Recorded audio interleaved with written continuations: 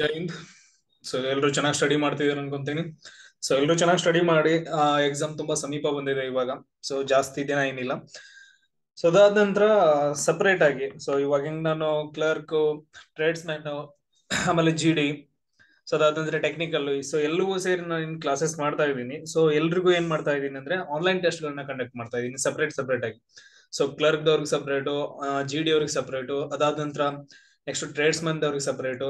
So ಈ ತರ technical ಅವ್ರಿಗೆ ಸಪರೇಟ್ ಆಗಿ ನಾನು ಸೊ ಆನ್ಲೈನ್ ಲಿಂಕ್ಸ್ ಗಳನ್ನ ಬಿಡ್ತೀನಿ. ಈವನ್ GD ಅವರು ಬರಿಬಹುದು, ಎಲ್ಲಾ ಎಕ್ಸಾಮ್ಸ್ ಗಳು ಯಾರು ಬೇಕಾದ್ರೂ ಬರಿಬಹುದು, ಯಾವಾಗ ಬೇಕಾದ್ರೂ ಬರಿಬಹುದು. ಸೊ ಮೇ ಬಿ ಗುರುವಾರದಿಂದ ಸೊ 24th ಇಂದ ಆನ್ಲೈನ್ ಟೆಸ್ಟ್ ಗಳು ಸ್ಟಾರ್ಟ್ ಆಗ್ತಾವ. ಸೊ ಪ್ರತಿಯೊಬ್ರು ಆನ್ಲೈನ್ ಟೆಸ್ಟ್ ಗಳನ್ನ ತಗೊಳ್ಬೇಕು. ಸೊ ಯಾಕಂತಂದ್ ಹೇಳಿದ್ರೆ ಸಮಟೈಮ್ಸ್ ನೀವು ನೋಡಿರ್ಬೋದು, ಸಮಟೈಮ್ಸ್ ಆನ್ಲೈನ್ ಮೋಡಲ್ ಇರುತ್ತೆ ಅಂತ ಹೇಳ್ತೀವಿ, ಒಂದ್ಸರಿ ಆಫ್ಲೈನ್ ಮೋಡಲ್. ಸೊ ಯಾವ್ದಂತ ಕ್ಲಿಯರ್ ಆಗಿ ಕರೆಕ್ಟ್ ಆಗಿ ಗೊತ್ತಿರಲ್ಲ. ಯಾಕಂತಂದ್ ಹೇಳಿದ್ರೆ ಇದು ಫಸ್ಟ್ ಎಕ್ಸಾಮ್ ಆಗಿರೋದ್ರಿಂದ ಅವ್ರು ಯಾವ ರೀತಿಯಾಗಿ ಕಂಡಕ್ಟ್ ಮಾಡ್ತಾರೆ ಅಂತ ಹೇಳಿ ಸೊ ನಾವು ಕರೆಕ್ಟ್ ಆಗಿ ಪ್ರಿಪೇರ್ ಆಗ್ಬೇಕು. ತುಂಬಾ ಇಂಪಾರ್ಟೆಂಟ್ ಏನಂತಂದ್ ಹೇಳಿದ್ರೆ ಎಲ್ರು ಕಂಪಲ್ಸರಿ ಆನ್ಲೈನ್ ಟೆಸ್ಟ್ ಗಳನ್ನ ಬರೀಬೇಕು. ಗುರುವಾರದಿಂದ ಸ್ಟಾರ್ಟ್ ಆಗುತ್ತೆ. ಆಮೇಲೆ ಲಿಂಕ್ ಗಳನ್ನ ನಾನು ಯಾವುದೇ ರೀತಿಯ ನ್ಯೂಸ್ ಗಳು ಬಂದ್ರು ಕೂಡ ನಾನು ಅಗ್ನಿವೀರ ಕರ್ನಾಟಕ ಅಂತಂದ್ ಹೇಳಿ ಸೊ ಟೆಲಿಗ್ರಾಮ್ ಚಾನಲ್ ಅಲ್ಲಿ ನಾನು ಅಪ್ಲೋಡ್ ಮಾಡ್ತಾ ಹೋಗ್ತೀನಿ. ಸೊ ಎಲ್ರು ಅಲ್ಲಿ ಜಾಯ್ನ್ ಆಗ್ರಿ. ಸೊ ಆಮೇಲೆ ಎಲ್ರಿಗೂ ಶೇರ್ ಮಾಡ್ರಿ, ಸಬ್ಸ್ಕ್ರೈಬ್ ಆಗ್ರಿ. ಅದಾದ ನಂತರ ನೆಕ್ಸ್ಟ್ ಕರೆಕ್ಟ್ ಆಗಿ ವಿಡಿಯೋಸ್ ಗಳನ್ನ ನೋಡ್ರಿ. ಇವಾಗ ಸರ್ ಸಪರೇಟ್ ಆಗಿ ವಿಡಿಯೋಸ್ ಹಾಕ್ರಿ ಅಂತಂದೇಳಿ, ಓಕೆ ನಾನು ಹಾಕ್ತಾ ಇದ್ದೀನಿ. ಸೊ ಅಪ್ಲೋಡ್ ಮಾಡ್ತೀನಿ ಎಲ್ಲವನ್ನ, ಸಪರೇಟ್ ವಿಡಿಯೋಸ್ ಗಳನ್ನ ಅಪ್ಲೋಡ್ ಮಾಡ್ತೀನಿ. ಸೊ ಹಿಸ್ಟ್ರಿ ಆಲ್ರೆಡಿ ಅಪ್ಲೋಡ್ ಮಾಡಿದೀನಿ.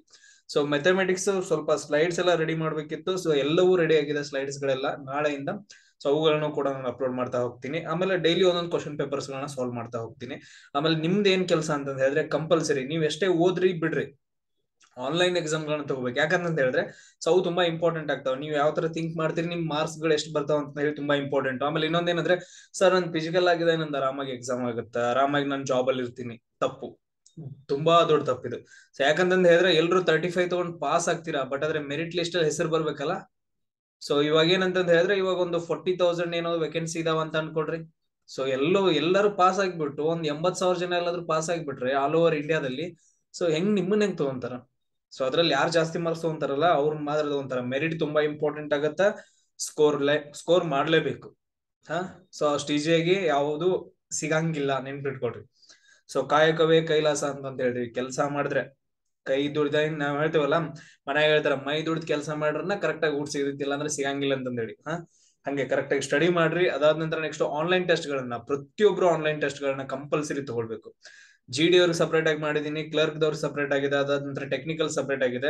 ಅದಾದ ನಂತರ GD ಕ್ವಶನ್ ಪೇಪರ್ಸ್ ಗಳು ಏನಿದಾವಲ್ಲ ಸೇಮ್ ಟ್ರೇಡ್ಸ್ ಮನ್ಗೂ ಸೇಮ್ ಇರ್ತಾವ. ಆಲ್ಮೋಸ್ಟ್ GD ಮತ್ತು ಟ್ರೇಡ್ಸ್ ಮನ್ ಗಳು ಏನಿದೆ ಸೊ ನೀವು GD ಕ್ವಶನ್ ಪೇಪರ್ಸ್ ಗಳನ್ನ ಸಾಲ್ವ್ ಮಾಡ್ರಿ. ಅದನ್ನ ಕ್ಲರ್ಕ್ ದವರು ಕ್ಲರ್ಕ್ ಮಾಡ್ರಿ. ಅದಾದ ನಂತರ ಸೊ ನೀವು ಟೆಕ್ನಿಕಲ್ ದವರು ಟೆಕ್ನಿಕಲ್ ಕ್ವಶನ್ ಪೇಪರ್ ಗಳನ್ನ ಸಾಲ್ವ್ ಮಾಡ್ರಿ. ಅದಾದ ನಂತರ ನಿಮ್ಗೆ ಇನ್ನೂ ಟಫೆಸ್ಟ್ ಏನಾದ್ರು ಕ್ವಶನ್ಸ್ ಗಳು ಬೇಕು, ಇನ್ನು ಟಫ್ ಆಗಿರೋ ಕ್ವಶನ್ಸ್ ಗಳು ಏನಾದ್ರು ಬೇಕಂತಂದ ಹೇಳಿದ್ರೆ ಎಲ್ಲ ಸೊ ಟೋಟಲ್ ಏನಿದಾವಲ್ಲ, ಸೊ ಕ್ಲರ್ಕ್ ಆಗಿರ್ಬೋದು, ಇದು GD ಆಗಿರ್ಬೋದು ಅಥವಾ ಟೆಕ್ನಿಕಲ್ ಆಗಿರ್ಬೋದು, ಎಲ್ಲ ಕ್ವಶನ್ಸ್ ಗಳನ್ನ ಬಿಡಿಸಿ ನಿಮ್ಗೆ ಏನಂತಂದ ಹೇಳಿದ್ರೆ ಐಡಿಯಾ ಬರುತ್ತೆ. So ನೆನ್ಪಿಟ್ಕೊಳ್ರಿ compulsory. ಸೊ ನಾವ್ ಇವಾಗ ಜಬಲ್ಪುರ್ ಕ್ವಶನ್ ಪೇಪರ್ ಗಳನ್ನ ಡಿಸ್ಕಷನ್ ಮಾಡೋಣ. ಸೊ ಇದ್ರಲ್ಲೂ ಕೂಡ ಏನಂತ ಹೇಳಿದ್ರೆ GK ಸೆಕ್ಷನ್ ಇದೆ, ಅದಾದ ನಂತರ ಸೈನ್ಸ್ ಇದೆ, ಮ್ಯಾಥಮೆಟಿಕ್ಸ್ ಇದೆ. ಇದ್ರಲ್ಲಿ ಮತ್ತೆ ಒಂದ್ ಸೆಕ್ಷನ್ ಏನಂದ್ರೆ ಕಂಪ್ಲೀಟ್ ಆಗಿ ರಿಪೀಟ್ ಆಗಿದೆ. ಸೊ ಹಿಂದ್ಗಡೆ ನಡೆದಂತಹ ಒಂದು ಎಕ್ಸಾಮ್ದು ಕಂಪ್ಲೀಟ್ ಸೈನ್ಸ್ ಸೆಕ್ಷನ್ ಏನಾಗಿದೆ ಅಂತ ಹೇಳಿದ್ರೆ ರಿಪೀಟ್ ಆಗೈತೆ ಫುಲ್. ಫಸ್ಟ್ ಏನಂತಂದ್ರೆ ಹೇಳಿದ್ರೆ 15ನೇ ಕ್ವಶನ್ ಇಂದ ಹಿಡ್ಕೊಂಡು 30ನೇ ಕ್ವಶನ್ ವರೆಗೂ ಫುಲ್ ರಿಪೀಟ್ ಆಗಿಬಿಟ್ಟೈತೆ. ಸೊ ಇದನ್ನ ನೆನ್ಪಿಟ್ಕೊಡ್ರಿ. ಯಾಕಂತಂದ್ರೆ ಹೇಳಿದ್ರೆ ಒಂದೊಂದು ಸೆಕ್ಷನ್ ತುಂಬಾ ರಿಪೀಟ್ ಆಗ್ತಾ ಇದಾವೆ. ಸೊ ಇದು ಜಬಲ್ಪುರದಲ್ಲಿ ನಡೆದಿರುವಂತಹ ಎಕ್ಸಾಮ್. ನಾವು ಡಿಸ್ಕಷನ್ ಮಾಡ್ತಾ ಹೋಗೋಣ ನೋಡ್ರಿ. ಎಸ್,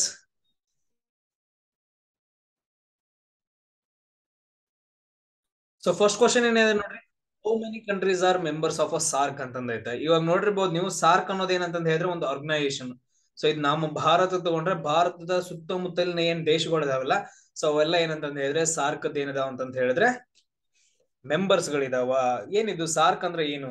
ಇವಾಗ ನೀವು ಕೇಳಿರ್ಬೋದು ಯಾವ ತರ ಅಂತ ಹೇಳಿದ್ರೆ ಇವಾಗ ಬಿಮ್ಸ್ಟೆಕ್ ಅಂತ ಕೇಳಿರ್ಬೋದು, ಬ್ರಿಕ್ಸ್ ಅಂತ ಕೇಳಿರ್ಬೋದು, ಅಥವಾ SCO ಅಂತ ಕೇಳಿರ್ಬೋದು, UNO ಅಂತ ಬರುತ್ತಲ್ಲ, ಯುನೈಟೆಡ್ ನೇಷನ್ ಆರ್ಗನೈಸೇಷನ್. ಆ ತರ ಏನಂತ ಹೇಳಿದ್ರೆ ಒಂದು 7-8 ದೇಶಗಳು ಸೇರ್ಬಿಟ್ಟು ಏನಂತ ಹೇಳಿದ್ರೆ ಒಂದು ಆರ್ಗನೈಸೇಷನ್, ಒಂದು ಸಂಸ್ಥೆಯನ್ನ ನಿರ್ಮಾಣ ಮಾಡ್ಕೊಂಡಿರೋದು. ಆ ಸಂಸ್ಥೆ ಯಾವ್ದಂತ ಹೇಳಿದ್ರೆ ಸಾರ್ಕ್ ಅಂತ ಹೇಳ್ತೀವಿ. ಇದರಲ್ಲಿ 8 ದೇಶಗಳಿದಾವ. ಸೊ ಅವು ಯಾವ್ಯಾವ ದೇಶಗಳಿದಾವ, ಆಮೇಲೆ ಸಾರ್ಕದ ವಿಸ್ತೃತ ರೂಪ ಏನು, ಫುಲ್ ಫಾರ್ಮ್, ಸಾರ್ಕದು ಫುಲ್ ಫಾರ್ಮ್ ಏನು ಅಂತಂದ ಹೇಳಿ ನೀವು ನೋಡ್ಕೋಬೇಕು. ಸೊ ಈ how many countries are members are in SAARC ಅಂತ ಕೇಳಿದ್ರೆ, ಇಲ್ಲಿ ನೋಡ್ರಿ ಹೌ ಅಂತಂದ ಹೇಳಿದ್ರೆ ಎಷ್ಟು, ಅದಾದ ನಂತರ ಕಂಟ್ರೀಸ್, ಹೌ ಮೆನಿ ಅಂತಂದ ಹೇಳಿದ್ರೆ ಎಷ್ಟು, ಕಂಟ್ರೀಸ್ ಅಂತಂದ ಹೇಳಿದ್ರೆ ದೇಶಗಳು, ಮೆಂಬರ್ಸ್ ಅಂತಂದ ಹೇಳಿದ್ರೆ ಮೆಂಬರ್ ಆಗಿರೋದು ಎದರಲ್ಲಿ ಸಾರ್ಕ್ ಒಳಗಡೆ ಎಷ್ಟು ಕಂಟ್ರೀಸ್ ನಂಬರ್ ಮೆಂಬರ್ಸ್ ಗಳಾಗಿದ್ದಾರೆ ಅಂತ ಕ್ವಶನ್ ಕೇಳಿದಾರೆ. ಸೊ ಇದ್ರಲ್ಲಿ ಕರೆಕ್ಟ್ ಆನ್ಸರ್ ಯಾವ್ದಪ್ಪ ಅಂತಂದ್ ಹೇಳಿದ್ರೆ 8 ಅಂತಂದ್ ಹೇಳ್ತೀವಿ. ಆಪ್ಷನ್ ಎ ಕರೆಕ್ಟ್ ಆಗತ್ತೆ ನೋಡ್ರಿ. ಅದೇ ತರ ನೀವು ಸಾರ್ಕದ್ ನೋಡ್ಕೋಬೇಕು. SCO ಅಂತಂದ್ ಬರುತ್ತ, UNO ಅಂತಂದ್ ಬರುತ್ತ, ಯುನೈಸೆಫ್ ಅಂತ ಬರುತ್ತ, ಯುನೆಸ್ಕೋ ಅಂತಂದ್ ಬರುತ್ತ, ILO, IMO, WTO, WMO, ಆಮೇಲೆ ನೆಕ್ಸ್ಟ್ ಬೀಮ್ಸ್ಟೆಕ್, ಬ್ರಿಕ್ಸ್. ಸೊ ಇವುಗಳದೆಲ್ಲ ಏನಂತಂದ್ ಹೇಳಿದ್ರೆ ಆಮೇಲೆ ASEAN. ಸೊ ಇಷ್ಟ ಏನಂತಂದ್ ಹೇಳಿದ್ರೆ ಸಂಸ್ಥೆ ಆರ್ಗನೈಸೇಷನ್ ಗಳ ಬಗ್ಗೆ ನೋಡ್ಕೋಬೇಕು. ಆಮೇಲೆ G20 ಅಂತ ಬರುತ್ತೆ, ಆಮೇಲೆ G7. ಇಷ್ಟೆಲ್ಲ ನೀವು ನೋಡ್ಕೊಂಡ್ ಅಂತಂದ್ ಹೇಳಿದ್ರೆ ಈ ತರ ಕೇಳೋ ಕ್ವಶನ್ಸ್ ಗಳಿಗೆ ಆರಾಮಾಗಿ ನೀವು ಏನ್ ಮಾಡ್ಬೋದು, ಆನ್ಸರ್ಸ್ ಗಳನ್ನ ಮಾಡ್ಬೋದು. ಸೊ ಎಲ್ರಿಗೂ ಅರ್ಥ ಆಯ್ತಾ ಇಷ್ಟು? ಸೊ ಅದಾದ ನಂತರ ನೆಕ್ಸ್ಟ್ ಕ್ವಶನ್ ನೋಡ್ರಿ.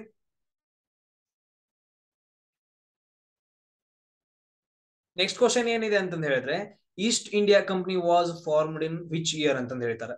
ಸೊ ಯಾಕಂತಂದ್ರೆ ಹೇಳಿದ್ರೆ ಕ್ವಶನ್ ಪೇಪರ್ ಗಳು ಅಷ್ಟೊಂದು ಡೀಟೇಲ್ ಇದು ಕ್ಲಿಯರ್ ಆಗಿಲ್ಲ. ಸೊ ಅದಕ್ಕೋಸ್ಕರ ನಾನು ಹೇಳ್ತೀನಿ. ಕ್ವಶನ್ ಪೇಪರ್ಸ್ ಗಳು ಸರ್ ಕ್ವಶನ್ಸ್ ಕಾಣ್ತಿಲ್ಲ, ಅದು ಕಾಣಿಸ್ತಿಲ್ಲ ಅಂತ ಹೇಳಕ್ ಹೋಗ್ಬೇಡ್ರಿ. ನಾನು ಹೇಳ್ತೀನಿ, ಹೇಳಿದ್ದನ್ನ ನೀವು ಬರ್ಕೊಡ್ರಿ ಪೇಪರ್ ಅಲ್ಲಿ. ಅದಾದ ನಂತರ ಅದ್ರ ಕೆಳಗಡೆ ಆನ್ಸರ್ಸ್ ಗಳನ್ನ ಬರ್ಕೊಡ್ರಿ. East India Company was formed in which year ಅಂತ ಐತೆ. ಈಸ್ಟ್ ಇಂಡಿಯಾ ಕಂಪನಿ ಫಾರ್ಮ್ಡ್ ಅಂತಂದ್ ಹೇಳಿದ್ರೆ ಸ್ಥಾಪನೆ ಆಗೋದು. ವಿಚ್ ಇಯರ್ ಅಂತ ಕೇಳಿದ್ರೆ ಯಾವ ವರ್ಷದಲ್ಲಿ ಅಂತ ಕ್ವಶನ್ ಕೇಳಿದ್ರೆ ಯಾವ್ದ್ರಲ್ಲಿ 1602 ಅಥವಾ 1600 ಅಥವಾ 1605 ಅಥವಾ 1598 ಅಂತಂದ್ ಹೇಳಿ. ಸೊ ಈ ತರ ಏನ್ ಮಾಡಿದಾರೆ ಅಂತಂದ್ ಹೇಳಿದ್ರೆ ಕ್ವಶನ್ ಅನ್ನ ಕೇಳಿದಾರೆ. ಸೊ ಆನ್ಸರ್ ಏನಂತಂದ್ ಹೇಳಿದ್ರೆ ನಾವು ಬಿ ಅಂತಂದ್ ಹೇಳ್ತೀವಿ. 1600 ಏನಾಗತ್ತೆ ಅಂತಂದ್ ಹೇಳಿದ್ರೆ ಸ್ಥಾಪನೆ ಆಗತ್ತೆ. ನಾನು ಆಲ್ರೆಡಿ ಹಿಸ್ಟ್ರಿ ವಿಡಿಯೋಸ್ ಗಳನ್ನ ಅಪ್ಲೋಡ್ ಮಾಡಿದೀನಿ. ಆ ಹಿಸ್ಟ್ರಿ ವಿಡಿಯೋದಲ್ಲಿ 3ನೇದು ಅಥವಾ 4ನೇ ವಿಡಿಯೋ ಇದೆ. ಸೊ ಮೊಘಲರ ಬಗ್ಗೆ ಅಂತ ಬರುತ್ತೆ, 4ನೇ ವಿಡಿಯೋ ಇರ್ಬೋದು ಮೇ ಬಿ. ಸೊ ಆ ವಿಡಿಯೋದಲ್ಲಿ ನೋಡಿದ್ರೆ ಈ ಕ್ವಶನ್ ಆರಾಮಾಗಿ ಮಾಡ್ಬೋದು. ಫಸ್ಟ್ ಯಾರು ಬರ್ತಾರೆ ಅಂತಂದ್ ಹೇಳಿದ್ರೆ ಸೊ ವಾಸ್ಕೋಡಿ ಗಾಮ ಬರ್ತಾನ 1498ರಲ್ಲಿ. ಅದಾದ ನಂತರ ಇಂಗ್ಲಿಷರು ಬರ್ತಾರ, ಪೋರ್ಚುಗೀಸರು ಬರ್ತಾರ. ಪೋರ್ಚುಗೀಸ್ ರಲ್ಲಿ ಅಲ್ಫಾನ್ಸೋ ಡಿ ಅಲ್ಬುಕರ್ಕ್ ಬರ್ತಾನ. ಅದಾದ ನಂತರ ಫ್ರಾನ್ಸಿಸ್ಕೋ ಡಿ ಅಲ್ಮೇಡಾ ಬರ್ತಾನ. ಅವ್ರ ಬಗ್ಗೆ ಎಲ್ಲ ಹಿಸ್ಟ್ರಿ ಕ್ಲಾಸ್ ಅಲ್ಲಿ ನಾನು ಹೇಳಿದೀನಿ. ಆಮೇಲೆ ಇಂಗ್ಲಿಷ್ ಬರ್ತಾರ. ಇಂಗ್ಲಿಷ್ ರಲ್ಲಿ ಫಸ್ಟ್ ಗೆ ಹಾಕಿನ್ಸ್ ಬರ್ತಾನ. ಅದಾದಂದ್ರೆ ಕ್ಯಾಪ್ಟನ್ ಬೀಸ್ಟ್ ಅಂತ ಬರ್ತಾನ. ಅದಾದ ನಂತರ ನೆಕ್ಸ್ಟ್ ಸರ್ ಥಾಮಸ್ ರೋ ಬರ್ತಾನ. 1615ರಲ್ಲಿ ಪರ್ಮಿಷನ್ ಅನ್ನ ತಗೊಂತಾನ ಜಹಾಂಗೀರ್ನ ಹತ್ರ.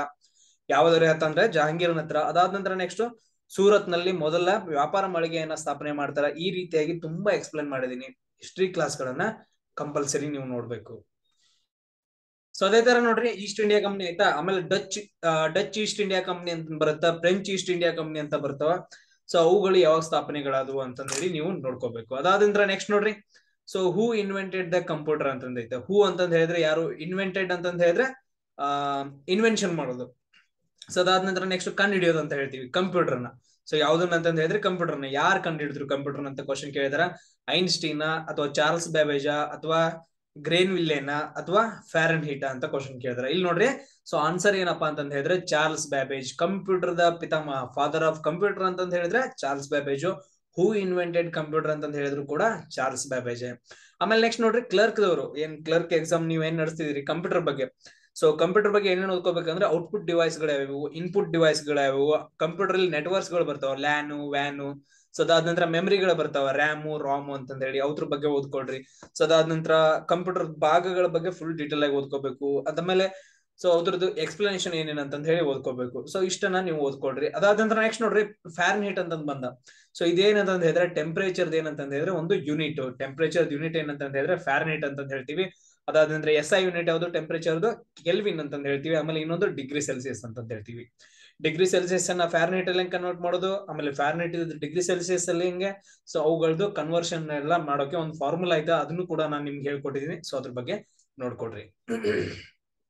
ಸೊ ಅದಾದ ನಂತರ ನೋಡ್ರಿ the first bullet train in India will connect ಅಂತಂದ್ ಕೇಳಿದಾರೆ. ಅಂದ್ರೆ the first bullet train, first ಅಂತಂದ್ ಹೇಳಿದ್ರೆ ಪ್ರಥಮ, ಬುಲೆಟ್ ಟ್ರೈನ್ ಅಂತಂದ್ ಗೊತ್ತೈತೆ, ಬುಲೆಟ್ ರೈಲು. So in India will connect, ಎಲ್ಲೆಲ್ಲಿ ಕನೆಕ್ಟ್ ಮಾಡುತ್ತಾ ಫಸ್ಟ್ ಬುಲೆಟ್ ಟ್ರೈನ್ ಅಂತ ಕೇಳಿದಾರೆ. ಡೆಲ್ಲಿ ಟು ಅಹಮದಾಬಾದ, ಅಥವಾ ಅಹಮದಾಬಾದ್ ಟು ಮುಂಬೈಯ, ಅಥವಾ ಅಹಮದಾಬಾದ್ ಟು ಆಗ್ರಾನ, ಅಥವಾ ಡೆಲ್ಲಿ ಟು ಮುಂಬೈಯ. ಸೊ ಫೋರ್ತ್ ಏನಪ್ಪಾ ಅಂತಂದ್ ಹೇಳಿದ್ರೆ ಆನ್ಸರ್ ಏನಾಗತ್ತೆ ಅಂತಂದ್ ಹೇಳಿದ್ರೆ ಸೊ ಡೆಲ್ಲಿ ಟು ಮುಂಬೈ ಅಂತ ಹೇಳ್ತೀವಿ. ಕರೆಕ್ಟಾ? No. So Delhi to Mumbai ಅಲ್ಲ. ಸೊ ಏನಂತಂದ್ ಹೇಳಿದ್ರೆ ಕರೆಕ್ಟ್ ಆಪ್ಷನ್ ಯಾವ್ದು ಅಂತಂದ್ ಹೇಳಿದ್ರೆ ಅಹಮದಾಬಾದ್ ಟು ಮುಂಬೈ ಅಂತಂದ್ ಹೇಳ್ತೀವಿ. Option B, Ahmedabad to Mumbai ಅಂತಂದ್ ಹೇಳ್ತೀವಿ. ಗುಜರಾತಿನ ಅಹಮದಾಬಾದ್ ಟು ಮುಂಬೈ ವರೆಗೂ ಏನಂತಂದ್ ಹೇಳಿದ್ರೆ ಬುಲೆಟ್ ಟ್ರೈನ್ ಫಸ್ಟ್ ಟೈಮ್ ಏನ್ ಮಾಡ್ತಾರ ಅಂತಂದ್ ಹೇಳಿದ್ರೆ ಕನೆಕ್ಟ್ ಮಾಡ್ತಾರ. ಇಷ್ಟು ಪಾಯಿಂಟ್ಸ್ ಗಳನ್ನ ನೀವ್ ಏನ್ ಮಾಡ್ಬೇಕಂದ್ರೆ ಇದರಲ್ಲಿ ನೆನ್ಪಿಟ್ಕೋಬೇಕು. ಸೊ ಅದಾದ ನಂತರ ರೈಲುಗಳ ಬಗ್ಗೆ ಅಂತ ಬಂದಾಗ, ಸೊ ಕ್ಲೀನ್ ಮಾಡ್ತೀನಿ ರೀ. ರೈಲುಗಳಿಗಿಂತ ಅಂತ ಬಂದಾಗ ಸೊ ಫಸ್ಟ್ ನಮ್ಮ ಇಂಡಿಯಾದಲ್ಲಿ ರೈಲ್ ಯಾವಾಗ ಬಂತು ಅಂತಂದ್ ಹೇಳಿದ್ರೆ ಯಾವಾಗ ಬರುತ್ತಾ 1853ರಲ್ಲಿ ಲಾರ್ಡ್ ಡೌಲ್ ಹೌಸಿ ಸ್ಟಾರ್ಟ್ ಮಾಡ್ತಾನೆ. ಸೊ ಮುಂಬೈ ಟು ತಾನೆ ಅಂತಂದ್ ಹೇಳ್ತೀವಿ 1853 ಒಳಗಡೆ. ಅದಾದ ನಂತರ ನೆಕ್ಸ್ಟ್ ನೋಡ್ರಿ ಟೋಟಲ್ 18 ವಲಯಗಳು ಬರ್ತಾವ. ಆಮೇಲೆ ನೆಕ್ಸ್ಟ್ ಸೊ ಯಾವ ಟ್ರೈನ್ ಗಳು ಎಲ್ಲೆಲ್ಲಿ ಅಂತ ಬರ್ತಾವ, ಆಮೇಲೆ ಅತಿ ಉದ್ದವಾದ ರೈಲು ಯಾವ್ದು ಅಂತ ಕೇಳ್ತಾರ. ಸೊ ಇವುಗಳ ಬಗ್ಗೆ ಏನಂತ ಹೇಳಿದ್ರೆ ನೋಡ್ಕೋಬೇಕು. ಸೊ ಎಲ್ರು ಏನಂತ ಹೇಳಿದ್ರೆ ಕಮೆಂಟ್ ಬಾಕ್ಸ್ ಅಲ್ಲಿ ಕಮೆಂಟ್ ಹಾಕ್ಬೇಕು. ಸೊ ನಾನು ಏನ್ ಕ್ವಶನ್ ಕೇಳ್ತೀನಲ್ಲ ಆ ಕ್ವಶನ್ಸ್ ಗಳಿಗೆ ಕಮೆಂಟ್ಸ್ ಗಳನ್ನ ಹಾಕ್ಬೇಕು. ಅದಾದ ನಂತರ ನೆಕ್ಸ್ಟ್ ಕ್ವಶನ್ ಏನಿದೆ ನೋಡ್ರಿ. So where is national museum of India located ಅಂತ ಕೇಳ್ತಾರೆ. ವೇರ್ ಅಂತಂದ್ ಹೇಳಿದ್ರೆ ಎಲ್ಲಿ, national museum of India. National museum ಅಂತಂದ್ ಹೇಳಿದ್ರೆ ನಿಮ್ಗೆ ಗೊತ್ತೈತೆ, ಎಲ್ಲ ತಿರುಗಾಡಿ ಬಂದಿರ್ತೀರಿ. ಸೊ ಅದು ನ್ಯಾಷನಲ್ ಮ್ಯೂಸಿಯಂ ಆಫ್ ಇಂಡಿಯಾ ಎಲ್ಲಿ ಐತಿ ಅಂತ ಕ್ವಶನ್ ಕೇಳಿದಾರ. ಪಾಟ್ನಾನ ಅಥವಾ ಡೆಲ್ಲಿನ ಅಥವಾ ಬ್ಯಾಂಗ್ಳೂರ ಅಥವಾ ಚೆನ್ನೈಯ. ಸೊ ಎಲ್ಲಿದೆ ಅಂತ ಕ್ವಶನ್ ಕೇಳಿದಾರೆ. ಫಿಫ್ತ್ ಒನ್ ಯಾವ್ದು ಆನ್ಸರ್ ಆಗುತ್ತಾ. ಸೊ ನಾವು ಡೆಲ್ಲಿ ಅಂತಂದ್ ಹೇಳ್ತೀವಿ. ಡೆಲ್ಲಿ ಒಳಗಡೆ ಏನೈತೆ ಅಂತಂದ್ ಹೇಳಿದ್ರೆ ನ್ಯಾಷನಲ್ ಮ್ಯೂಸಿಯಂ ಆಫ್ ಇಂಡಿಯಾ ಆಯ್ತಾ.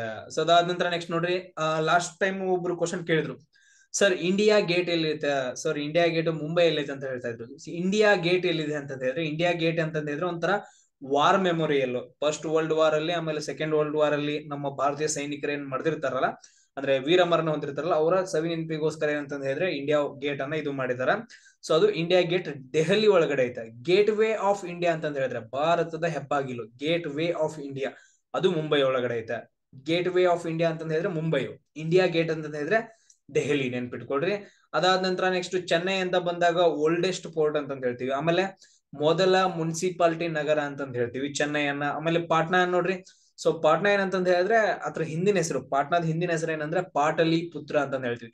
ಗುಪ್ತರ ಮತ್ತು ಮೌರ್ಯರ ಆಮೇಲೆ ಮಗಧ ಸಾಮ್ರಾಜ್ಯದ ರಾಜಧಾನಿ ಆಗಿತ್ತದು ಪಾಟ್ನಾ. ಬಿಹಾರ್ ಅಂತ ಹೇಳ್ತೀವಿ. ಬಿಹಾರದ ರಾಜಧಾನಿ ಯಾವುದು, ಪಾಟ್ನಾ ಅಂತ ಹೇಳ್ತೀವಿ. ಆಮೇಲೆ ತಮಿಳುನಾಡು ರಾಜಧಾನಿ ಯಾವುದು, ಚೆನ್ನೈ ಅಂತ ಹೇಳ್ತೀವಿ. ಆಮೇಲೆ ಕರ್ನಾಟಕದ ರಾಜಧಾನಿ ಬೆಂಗಳೂರು. ಸೊ ನೋಡ್ರಿ ಎಲ್ಲ ಕವರ್ ಆಗ್ತಾವ. ಈ ತರ ನೀವು ಸ್ಟಡಿ ಮಾಡ್ಬೇಕು. ಆಮೇಲೆ ನೆಕ್ಸ್ಟ್ ಕ್ವಶನ್ ಏನಿದೆ, one people one state one leader.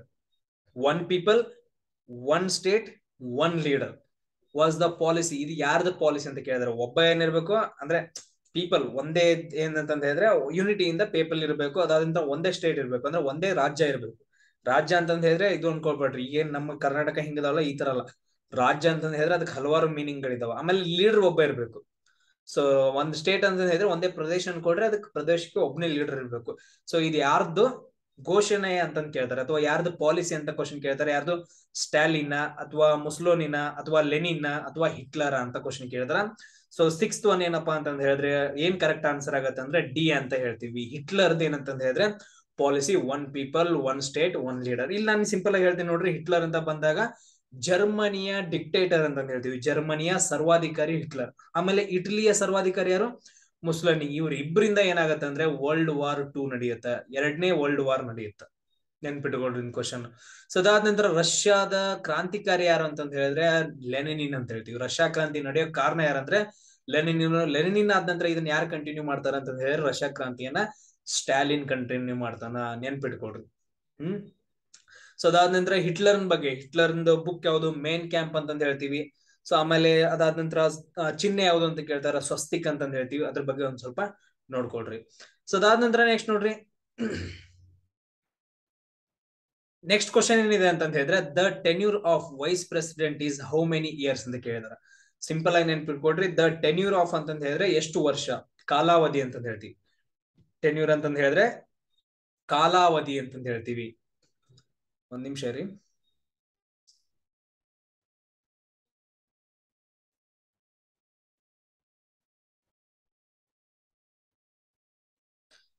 S, tenure ಅಂತಂದ್ ಹೇಳಿದ್ರೆ ಕಾಲಾವಧಿ ಅಂತಂದ್ ಹೇಳ್ತೀವಿ. ಯಾರ್ದು, ವೈಸ್ ಪ್ರೆಸಿಡೆಂಟ್. ವೈಸ್ ಪ್ರೆಸಿಡೆಂಟ್ ಅಂತ ಹೇಳಿದ್ರೆ ಉಪರಾಷ್ಟ್ರಪತಿದು. ಉಪರಾಷ್ಟ್ರಪತಿಯವರ ಕಾಲಾವಧಿ ಎಷ್ಟು ವರ್ಷ ಅಂತ ಕ್ವಶನ್ ಕೇಳಿದಾರೆ. ಎಷ್ಟು ವರ್ಷ, 6 ವರ್ಷನ ಅಥವಾ 3 ವರ್ಷನ ಅಥವಾ 5 ವರ್ಷನ ಅಥವಾ 2 ವರ್ಷ. ಎಷ್ಟು ವರ್ಷ, ನಾವು ಎಷ್ಟು ವರ್ಷ ಅಂತಂದ್ ಹೇಳ್ತೀವಿ ಅಂದ್ರೆ 5 ವರ್ಷ ಅಂತಂದ್ ಹೇಳ್ತೀವಿ. ಕರೆಕ್ಟ್ ಆನ್ಸರ್ ಯಾವ್ದಪ್ಪ ಅಂತಂದ್ ಹೇಳಿದ್ರೆ ಬಿ ಅಂತಂದ್ ಹೇಳ್ತೀವಿ. 7ನೇದು ಆಪ್ಷನ್ ಬಿ ಕರೆಕ್ಟ್ ಆಗುತ್ತೆ.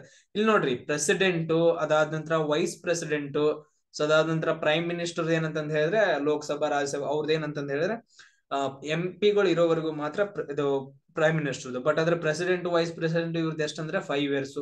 ಲೋಕಸಭೆದ ಎಷ್ಟು ಅಂತಂದ್ ಹೇಳಿದ್ರೆ 5 ಇಯರ್ಸ್. ರಾಜ್ಯಸಭಾದ ಎಷ್ಟು ಅಂತಂದ್ ಹೇಳಿದ್ರೆ 6 ಇಯರ್ಸ್ ಅಂತಂದ್ ಹೇಳ್ತೀವಿ. ಅದೇ ತರ ವಿಧಾನಸಭಾ ಅಂತ ಬರುತ್ತೆ, ಅದ್ರದ್ದು 6 ಇಯರ್ಸ್, ಸಾರಿ 5 ಇಯರ್ಸ್. ವಿಧಾನಸಭಾ 5 ಇಯರ್ಸ್. ಆಮೇಲೆ ವಿಧಾನ ಪರಿಷತ್ ಅಂತ ಬರುತ್ತೆ, ಇದು 6 ಇಯರ್ಸ್. ಇವುಗಳ ಬಗ್ಗೆ ನೀವೇನಂದ್ರೆ ನೋಡ್ಕೋಬೇಕು. ಆಮೇಲೆ ಪ್ರೆಸಿಡೆಂಟ್ ಆಗಕ್ಕೆ ಎಷ್ಟು ವರ್ಷ ಬೇಕು?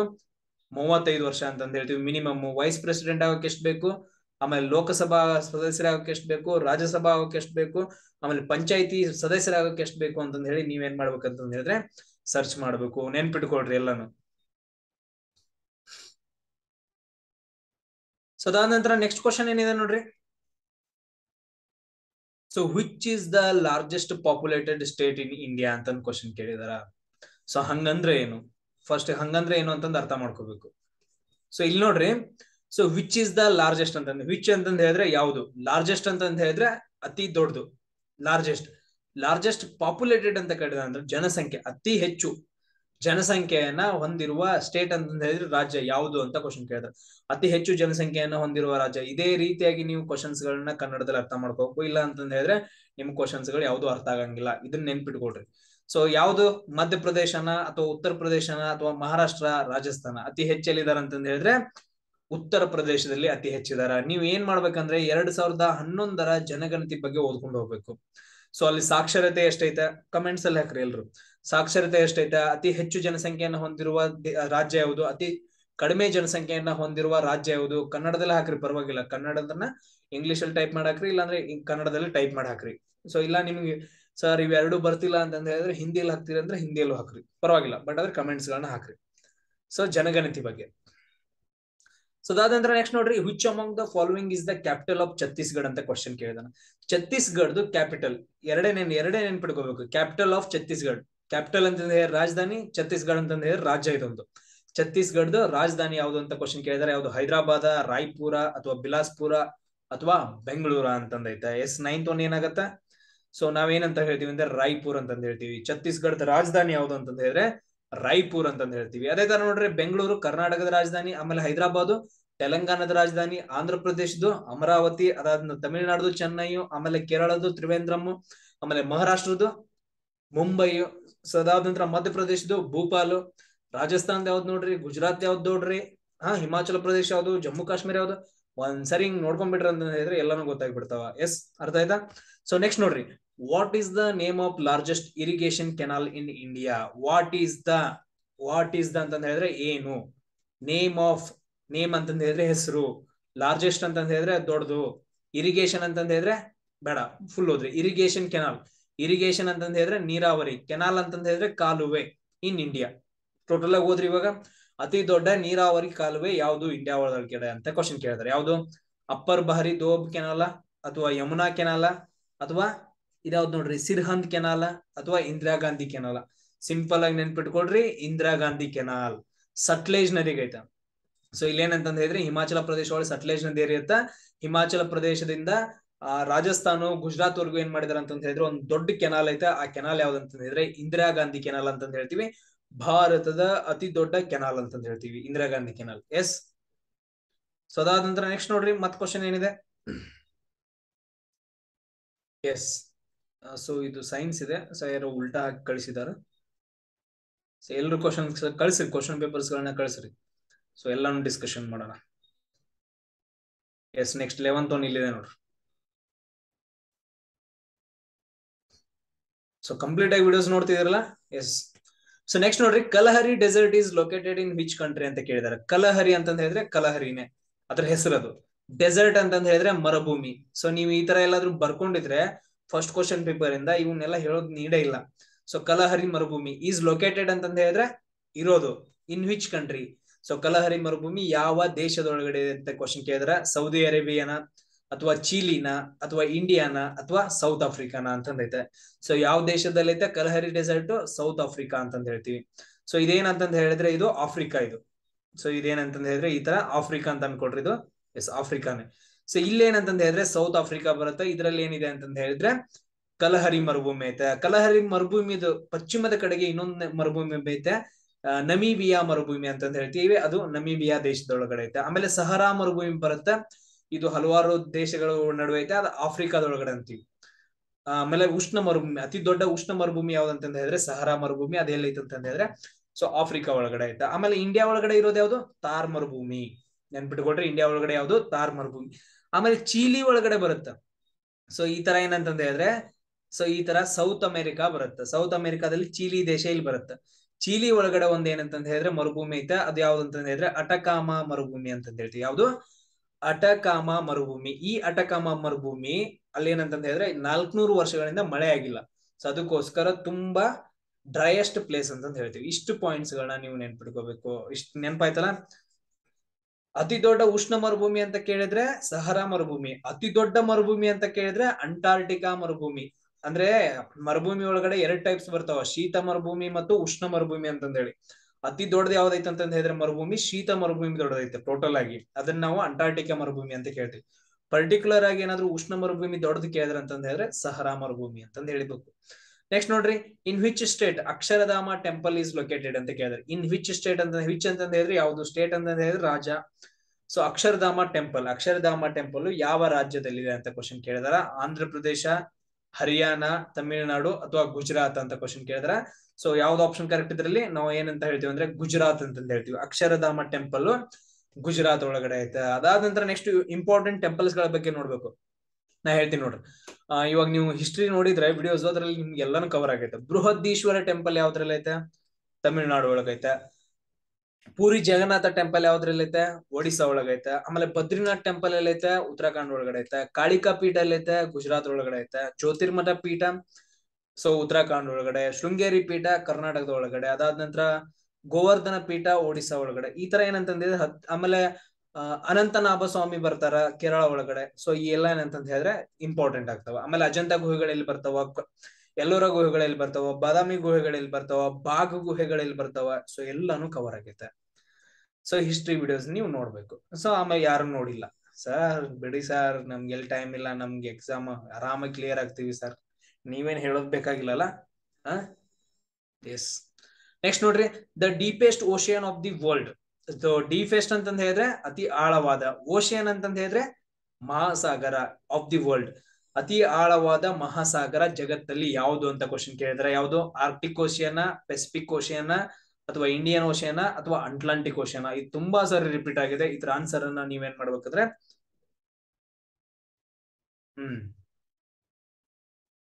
ಕಮೆಂಟ್ಸ್ ಗಳಲ್ಲಿ ಹಾಕ್ಬೇಕು. ನೆಕ್ಸ್ಟ್ ನೋಡ್ರಿ, ಕ್ವಶನ್ ಏನಿದೆ, who was the father of Russian revolution ಅಂತ ಇದೆ. ಹೂ ವಾಸ್ ದಿ ಫಾದರ್ ಅಂತಂದ ಐತೆ. Who was the father. Who ಅಂತಂದ ಹೇಳಿದ್ರೆ ಯಾರು, ಫಾದರ್ ಅಂತಂದ ಹೇಳಿದ್ರೆ ತಂದೆ. ಅದಾದ ನಂತರ ರಷ್ಯನ್ ರೆವಲ್ಯೂಷನ್ ಪಿತಾಮಹ ಯಾರು ಅಂತಂದ್ ಕ್ವಶನ್ ಇದು. ಸೊ ಯಾರು? ಮ್ಯಾಕ್ಸ್ ಮುಲ್ಲರ, ಅಥವಾ ಅಡಾಲ್ಫ್ ಹಿಟ್ಲರ, ಅಥವಾ ಲೆನಿನ್, ಅಥವಾ ಜಾರ್ಜ್ ವಾಷಿಂಗ್ಟನ್? ಯಾರಿದಾರ? ಸೊ ನಾನು ಆಗ್ಲೇ ಕ್ವಶನ್ ಅಲ್ಲಿ ಡಿಸ್ಕಷನ್ ಮಾಡುವಾಗ ಹೇಳ್ದೆ ಲೆನಿನ್ ಅಂತಂದ ಹೇಳ್ತೀವಿ. ರಷ್ಯನ್ ರೆವಲ್ಯೂಷನ್ ಪಿತಾಮಹ ಯಾರು ಅಂತಂದ ಹೇಳಿದ್ರೆ ಲೆನಿನ್ ಅಂತಂದ ಹೇಳ್ತೀವಿ. 1917ರಲ್ಲಿ ರಷ್ಯಾ ಕ್ರಾಂತಿ, ರಷ್ಯನ್ ರೆವಲ್ಯೂಷನ್ ನಡೆಯುತ್ತಾ. ಆಮೇಲೆ ನಿಮ್ ಕ್ವಶನ್ ಫ್ರೆಂಚ್ ರೆವಲ್ಯೂಷನ್ ಯಾವಾಗ ನಡೆಯುತ್ತಾ, ಅದಾದ ನಂತರ ಅಮೆರಿಕಾ ರೆವಲ್ಯೂಷನ್ ಯಾವಾಗ ನಡೆಯುತ್ತಾ. ಸೊ ಅದೇ ತರ ಏನ್ ಬರ್ತಾವ ಅಂತಂದ ಹೇಳಿದ್ರೆ ಗ್ರೀನ್ ರೆವಲ್ಯೂಷನ್, ಹಸಿರು ಕ್ರಾಂತಿ ಬರ್ಕೊಳ್ರಿ. ಗ್ರೀನ್ ರೆವಲ್ಯೂಷನ್, ಹಸಿರು ಕ್ರಾಂತಿ, ಸೊ ಅದ್ರ ಫಾದರ್ ಯಾರು, ಯಾವಾಗ ನಡೆಯುತ್ತಾ. ಸೊ ಅದಾದ ನಂತರ ವೈಟ್ ರೆವಲ್ಯೂಷನ್, ಫಾದರ್ ಯಾರು, ಯಾವಾಗ ನಡೆಯುತ್ತಾ. ಸೊ ಅದಾದ ನಂತರ ನೆಕ್ಸ್ಟ್ ನೋಡ್ರಿ, ರೌಂಡ್ ರೆವಲ್ಯೂಷನ್ ಯಾವ್ದಕ್ಕೆ ಸಂಬಂಧಪಟ್ಟಿದ್ದು. ಅದಾದ ನಂತರ ಗ್ರೇ ರೆವಲ್ಯೂಷನ್, ಕಪ್ಪು ಕ್ರಾಂತಿ ಅಂತಂದ ಹೇಳ್ತೀವಿ. ಬೂದು ಕ್ರಾಂತಿ ಅಂತಂದ ಹೇಳ್ತೀವಿ. ಅವೆಲ್ಲ ಎಲ್ಲೆಲ್ಲಿ ಸಂಬಂಧಪಟ್ಟಿದ್ದು. ಅದಾದ ನಂತರ ಗುಲಾಬಿ ಕ್ರಾಂತಿ ಅಂತ ಹೇಳ್ತೀವಿ. ಅದಾದ ನಂತರ ನೆಕ್ಸ್ಟ್ ನೋಡ್ರಿ, ಸಿಲ್ವರ್ ಅಂತಂದ್ ಬರುತ್ತ, ಸಿಲ್ವರ್ ರೆವಲ್ಯೂಷನ್ ಅಂತ. ಅವೆಲ್ಲ ಎಲ್ಲೆಲ್ಲಿ ಕಂಡು ಬರ್ತಾವ ಅಂತಂದ ಹೇಳಿ, ಅಂದ್ರೆ ಯಾವ್ದಕ್ ಸಂಬಂಧಪಟ್ಟಿದಾವ ಅಂತ ಹೇಳಿ ನೀವು ನೆನ್ಪಿಡ್ಕೋಬೇಕು. ಕ್ರಾಂತಿಗಳು ಅಂತ ಬರ್ತಾವ, ಅದ್ರ ಬಗ್ಗೆ ಎಲ್ಲ ನೀವು ನೆನ್ಪಿಡ್ಕೋಬೇಕು. ಆಮೇಲೆ ನೆಕ್ಸ್ಟ್ ನೋಡ್ರಿ, Mohan Bagan is a team of which sport ಅಂತ ಕೇಳಿದಾನ. ಮೋಹನ್ ಬಾಗನ್ ಅವರು ಯಾವ ಸ್ಪೋರ್ಟ್ ಗೆ ಸಂಬಂಧಪಟ್ಟಿದಾರ ಅಂತ ಕ್ವಶನ್ ಕೇಳಿದಾರೆ. ಯಾವ್ದು? ಬಾಸ್ಕೆಟ್ ಬಾಲ್, ಕ್ರಿಕೆಟ್, ಹಾಕಿನ, ಅಥವಾ ಫುಟ್ಬಾಲ್ ಅಂತಂದೈತೆ 15th ಒನ್. ಸೊ ನೋಡ್ರಿ ಯಾವ್ದಕ್ ಸಂಬಂಧಪಟ್ಟಿದಾರ 15th. ಎಸ್, ಫುಟ್ಬಾಲ್ ಅಂತಂದ ಹೇಳ್ತೀವಿ. ಫುಟ್ಬಾಲ್ಗೆ ಏನಂತಂದ ಹೇಳಿದ್ರೆ ಸಂಬಂಧಪಟ್ಟಿದ್ದಾರ. ಸೊ ಅದಾದ ನಂತರ ನೆಕ್ಸ್ಟ್ ನೋಡ್ರಿ, ಸೆಕ್ಷನ್ ಬಿ ಏನಿದೆ ಅಂತಂದ ಹೇಳಿದ್ರೆ ಆಲ್ಮೋಸ್ಟ್ ಎಲ್ಲಾ ಕ್ವಶನ್ಸ್ ಗಳು 15 ಕ್ವಶನ್ಸ್ ಗಳು ರಿಪೀಟ್ ಆಗಿದಾವೆ. ಸೊ ಇದರಲ್ಲಿ ಏನ್ ಅಂತಂದ ಹೇಳಿದ್ರೆ ಟೋಟಲ್ ಆಗಿ 20 ಕ್ವಶನ್ಸ್ ಗಳಿದಾವ. ಸೊ 20 ಕ್ವಶನ್ ಹೋಲ್ ಸೆಕ್ಷನ್ ಏನಾಗಿದೆ ಅಂತಂದ ಹೇಳಿದ್ರೆ ಎಲ್ಲೋ ಒಂದು ಯಾವ್ದೋ ಒಂದು ಸಿಟಿಯಲ್ಲಿ ನಡೆದಿರುವಂತ ಎಕ್ಸಾಮ್ದು ಸೇಮ್ ಟು ಸೇಮ್ ಕೊಟ್ಟಿದ್ದಾನೆ. ಜಸ್ಟ್ ಕ್ವಶನ್ ನಂಬರ್ಸ್ ಗಳನ್ನ ಮಾತ್ರ ಚೇಂಜ್ ಮಾಡಿದಾನ. ನೆಕ್ಸ್ಟ್ ನೋಡ್ರಿ, 16th one, seismograph is used to measure. ಇದನ್ನ ತುಂಬಾ ಸರಿ ಇದೆ. ಸಿಸ್ಮೋಗ್ರಾಫ್ ಅನ್ನ ಯಾವ್ದಕ್ಕೆ ಯೂಸ್ ಮಾಡ್ತಾರ ಅಂತ ಕೇಳಿದಾರ. ಇದನ್ನ ನೀವೇನ್ ಮಾಡ್ಬೇಕಂದ್ರೆ ಕಮೆಂಟ್ ಬಾಕ್ಸ್ ಅಲ್ಲಿ ಕಮೆಂಟ್ ಹಾಕ್ಬೇಕು ಯಾವ್ದಕ್ಕೆ ಯೂಸ್ ಮಾಡ್ತಾರ.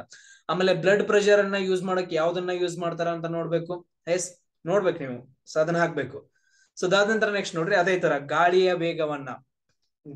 ವೇಗವನ್ನ ಅಳತೆ ಮಾಡೋದು ಯಾವುದು.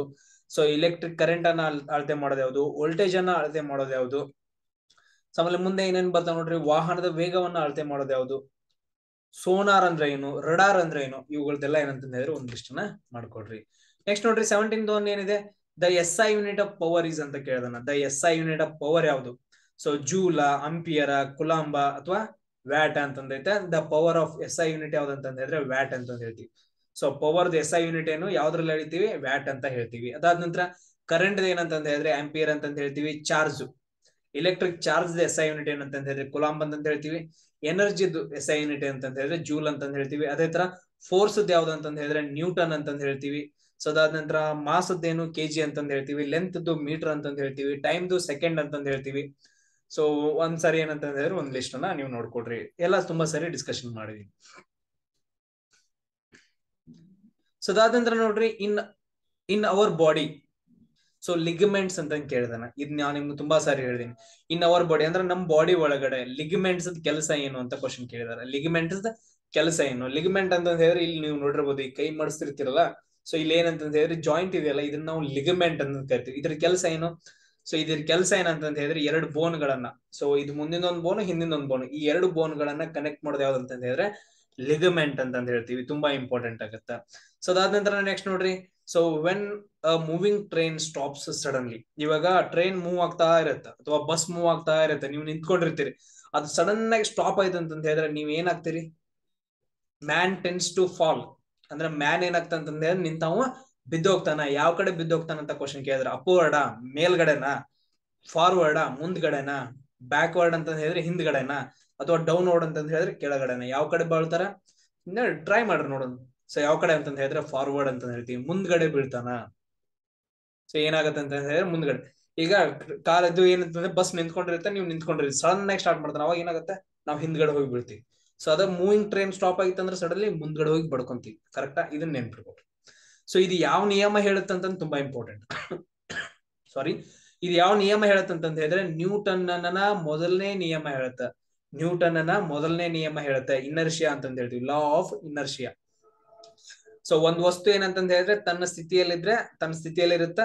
ಅಂದ್ರೆ ಇವಾಗ ಅಂತಂದ್ರೆ ನ್ಯೂಟ್ರಲ್ ಸ್ಥಿತಿ ಅಂತ ಹೇಳ್ತೀವಿ. ಸೊ ಒಂದು ವಸ್ತು ಏನಂತ ಹೇಳಿದ್ರೆ ನ್ಯೂಟ್ರಲ್ ಸ್ಥಿತಿಯಲ್ಲಿದ್ರೆ ಅದು ನ್ಯೂಟ್ರಲ್ ಅಲ್ಲೇ ಇರುತ್ತೆ. ಸೊ ಒಂಥರ ಏನಂತ ಹೇಳಿದ್ರೆ ಸ್ಥಿತ್ಯಂತರ ಸ್ಥಿತಿ.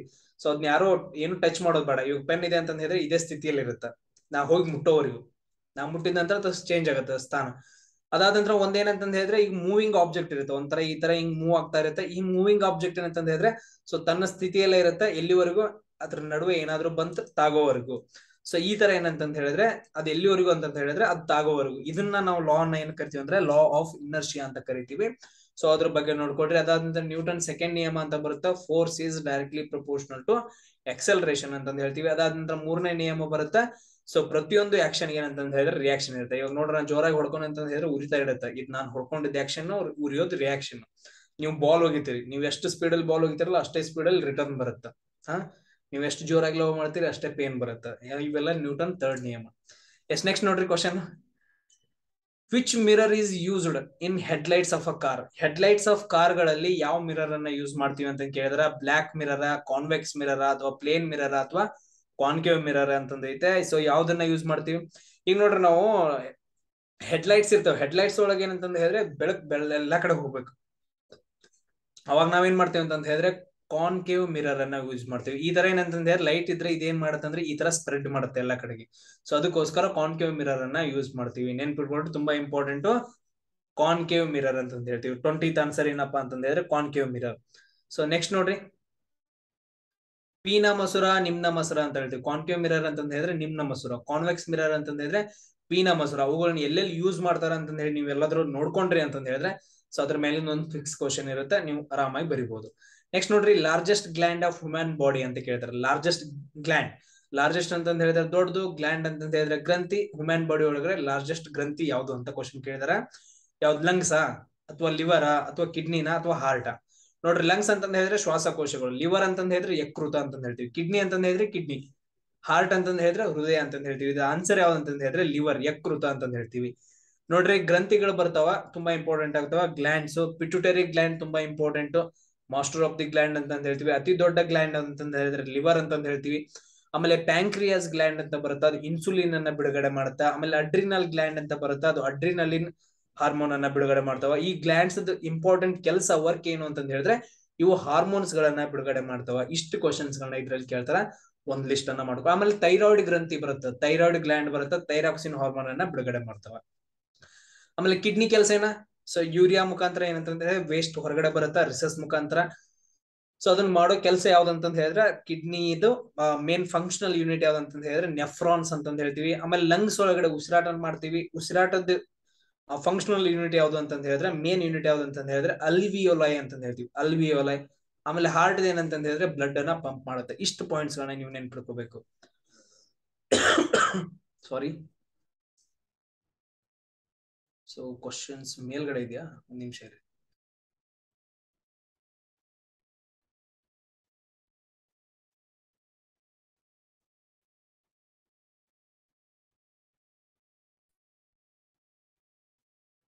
ಸೊ ಎಲ್ಲರೂ ಚೆನ್ನಾಗಿ ಸ್ಟಡಿ ಮಾಡಿ. ಅದಾದ ನಂತರ ನೆಕ್ಸ್ಟ್ ಆನ್ಲೈನ್ ಎಕ್ಸಾಮ್ಸ್ ಗಳನ್ನ ಕೊಡ್ರಿ, ತುಂಬಾ ಇಂಪಾರ್ಟೆಂಟ್ ಆಗುತ್ತೆ ಆನ್ಲೈನ್ ಎಕ್ಸಾಮ್ಸ್ ಗಳು. ಅಲ್ಲಿ ಹೋದ ನಂತರ ಸರ್ ನಮ್ಗೆ ಏನು ಗೊತ್ತಾಗ್ತಿಲ್ಲ ಅನ್ನಕ್ ಹೋಗ್ಬಿಟ್ರೆ, ಅದಕ್ಕೆ ಆನ್ಲೈನ್ ಎಕ್ಸಾಮ್ಸ್ ಗಳನ್ನ ಕೊಡ್ಬೇಕು. ಸೊ ನೆಕ್ಸ್ಟ್ ಕ್ವಶನ್ ಏನಿದೆ ನೋಡ್ರಿ, ರೆಬೀಸ್ ಕಾಸ್ಡ್ ಬೈ ಅಂತಂದ್ ಹೇಳಿದ್ರೆ, ರೆಬೀಸ್ ಅನ್ನೋದು ಏನಂತ ಹೇಳಿದ್ರೆ ರೋಗ. ಇದೊಂದ್ ಏನಂತ ಹೇಳಿದ್ರೆ ರೋಗ ಅಂತಂದ್ ಹೇಳ್ತೀವಿ. ಸೊ ಯಾವ್ದ್ರಿಂದ ಬರುತ್ತೆ ಅಂತ ಕ್ವಶನ್ ಕೇಳಿದ್ರೆ, ಯಾವ್ದ್ರಿಂದ ಡಾಗ್ ಬೈಟ್ ಇಂದನ, ಅಥವಾ ಕಂಟ್ಯಾಮಿನೇಟೆಡ್ ವಾಟರ್ ಇಂದನ, ಅಥವಾ ಪೊಲ್ಯೂಷನ್ ಆಗೋದ್ರಿಂದನ, ಅಥವಾ ಅನ್ಹೈಜಿನಿಕ್ ಫುಡ್ ತಿನ್ನೋದ್ರಿಂದ, ಯಾವ್ದ್ರಿಂದ ಆಗತ್ತಾ ಇದು? ಆನ್ಸರ್ ಏನಂತ ಹೇಳಿದ್ರೆ ಡಾಗ್ ಬೈಟ್, ಅಂದ್ರೆ ಹುಚ್ಚು ನಾಯಿಗಳ ಕಡಿತದಿಂದ ರೆಬಿಸ್ ರೋಗ ಬರುತ್ತೆ, ನೆನ್ಪಿಟ್ಕೊಳ್ರಿ. ಸೊ ಅದಾದ ವಿಟಮಿನ್ ಎ ಕಡಿಮೆ ಆಗೋದ್ರಿಂದ ನೈಟ್ ಬ್ಲೈಂಡ್ನೆಸ್, ವಿಟಮಿನ್ ಬಿ ಕಡಿಮೆ ಆಗೋದ್ರಿಂದ ಬೇರೆ ಬೇರೆ, ವಿಟಮಿನ್ ಸಿ ಕಡಿಮೆ ಆದ್ರೆ ಸ್ಕರ್ವಿ, ವಿಟಮಿನ್ ಡಿ ಕಡಿಮೆ ಆದ್ರೆ ರಿಕೆಟ್ಸ್, ಅದಾದ ವಿಟಮಿನ್ ಇ ಕಡಿಮೆ ಆದ್ರೆ ಸ್ಟೆರಿಲಿಟಿ, ಬಂಜತನ ಅಂತ ಹೇಳ್ತೀವಿ. ವಿಟಮಿನ್ ಕೆ ಕಡಿಮೆ ಆದ್ರೆ ಬ್ಲಡ್ ಡಯಾಲಿಸಿಸ್ ಅಂತ ಹೇಳ್ತೀವಿ, ರಕ್ತ ಹೆಪ್ಪಗಟ್ಟಂಗಿಲ್ಲ. ಆಮೇಲೆ ಐರನ್ ಕಡಿಮೆ ಆದ್ರೆ ಅನೇಮಿಯಾ ಅಂತ ಹೇಳ್ತೀವಿ. ಅಯೋಡಿನ್ ಕಡಿಮೆ ಆದ್ರೆ ಸರಳ ಗಾಯ್ಟರ್ ರೋಗ ಅಂತ ಹೇಳ್ತೀವಿ. ಇಷ್ಟು ನೆನ್ಪಿಟ್ಕೊಂಡ್ರೆ ಸಾಕು, ಆರಾಮಾಗಿ ಬರೀತೀರಿ. ಸೊ ನೆಕ್ಸ್ಟ್ ನೋಡ್ರಿ 23rd natural source of energy is ಅಂತ ಕೇಳ್ತಾರೆ. ನ್ಯಾಚುರಲ್ ಸೋರ್ಸ್, ಸೊ ಇವಾಗ ನಮ್ಮ ಭೂಮಿ ಒಳಗಡೆ ಯಾವುದೇ ನ್ಯಾಚುರಲ್ ಸೋರ್ಸ್ ಆಗಿರ್ಲಿ, ಗಾಳಿ ಬೀಸ್ಲಿ ಅಥವಾ ಜಲಶಕ್ತಿ ಇರ್ಲಿ, ಅಥವಾ ಸೊ ಯಾವ ಬೇಕಾದ ಶಕ್ತಿನ ತಗೊಳ್ರಿ, ಅದರದ್ದು ಸೋರ್ಸ್ ಯಾವುದು ಅಂತ ಕೇಳಿದ್ರೆ ಸೊ ಇಲೆಕ್ಟ್ರಿಸಿಟಿನ, ಅಥವಾ ಫ್ರಿಕ್ಷನ್, ಅಥವಾ ಬ್ಯಾಟ್ರಿನ, ಅಥವಾ ಸನ್ನ. ಸೊ ಆನ್ಸರ್ ಏನಂತ ಹೇಳಿದ್ರೆ ನಾವು ಸೂರ್ಯ ಅಂತ ಹೇಳ್ತೀವಿ. ಸೂರ್ಯನಿಂದ ಏನಂತ ಹೇಳಿದ್ರೆ ಬರುವ ಶಾಖದಿಂದ ಎಲ್ಲಾ ಶಕ್ತಿಗಳು ಉತ್ಪತ್ತಿ ಆಗ್ತಾವ. ಮೇನ್ ಸೋರ್ಸ್ ಯಾವ್ದಂತ ಹೇಳಿದ್ರೆ ಸೂರ್ಯ ಅಂತ ಹೇಳ್ತೀವಿ.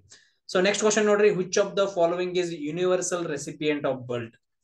ಯೂನಿವರ್ಸಲ್ ರೆಸಿಪಿಯೆಂಟ್, ಸೊ ಎಲ್ಲಾ ಬ್ಲಡ್ ಗಳನ್ನ ಇದೇನ್ ಮಾಡತ್ತಂತ ಹೇಳಿದ್ರೆ ತನ್ನಲ್ಲಿ ಅರಗಿಸ್ಕೊಳುತ್ತೆ. ಅದಕ್ಕೆ ಸೊ ಯಾವ ಬ್ಲಡ್ ಗ್ರೂಪ್ ಇದ್ದಾವೆ ಅಂತ ಹೇಳಿದ್ರೆ ಎಲ್ಲಾ ಬ್ಲಡ್ ಗ್ರೂಪ್ ಗಳಿಂದ ಬ್ಲಡ್ ಅನ್ನ ಹಾಕ್ಸ್ಕೊಂತಾನ ಅಂದಂಗೆ. ಯೂನಿವರ್ಸಲ್ ರೆಸಿಪಿಯೆಂಟ್, ರೆಸಿಪಿಯೆಂಟ್ ಅಂದ್ರೆ ರಿಸೀವ್ ಮಾಡ್ಕೊಳ್ಳೋದು. ಆ ಬ್ಲಡ್ ಯಾವುದು ಅಂತ ಕ್ವಶನ್ ಕೇಳಿದ್ರೆ A plus, B plus, A B plus, ಅಥವಾ ಓ ಪಾಸಿಟಿವ್ ಅಂತ ಹೇಳಿ 24th ಆನ್ಸರ್ ಏನಪ್ಪಾ ಅಂತ ಹೇಳಿದ್ರೆ ಯಾವ್ದು answer? So A B positive ಅಂತ ಹೇಳ್ತೀವಿ. ಎ ಬಿ ಪಾಸಿಟಿವ್ ಏನಂತ ಹೇಳಿದ್ರೆ ಯೂನಿವರ್ಸಲ್ ರೆಸಿಪಿಯೆಂಟ್. ಆಮೇಲೆ ಯೂನಿವರ್ಸಲ್ ಡೋನಾರ್ ಯಾವುದು? ಸೊ ಅದು ಕೊಟ್ರ ಅಂತ ಹೇಳಿದ್ರೆ ಎಲ್ಲಾ ಬ್ಲಡ್ ಗಳಿಗೆ ಆಗತ್ತ ಅಂತ ಡೋನಾರ್ ಯಾವುದು ಅಂತ ಕ್ವಶನ್ ಕೇಳ್ತಾರ. ಆ ಕ್ವಶನ್ ಯಾವುದು ಅಂತ ಹೇಳಿ ನೀವು ಕಮೆಂಟ್ಸ್ ಅಲ್ಲಿ ಹಾಕ್ಬೇಕು ನಿಮ್ಗೆ. ಸಾರಿ. ಸೊ ನೆಕ್ಸ್ಟ್ ನೋಡ್ರಿ 25th ಏನಿದೆ, which substance is used in thermometer? Which ಅಂತ ಹೇಳಿದ್ರೆ ಯಾವುದು, ಸಬ್ಸ್ಟೆನ್ಸ್ ಅಂತ ಹೇಳಿದ್ರೆ ವಸ್ತು, ಇಸ್ ಯೂಸ್ ಮಾಡೋದು ಎಲ್ಲಿ? ಥರ್ಮೋಮೀಟರ್ ಒಳಗಡೆ. ಥರ್ಮೋಮೀಟರ್ ಒಳಗಡೆ ಯಾವ ಸಬ್ಸ್ಟೆನ್ಸ್ ಅನ್ನ ಯೂಸ್ ಮಾಡ್ತಾರ ಅಂತ ಕ್ವಶನ್ ಕೇಳಿದಾರೆ. ಯಾವ್ದನ್ನ? ಮರ್ಕ್ಯೂರಿ ಅಂದ್ರೆ ಪಾದರಸ, ವಾಟರ್ ಅಂದ್ರೆ ನೀರು, ಐರನ್ ಅಂತಂದ ಹೇಳಿದ್ರೆ ಕಬ್ಬಿಣ, ಆಯಿಲ್ ಅಂತಂದ ಹೇಳಿದ್ರೆ ಎಣ್ಣೆ. ಯಾವ್ದನ್ನ ಯೂಸ್ ಮಾಡ್ತಾರ? ಎಸ್, ಯಾವ್ದನ್ನ ಯೂಸ್ ಮಾಡ್ತಾರ ಅಂತ ಹೇಳಿದ್ರೆ ಮರ್ಕ್ಯೂರಿಯನ್ನ ಯೂಸ್ ಮಾಡ್ತಾರ. ಇವಾಗ ನೋಡಿರ್ಬೋದು. ಸೊ ಈ ತರ ಹಿಂಗ ಅಂತ ಹೇಳಿದ್ರೆ ಥರ್ಮೋಮೀಟರ್ ಇರುತ್ತೆ, ನಿಮ್ ಬಾಯಿ ಇಟ್ಕೊಂಡು ಕೊಟ್ಟಿರ್ತಾರ ನೋಡ್ರಿ ಡಾಕ್ಟರ್ಸ್ಗಳು. ಸೊ ಅದ್ರ ಕೆಳಗಡೆ ಏನಂತ ಹೇಳಿದ್ರೆ ಒಂಥರ ಬ್ಲಾಕ್ ಕಲರ್ ಇರ್ತೈತೆ. ಸೊ ನಿಮ್ ಟೆಂಪರೇಚರ್ ಜಾಸ್ತಿ ಇತ್ತು ಅಂದ್ರೆ ಅದ್ ಮ್ಯಾಲೆ ಇರಕ್ ಹಿಡಿತೈತೆ. ಅದೇ ಏನಂತ ಹೇಳಿದ್ರೆ ಮರ್ಕ್ಯೂರಿ ಅಥವಾ ಪಾದರಸ ಅಂತ. ಸೊ ಲಿಕ್ವಿಡ್ ಮೆಟಲ್ ಅಂತಂದ ಹೇಳಿದ್ರೆ ಲೋಹ, ದ್ರವ ಲೋಹ ಯಾವುದು ರೂಮ್ ಟೆಂಪರೇಚರ್ ಅಂತ ಕ್ವಶನ್ ಕೇಳಿದ್ರೆ ಅದು ಕೂಡ ಆನ್ಸರ್ ಯಾವ್ದಂದ್ರೆ ಪಾದರಸ ಅಂತ ಹೇಳ್ಬೇಕು. ವಾಟರ್ ದ ಕೆಮಿಕಲ್ ಫಾರ್ಮುಲಾ ಏನು? H2O ಅಂತ ಹೇಳ್ತೀವಿ. ಆಮೇಲೆ ಐರನ್ ದ ಕೆಮಿಕಲ್ ಫಾರ್ಮುಲಾ ಏನು? Fe ಅಂತ ಹೇಳ್ತೀವಿ. ಆಮೇಲೆ ಇಲ್ಲಿ ನೋಡ್ರಿ ನಿಮ್ಮ ಕ್ವಶನ್ ಐರನ್ ನ ಅದಿರುಗಳು ಓರ್ಸ್ ಅಂತ ಹೇಳ್ತೀವಿ. ಐರನ್ ನ ಅದಿರುಗಳು ಯಾವ್ಯಾವ ಅಂತ ಹೇಳಿ ನೀವು ಕಮೆಂಟ್ ಬಾಕ್ಸ್ ಅಲ್ಲಿ ಹಾಕ್ಬೇಕು.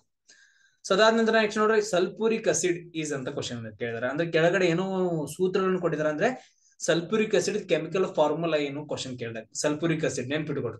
ಸೊ HCl ಅಥವಾ HNO3 ಅಥವಾ H2SO4 ಅಥವಾ H2SO2 ಇದರಲ್ಲಿ ಯಾವ್ದು ಕರೆಕ್ಟ್ ಆನ್ಸರ್ ಅಂತಂದ್ರೆ ಹೇಳ್ರಿ ನೋಡೋಣ. 26 ತುಂಬಾ ಸಾರಿ ಡಿಸ್ಕಷನ್ ಆಗಿದೆ ಇದು. ಸೊ ನಾವೇನ್ ಹೇಳ್ತೀವಿ ಅಂತ ಹೇಳಿದ್ರೆ H2SO4 ಅಂತ ಹೇಳ್ತೀವಿ. H2SO4 ಏನಂತ ಹೇಳಿದ್ರೆ ಸಲ್ಫ್ಯೂರಿಕ್ ಆಸಿಡ್. ಅದಾದಂದ್ರೆ HCl ಅಂತ ಹೇಳ್ತೀವಿ, ಹೈಡ್ರೋಕ್ಲೋರಿಕ್ ಆಸಿಡ್. ಸೊ HCl ಅಂತ ಹೇಳಿದ್ರೆ ಹೈಡ್ರೋಕ್ಲೋರಿಕ್ ಆಸಿಡ್ ಅಂತ ಹೇಳ್ತೀವಿ. ಆಮೇಲೆ HNO3 ಅಂತ ಹೇಳಿದ್ರೆ ನೈಟ್ರಿಕ್ ಆಮ್ಲ ಅಂತಂದ್ ಹೇಳ್ತೀವಿ. HNO3 ಅಂತಂದ್ ಹೇಳಿದ್ರೆ ನೈಟ್ರಿಕ್ ಆಮ್ಲ ಅಂತಂದ್ ಹೇಳ್ತೀವಿ.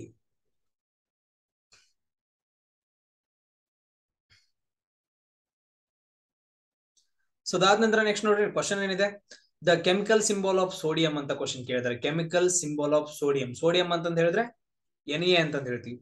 ಸೊ ಡೈರೆಕ್ಟ್ ಆಗಿ ಆನ್ಸರ್ ಹೇಳಿದ್ನ.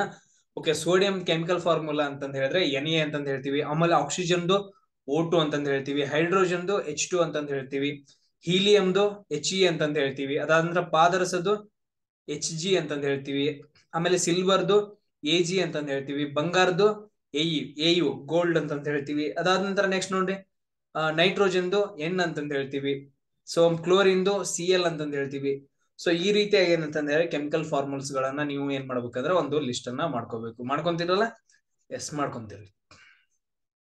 ಸೊ ನೆಕ್ಸ್ಟ್ ಕ್ವಶನ್ ಏನಿದೆ ನೋಡ್ರಿ.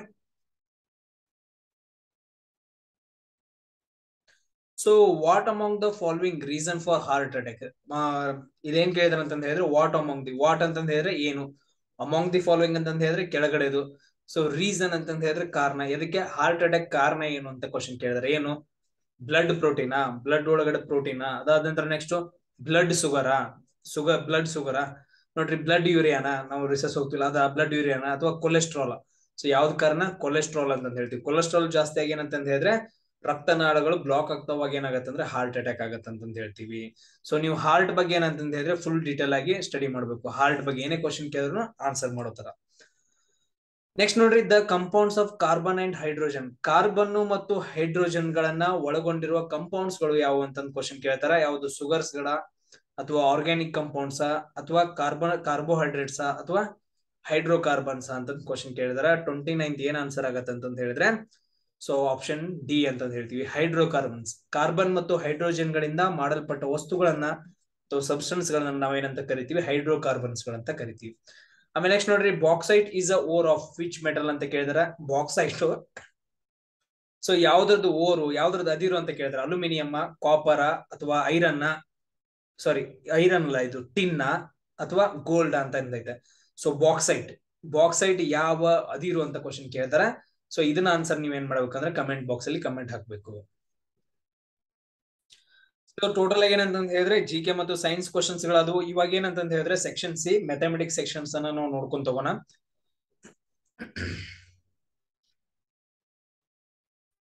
ಎಸ್, ನೆಕ್ಸ್ಟ್ ಕ್ವಶನ್ ಏನಿದೆ ನೋಡ್ರಿ 31. Cost price of an article is 200 ಅಂತ ಐತೆ. ಸೊ ಅರ್ಥ ಮಾಡ್ಕೊಂತ ಹೋಗ್ರಿ ಸರ್, ನಮಗ್ ಮ್ಯಾಥಮೆಟಿಕ್ಸ್ ಅರ್ಥ ಮಾಡ್ಕೊಳ್ಳೋದು ಗೊತ್ತಾಗ್ತಿಲ್ಲ ಅಂತ. ಕಾಸ್ಟ್ ಪ್ರೈಸ್ ಅಂತಂದ ಹೇಳಿದ್ರೆ ಏನು, ಕಾಸ್ಟ್ ಪ್ರೈಸ್ ನೀವು ಎಷ್ಟು ಕಾಸ್ಟ್ ತಗೊಂಡ್ಬಂದಿರಿ ಅಂತ ಕ್ವಶನ್ ಕೇಳ್ತಾರ. ಅಂತ ಹೇಳಿದ್ರೆ ಕೊಂಡ ಬೆಲೆ ಅಂತಂದ ಹೇಳ್ತೀವಿ. ಕಾಸ್ಟ್ ಪ್ರೈಸ್ ಅಂತಂದ ಹೇಳಿದ್ರೆ ಕೊಂಡ ಬೆಲೆ ಅಂತಂದ ಹೇಳ್ತೀವಿ. ಎಷ್ಟಕ್ಕೆ ತಗೊಂಡ್ ಬಂದಿದ್ದಾನ, 200 ರೂಪಾಯಿ ತಗೊಂಡ್ ಬಂದಿದ್ದಾನೆ. ಸೊ ಇವಾಗ ಏನಂತಂದ ಹೇಳಿದ್ರೆ ಏನೋ ಒಂದು ವಸ್ತು ಅಂತ ಅನ್ಕೊಡ್ರಿ, ಒಂದು ಮೊಬೈಲ್ ಅಂತ ಅನ್ಕೊಡ್ರಿ, ಮೊಬೈಲ್ ನ 200 ರೂಪಾಯಿ ಕೊಂಡು ತಗೊಂಬಂದಿನ, CP ಅಂತಂದ ಹೇಳ್ತೀವಿ, ಕೊಂಡ ಬೆಲೆ, ಕಾಸ್ಟ್ ಪ್ರೈಸ್ ಅಂತಂದ ಹೇಳ್ತೀವಿ. If it is sold for 198, sold ಅಂತಂದ ಹೇಳಿದ್ರೆ ಮಾರೋದು, SP ಅಂತಂದ ಹೇಳ್ತೀವಿ. ಸೆಲ್ಲಿಂಗ್ ಪ್ರೈಸ್ ಅಂತ ಹೇಳ್ತೀವಿ, ಮಾರಿದ ಬೆಲೆ. ಇಲ್ಲಿ ನೀವು ಕನ್ನಡದಾಗ ಮುಂದ್ ಬರ್ಕೊಡ್ರಿ, CP ಅಂತಂದ ಹೇಳಿದ್ರೆ 200 ಅದ್ರ ಮುಂದ್ಗಡೆ ಕೊಂಡ ಬೆಲೆ ಅಂತ ಬರ್ಕೊಡ್ರಿ. SP ಅಂತಂದ ಹೇಳಿದ್ರೆ ಮಾರೋದು, ಸೋಲ್ಡ್ ಅಂತಂದ ಹೇಳಿದ್ರೆ ಮಾರೋದು, SP ಅಂತ ಸೆಲ್ಲಿಂಗ್ ಪ್ರೈಸ್ ಅಂತಂದ ಹೇಳ್ತೀವಿ, ಮಾರಿದ ಬೆಲೆ ಅಂತಂದ ಹೇಳ್ತೀವಿ. ಎಷ್ಟಕ್ ಮಾರ್ತಾನ, 198ಕ್ಕೆ ಮಾರ್ತಾನ. ಈಗ ಸಿಂಪಲ್ ಆಗಿ ನೆನ್ಪಿಟ್ಕೊಟ್ರು, ಮುಂದಿನ ಬಿಡ್ರಿ. ತಗೊಂಡ್ ಬಂದಿದ್ 200 ರೂಪಾಯಿಕ್, ಮಾರಿದ್ 198 ರೂಪಾಯಿಕ್. ಲಾಸ್ ಆಯ್ತಾ ಪ್ರಾಫಿಟ್ ಆಯ್ತಾ ಇಲ್ಲಿ? ಎಸ್, ಲಾಸ್ ಆಯ್ತು. ನಮ್ಗ್ 2 ರೂಪಾಯಿ ಲಾಸ್ ಆಯ್ತು. ಸೊ ಅದನ್ನ ನೆನ್ಪಿಟ್ಕೊಡ್ರಿ. So then find the loss percentage ಅಂತ ಕೇಳಿದಾನ. ಈಗ ನಮ್ಗೆ ಗೊತ್ತಾಯ್ತು 2 ರೂಪಾಯಿ ಲಾಸ್ ಆಯ್ತು, ಬಟ್ ಆದ್ರೆ ಇವ್ ನಮ್ಗೆ ಏನ್ ಕೇಳಿಲ್ಲ, ಲಾಸ್ ಕೇಳಿಲ್ಲ, ಲಾಸ್ ಪರ್ಸೆಂಟೇಜ್ ಕೇಳಿದಾನ. ಎಷ್ಟು ಪರ್ಸೆಂಟೇಜ್ ದಾಗ ಹೇಳ್ಬೇಕು ಅದನ್ನ. ಸೊ ಇವಾಗ ನಾವು ಇನ್ ಪರ್ಸೆಂಟೇಜ್ ದಾಗ ಹೇಳ್ಬೇಕಂದ್ರೆ ಮೊದಲು ಏನ್ ಕಂಡಿಡ್ಬೇಕು, ಏನಾಗೈತೆ ಅಂತ ಕಂಡಿಡ್ಬೇಕು, ಲಾಸ್ ಕಂಡಿಡ್ಬೇಕು. ಲಾಸ್ ಈಕ್ವಲ್ ಟು ಏನಂತ ಹೇಳ್ತೀವಿ, CP ಮೈನಸ್ SP ಮಾಡ್ಬೇಕು. ಕೊಂಡ ಬೆಲೆ ಮೈನಸ್ ಮಾರಿದ ಬೆಲೆ ಬರ್ಕೊಡ್ರಿ, ಕೊಂಡ ಬೆಲೆ ಮೈನಸ್ ಮಾರಿದ ಬೆಲೆ. ಸೊ ಇದನ್ನ ಕೊಂಡ ಬೆಲೆಗೆ ಎಷ್ಟು, 200 ರೂಪಾಯಿ, ಮಾರಿದ ಬೆಲೆ ಎಷ್ಟು, 198 ರೂಪಾಯಿ. ಎಷ್ಟು ರೂಪಾಯಿ ಆಯ್ತು, 2 ರೂಪಾಯಿ ಏನಾಯ್ತಂದ್ರೆ ಲಾಸ್ ಆಯ್ತು. ಈಗ ನಾವು ಪರ್ಸೆಂಟೇಜ್ ತೆಗಿಬೇಕಲ್ಲ. ಸೊ ಪರ್ಸೆಂಟೇಜ್ ತೆಗಿಬೇಕಂತ ಹೇಳಿದ್ರೆ ಈಗ ಈ ತರ ಬರ್ಕೊಡ್ರಿ, loss percentage equal to, so ಏನಂತ ಬರ್ಕೊಂತೀವಿ, ನಮ್ಗೆ ಎಷ್ಟು ಲಾಸ್ ಆಯ್ತು ಅದು ಡಿವೈಡೆಡ್ ಬೈ ನಾವು ಎಷ್ಟಕ್ಕೆ ತಗೊಂಡ್ ಬಂದಿದ್ದೀವಿ, ಕಾಸ್ಟ್ ಪ್ರೈಸ್. ನಾವ್ ಎಷ್ಟಕ್ಕೆ ತಗೊಂಡ್ಬಂದೇವ, ನಾವು ತಗೊಂಡ್ಬಂದಿದ್ದ ಮೊದಲು ಬರಿಬೇಕಲ್ಲ ಪರ್ಸೆಂಟೇಜ್ ತೆಗಿಬೇಕಂದ್ರೆ. ಈಗ ನಾವ್ ಹೆಂಗ್ ಹೇಳ್ತೀವಿ ಅಂತ ಹೇಳಿದ್ರೆ, ನಾವು ಎಕ್ಸಾಮ್ ಬರ್ತೀವಿ, ಅದನ್ನ ಪರ್ಸೆಂಟೇಜ್ ತೆಗಿತೀವಿ. ಸೊ ಎಷ್ಟಕ್ ತೆಗಿತೀವಿ, ನಾವು ಎಷ್ಟಕ್ ಬರ್ದಿರ್ತೀವಿ, 600 ಬರ್ದಿರ್ತೀವಿ, 625 ಬರ್ದಿರ್ತೀವಿ, ಕರೆಕ್ಟಾ? ಅಂದ್ರೆ ನಾವು ಎಷ್ಟು ಕೊಂಡು ತಗೊಂಡ್ಬಂದಿರ್ತೀವಿ ಇಲ್ಲಿ, ಅದನ್ನ ಬರಿಬೇಕು ಮೊದಲು. ಲಾಸ್ ಪರ್ಸೆಂಟೇಜ್ ತೆಗಿರಿ ಅದನ್ನ ಬರಿಬೇಕು. ಇದು ಗೇನ್ ಪರ್ಸೆಂಟೇಜ್ ಲಾಭದ ತೆಗಿರಿ, ಪ್ರಾಫಿಟ್ ಪರ್ಸೆಂಟೇಜ್ ತೆಗಿರಿ ಅದನ್ನ ತೆಗಿಬೇಕು. ನೆನ್ಪಿಟ್ಕೊಡ್ರಿ. ಇಂಟು ಪರ್ಸೆಂಟೇಜ್ ತೆಗಿಬೇಕಂತ ಹೇಳಿದ್ರೆ ಇಂಟು 100 ಮಾಡ್ತೀವಿ. ಸೊ ಇವಾಗ ನಾ ಈ ಕಡೆ ಬರೀತೆ ನೋಡ್ರಿ, ಪ್ಲೇಸ್ ಇಲ್ಲ ಅಷ್ಟೊಂದು ಕರೆಕ್ಟ್ ಆಗಿ ಅರ್ಥ ಮಾಡ್ಕೊಡ್ರಿ. ಲಾಸ್ ಪರ್ಸೆಂಟೇಜ್, ಲಾಸ್ ಎಷ್ಟಾಯ್ತು? 2 ರೂಪಾಯಿ ಆಯ್ತು. ಅದಾದ ನಂತರ ಕಾಸ್ಟ್ ಪ್ರೈಸ್ ಎಷ್ಟೈತೆ? 200 ರೂಪಾಯಿ ಐತಿ. ಅದಾದ ನಂತರ ಇಂಟು 100 ಅಂತಂದ್ ಹೇಳ್ತೀವಿ. ಇಲ್ಲಿ ನೋಡ್ರಿ, ಇವೆರಡು ಜೀರೋ ಹೋದು, ಇವೆರಡು ಜೀರೋ ಹೋದು. ಸೊ ಈ ಜೀರೋ ಎರಡು ಕ್ಯಾನ್ಸಲ್ ಆಗ್ತಾವ. ಅದಾದ ನಂತರ ಎಷ್ಟು ಉಳಿತು? 2/2 ಉಳಿತು. ಅದಾದ ನಂತರ ಎರಡೊಂದ್ಲೆ. ಸೊ ಅಂದ್ರೆ ಬೆಸ್ಟ್ ಉಳಿತು 1 ಉಳಿತು. ಅಂದ್ರೆ 1% ಏನಾಗತ್ತ ಅಂತ ಹೇಳಿದ್ರೆ ನಮ್ಗೆ ಲಾಸ್ ಆಗತ್ತ. ಸೊ ಇದು ಅರ್ಥ ಆಯ್ತಾ ಎಲ್ರಿಗೂ?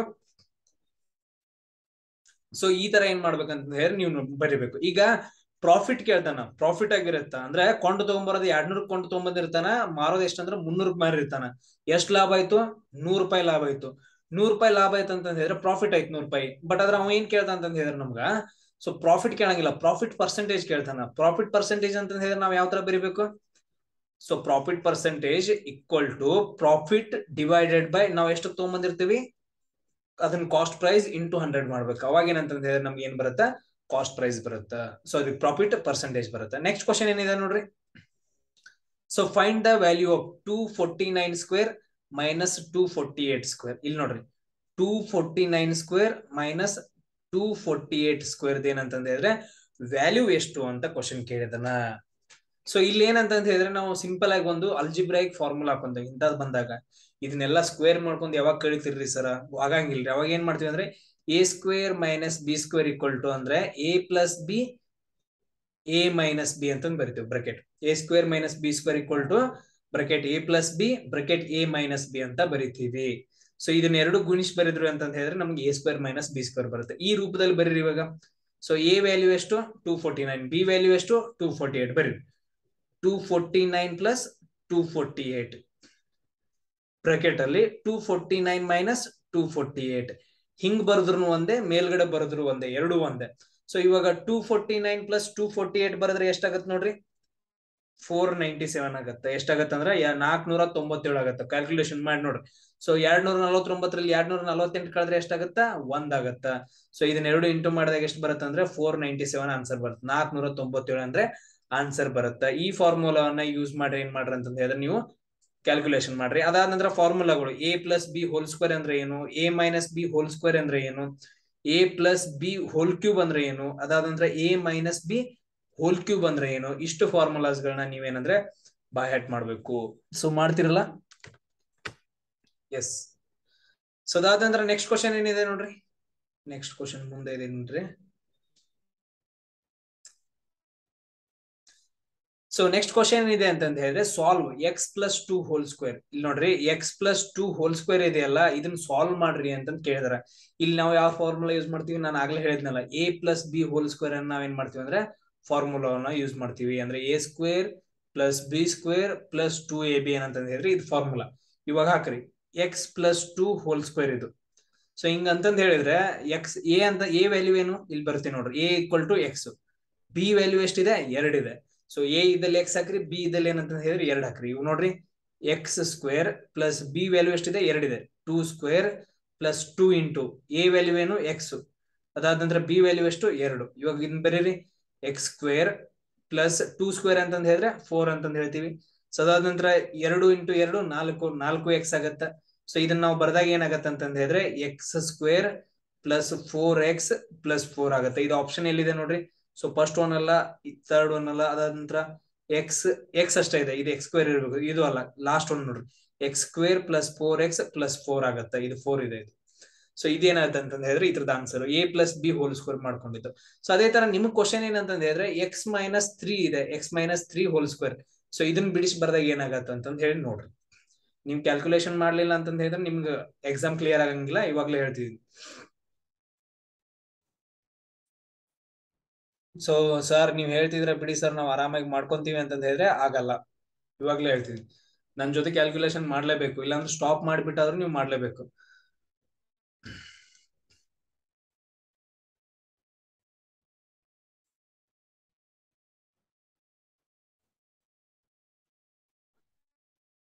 ಸೊ ನೆಕ್ಸ್ಟ್ ಕ್ವಶನ್ ಏನಿದೆ ನೋಡ್ರಿ, ಫೈಂಡ್ ದಿ ಸಮ್ ಆಫ್ ಅಂತ ಇದೆ. Find the sum of 1/2 plus sum ಅಂತಂದ ಹೇಳಿದ್ರೆ ಕೂಡ್ಸೋದು.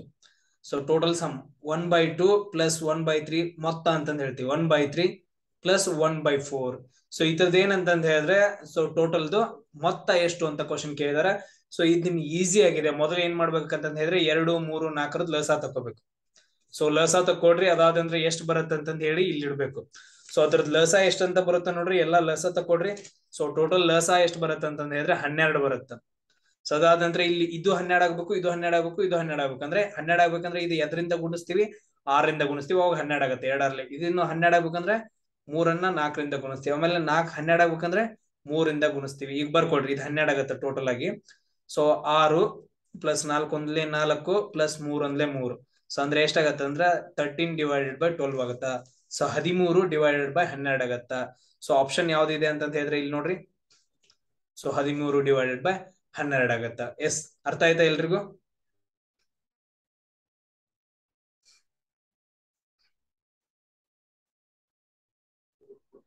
ಸೊ ಅದಾದ ನಂತರ ನೆಕ್ಸ್ಟ್ ಕ್ವಶನ್ ಏನಿದೆ ನೋಡ್ರಿ. ಸೊ ನೆಕ್ಸ್ಟ್ ಕ್ವಶನ್ ನೋಡ್ರಿ.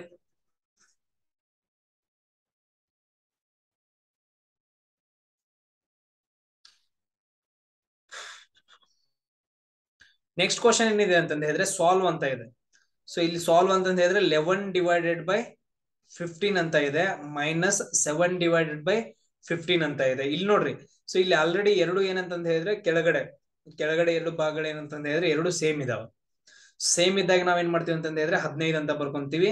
ಸೊ 11 - 7 ಅಂತ ಬರ್ಕೊಂತೀವಿ. 11 7 ಕಳೆದ್ರೆ ಎಷ್ಟು ಉಳಿತು? 4 ಉಳಿತು. /15 ಆಗತ್ತ. 4/15 ಏನಂತಂದ ಹೇಳಿದ್ರೆ ಸೊ ಇದ್ರದ್ದು ಆನ್ಸರ್ ಆಗತ್ತ. ಸೊ ನೆನ್ಪಿಟ್ಕೊಳ್ರಿ, ಇದು 4/15 ಏನಾಗತ್ತಂದ್ರೆ ಸೊ ಇದ್ರದ್ದು ಆನ್ಸರ್ ಆಗತ್ತ. ಸೊ ಅದಾದ ನಂತರ ನೆಕ್ಸ್ಟ್ ಕ್ವಶನ್ ಏನಿದೆ ನೋಡ್ರಿ. So write ratio of 24/11 in a simplest form. So ಇವಾಗ ಏನಂತಂದ ಹೇಳಿದ್ರೆ 20:44 ಅಂತ ಕೊಟ್ಟಿದ್ದಾನೆ. 20:44 ಇಲ್ಲಿ ನೋಡ್ರಿ, 24:44 ಅಂತ ಕೊಟ್ಟಿದ್ದಾನೆ. ಇದನ್ನ ನಾವು ಯಾವ ತರ ಬರ್ಕೊಂತೀವಿ ಅಂತ ಹೇಳಿದ್ರೆ 24/44 ಅಂತ ಬರ್ಕೊಂತೀವಿ. ಇದನ್ನ ಏನ್ ಮಾಡ್ಬೇಕಂದ್ರೆ ನಾವು ಸಿಂಪ್ಲೆಸ್ಟ್ ಫಾರ್ಮ್ ದಾಗ ಬರೀಬೇಕು. ಇನ್ನು ಸಾಲ್ವ್ ಮಾಡ್ಬೇಕು. ಸಾಲ್ವ್ ಮಾಡಿ ಬರ್ರಿ ನೋಡೋಣ. ಸೊ 2ರಿಂದ ಹೋಗುತ್ತೆ ನೋಡ್ರಿ. 2 ಒಂದ್ಲೆ 2 2 4, ಆಮೇಲೆ 2 2 4 2 2 4. ಸೊ 12/22 ಆಯ್ತು. ಇನ್ನು ಡಿವೈಡೆಡ್ ಆಗುತ್ತೆ. ಇನ್ನು ಡಿವೈಡ್ ಮಾಡ್ರಿ. ಸೊ 2 6 12, ಅದಾದ ನಂತರ 2 11 22, 6/11 ಆಯ್ತು. ಇದನ್ನ ಏನ್ ಮಾಡ್ಬೇಕಂದ್ರೆ ಈ ರೂಪದಲ್ಲಿ ಬರೀಬೇಕು. ಈ ರೂಪದಲ್ಲಿ ಬರೆದಾಗ ಏನಂತ ಬರೀತೀರಿ? 6:11 ಅಂತ ಬರೀತೀವಿ. ಇದೇನಂತಂದ ಹೇಳಿದ್ರೆ ಸಿಂಪ್ಲೆಸ್ಟ್ ಫಾರ್ಮ್ ಅಂತ ಹೇಳ್ತೀವಿ. ಆನ್ಸರ್ ಇಲ್ಲಿದೆ ನೋಡ್ರಿ, ಆಪ್ಷನ್ ಡಿ ಇದೆ, 6/11 ಅಂತ ಹೇಳ್ತೀವಿ. ಸೊ ಎಲ್ರಿಗೂ ಅರ್ಥ ಆಯ್ತಾ? ಸೊ ಅದಾದ ನಂತರ ನೆಕ್ಸ್ಟ್ ಕ್ವಶನ್ ನೋಡ್ರಿ. ಎಸ್, ನೆಕ್ಸ್ಟ್ ಕ್ವಶನ್ ಏನಿದೆ ಅಂತ ಹೇಳಿದ್ರೆ ದ ಕ್ರಿಕೆಟ್ ಟೀಮ್ ಅಂತ ಇದೆ. ಒಂದು ಕ್ರಿಕೆಟ್ ಟೀಮ್ ಇದೆ. The average age of 11 players and coach. So ಇಲ್ಲಿ ನೋಡ್ರಿ 11 ಪ್ಲೇಯರ್ಸ್, ಅದಾದ ನಂತರ ಕೋಚ್ ಇವ್ರದ್ದು ಎವರೇಜ್ ಏಜ್ ಎಷ್ಟಿದೆ ಅಂತ ಹೇಳಿದ್ರೆ 18 ವರ್ಷ ಇದೆ. ಸೊ ಇವಾಗ ನಾವು ಎವರೇಜ್ ಏಜ್ ಫಾರ್ಮುಲಾ ಏನಂತ ಬರಿತೀವಿ? So average age equal to total age divided by total players ಅಂತ ಬರಿತೀವಿ. ಕರೆಕ್ಟಾ? ಸೊ ಇದ್ರ ಪ್ರಕಾರ ನಾವು ಕ್ಯಾಲ್ಕುಲೇಷನ್ ಮಾಡ್ಬೇಕು. ಇವಾಗ ಏನಿದೆ ಅಂತ ಈ ಒಂದೇ ಲೈನ್ ಸಾಲ್ವ್ ಮಾಡ್ರಿ. ಟೋಟಲ್ ಏಜ್ ಕಂಡಿಡ್ರಿ. ಸೊ ಇವ್ರು ಟೋಟಲ್ ಆಗಿ ಎಷ್ಟು ಜನ ಆಗ್ತಾರ? 12 ಜನ ಆಗ್ತಾರ. 12 ಜನರದ್ದು ಎಷ್ಟಿದೆ ಅಂತ ಹೇಳಿದ್ರೆ 18 ಏನಿದೆ ಅಂತ ಹೇಳಿದ್ರೆ ಎವರೇಜ್ ಇದೆ. ಸೊ ಈ 12 ಜನರದ್ದು ಟೋಟಲ್ ವೇಟ್ ಎಷ್ಟಾಗತ್ತ ನೋಡ್ರಿ. ಟೋಟಲ್ ವೇಟ್ ಎಷ್ಟಾಗತ್ತ ನೋಡ್ರಿ? 12 × 18 ಆಗತ್ತ. 12 × 18 ಆಗತ್ತ. ಸೊ ಇದನ್ನ ಮಲ್ಟಿಪ್ಲಿಕೇಶನ್ ಮಾಡಿದಾಗ ಎಷ್ಟು ಬರುತ್ತೆ ಅಂದ್ರೆ 216 ಬರುತ್ತೆ. ಸೊ ಇದೇನಂತಂದ ಹೇಳಿದ್ರೆ 1 ಆಯ್ತು. ಸೊ ನೆಕ್ಸ್ಟ್ ನೋಡ್ರಿ. So if the age of the coach is not consider, ಇವಾಗ ಕೋಚ್ ಬಿಟ್ರೆ ಕೋಚ್ ಏಜ್ ಅನ್ನ ಕನ್ಸಿಡರ್ ಮಾಡ್ಲಿಲ್ಲ ಅಂತಂದ ಹೇಳಿದ್ರೆ so average age is decreased by 1 year. So ಅವ್ರದ್ದು ಟೋಟಲ್ ಎವರೇಜ್ ಏಜ್ ಏನಾಗತ್ತೆ ಅಂತ ಹೇಳಿದ್ರೆ 1 ವರ್ಷ ಕಡಿಮೆ ಆಗತ್ತ. ಸೊ ಅವಾಗ ಏನಂತಂದ ಹೇಳಿದ್ರೆ ಏಜ್ ಕೋಚ್ ಏಜ್ ಎಷ್ಟು ಅಂತ ಕ್ವಶನ್ ಕೇಳಿದಾರೆ. ಇವಾಗ ನೋಡ್ರಿ, ಸೊ ಕೋಚ್ ಏಜ್ ಬಿಟ್ರು ಅಂತಂದ ಹೇಳಿದ್ರೆ ಇವಾಗ ಏನಂತಂದ ಹೇಳಿದ್ರೆ 11 ಜನ ಪ್ಲೇಯರ್ಸ್ ಇದಾರ, ಆಮೇಲೆ ಕೋಚ್ ಇದಾನ. ಸೊ ಅವ್ರದ್ದು ಏನಂತಂದ್ರೆ 18 ವರ್ಷ ಕೊಟ್ಟಿದ್ದಾರೆ. ನೆಕ್ಸ್ಟ್ ಏನ್ ಕೊಟ್ಟಿದೆ ಅಂತಂದ ಹೇಳಿದ್ರೆ ಕೋಚನ್ ಬಿಟ್ರೆ, ಇವಾಗ ನಾವ್ ಏನಂತಂದ ಹೇಳಿದ್ರೆ ಕೋಚ್ ಬಿಟ್ಟು ಅಂತಂದ ಹೇಳಿದ್ರೆ ಎಷ್ಟು ಜನ ಉಳಿದ್ರು? 11 ಜನ ಉಳಿದ್ರು. ಅವ್ರದ್ದು ಎವರೇಜ್ ಏಜ್ ಎಷ್ಟಿದೆ ಅಂತಂದ ಹೇಳಿದ್ರೆ 1 ವರ್ಷ ಕಡಿಮೆ ಆಗತ್ತೆ ಅಂತಂದ ಹೇಳಿದಾನೆ. 1 ವರ್ಷ ಕಡಿಮೆ ಆಗತ್ತಂದ್ರೆ 18 ಐತೆ. 18 1 ಕಳೆದ್ರೆ ಎಷ್ಟಾಗತ್ತೆ ಅಂದ್ರೆ 17 ಎವರೇಜ್ ಏಜ್ ಆಗತ್ತ. ಸೊ ಇವ್ರದ್ದು ಟೋಟಲ್ ಏಜ್ ಎಷ್ಟಾಗತ್ತ? 11 ಜನರದ್ದು ನೋಡ್ರಿ, 11 × 17 ಆಗತ್ತ. ಇದನ್ನ 2 ಇಂಟು ಮಾಡಿದಾಗ ಮಲ್ಟಿಪ್ಲಿಕೇಶನ್ ಮಾಡಿದಾಗ ಎಷ್ಟು ಬರುತ್ತೆ ಅಂತ ಹೇಳಿದ್ರೆ 187 ಬರುತ್ತೆ. 187. ಸೊ ಟೋಟಲ್ 12 ಜನ ಇವನ್ ಕೋಚ್ ಹಿಡ್ಕೊಂಡು 11 ಪ್ಲಸ್ ಕೋಚ್ ಹಿಡ್ಕೊಂಡು ಎಷ್ಟಾಗತ್ತ? ಟೋಟಲ್ ವೇಟ್ 216 ಆಯ್ತು. ಓನ್ಲಿ 11 ಪ್ಲೇಯರ್ಸ್ ಎಷ್ಟಾಗತ್ತ 187 ಆಗತ್ತ.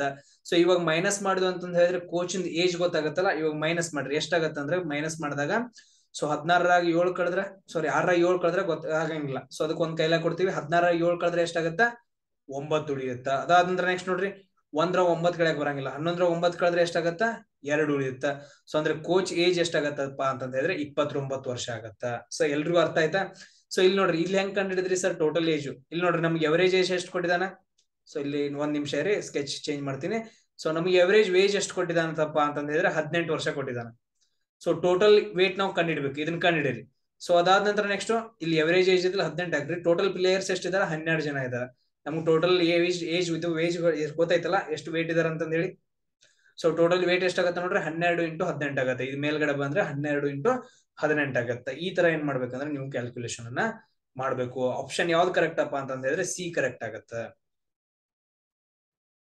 ಸೊ ಎಲ್ರಿಗೂ ಅರ್ಥ ಆಯ್ತಲ್ಲ, ಎವರೇಜ್ ಏಜ್ ಇದೇ ತರ ಕ್ವಶನ್ಸ್ ಗಳನ್ನ ಕೇಳ್ತಾರೆ.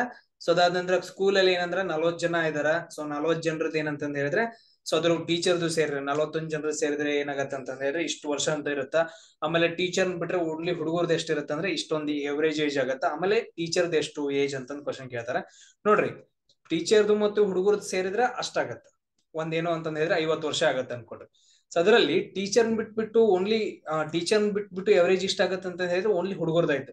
ಸೊ ನೋಡ್ರಿ ಟೀಚರ್ದು ಮತ್ತು ಹುಡುಗರ್ದು ಕೊಟ್ಟಿರ್ತಾರಲ್ಲ, ಅದ್ರಲ್ಲಿ ಹುಡುಗರು ತೆಗೆದು ಬಿಟ್ರೆ ನಮ್ಗೆ ಏನ್ ಉಳಿತೈತಿ ಟೀಚರ್ದು ಉಳಿತಲ್ಲ. ಅದನ್ನೇ ಕೇಳ್ತಾರೆ ಕ್ವಶನ್. ಇದೇ ತರ ಮಾಡ್ಬೇಕು ನೀವು. ಸೊ ನೆಕ್ಸ್ಟ್ ಕ್ವಶನ್ ಏನಿದೆ ಅಂತ ಹೇಳಿದ್ರೆ the 2 numbers are in the ratio of 2:3. 2 numbers ಏನಿದಾವ ಅಂತಂದ ಹೇಳಿದ್ರೆ ರೇಷಿಯೋ 2:3 ಒಳಗಿದಾವ. ಸೊ 2 ನಂಬರ್ಸ್ ಏನಿದಾವ ಅಂತಂದ ಹೇಳಿದ್ರೆ ರೇಷಿಯೋ 2:3 ಇದಾವ.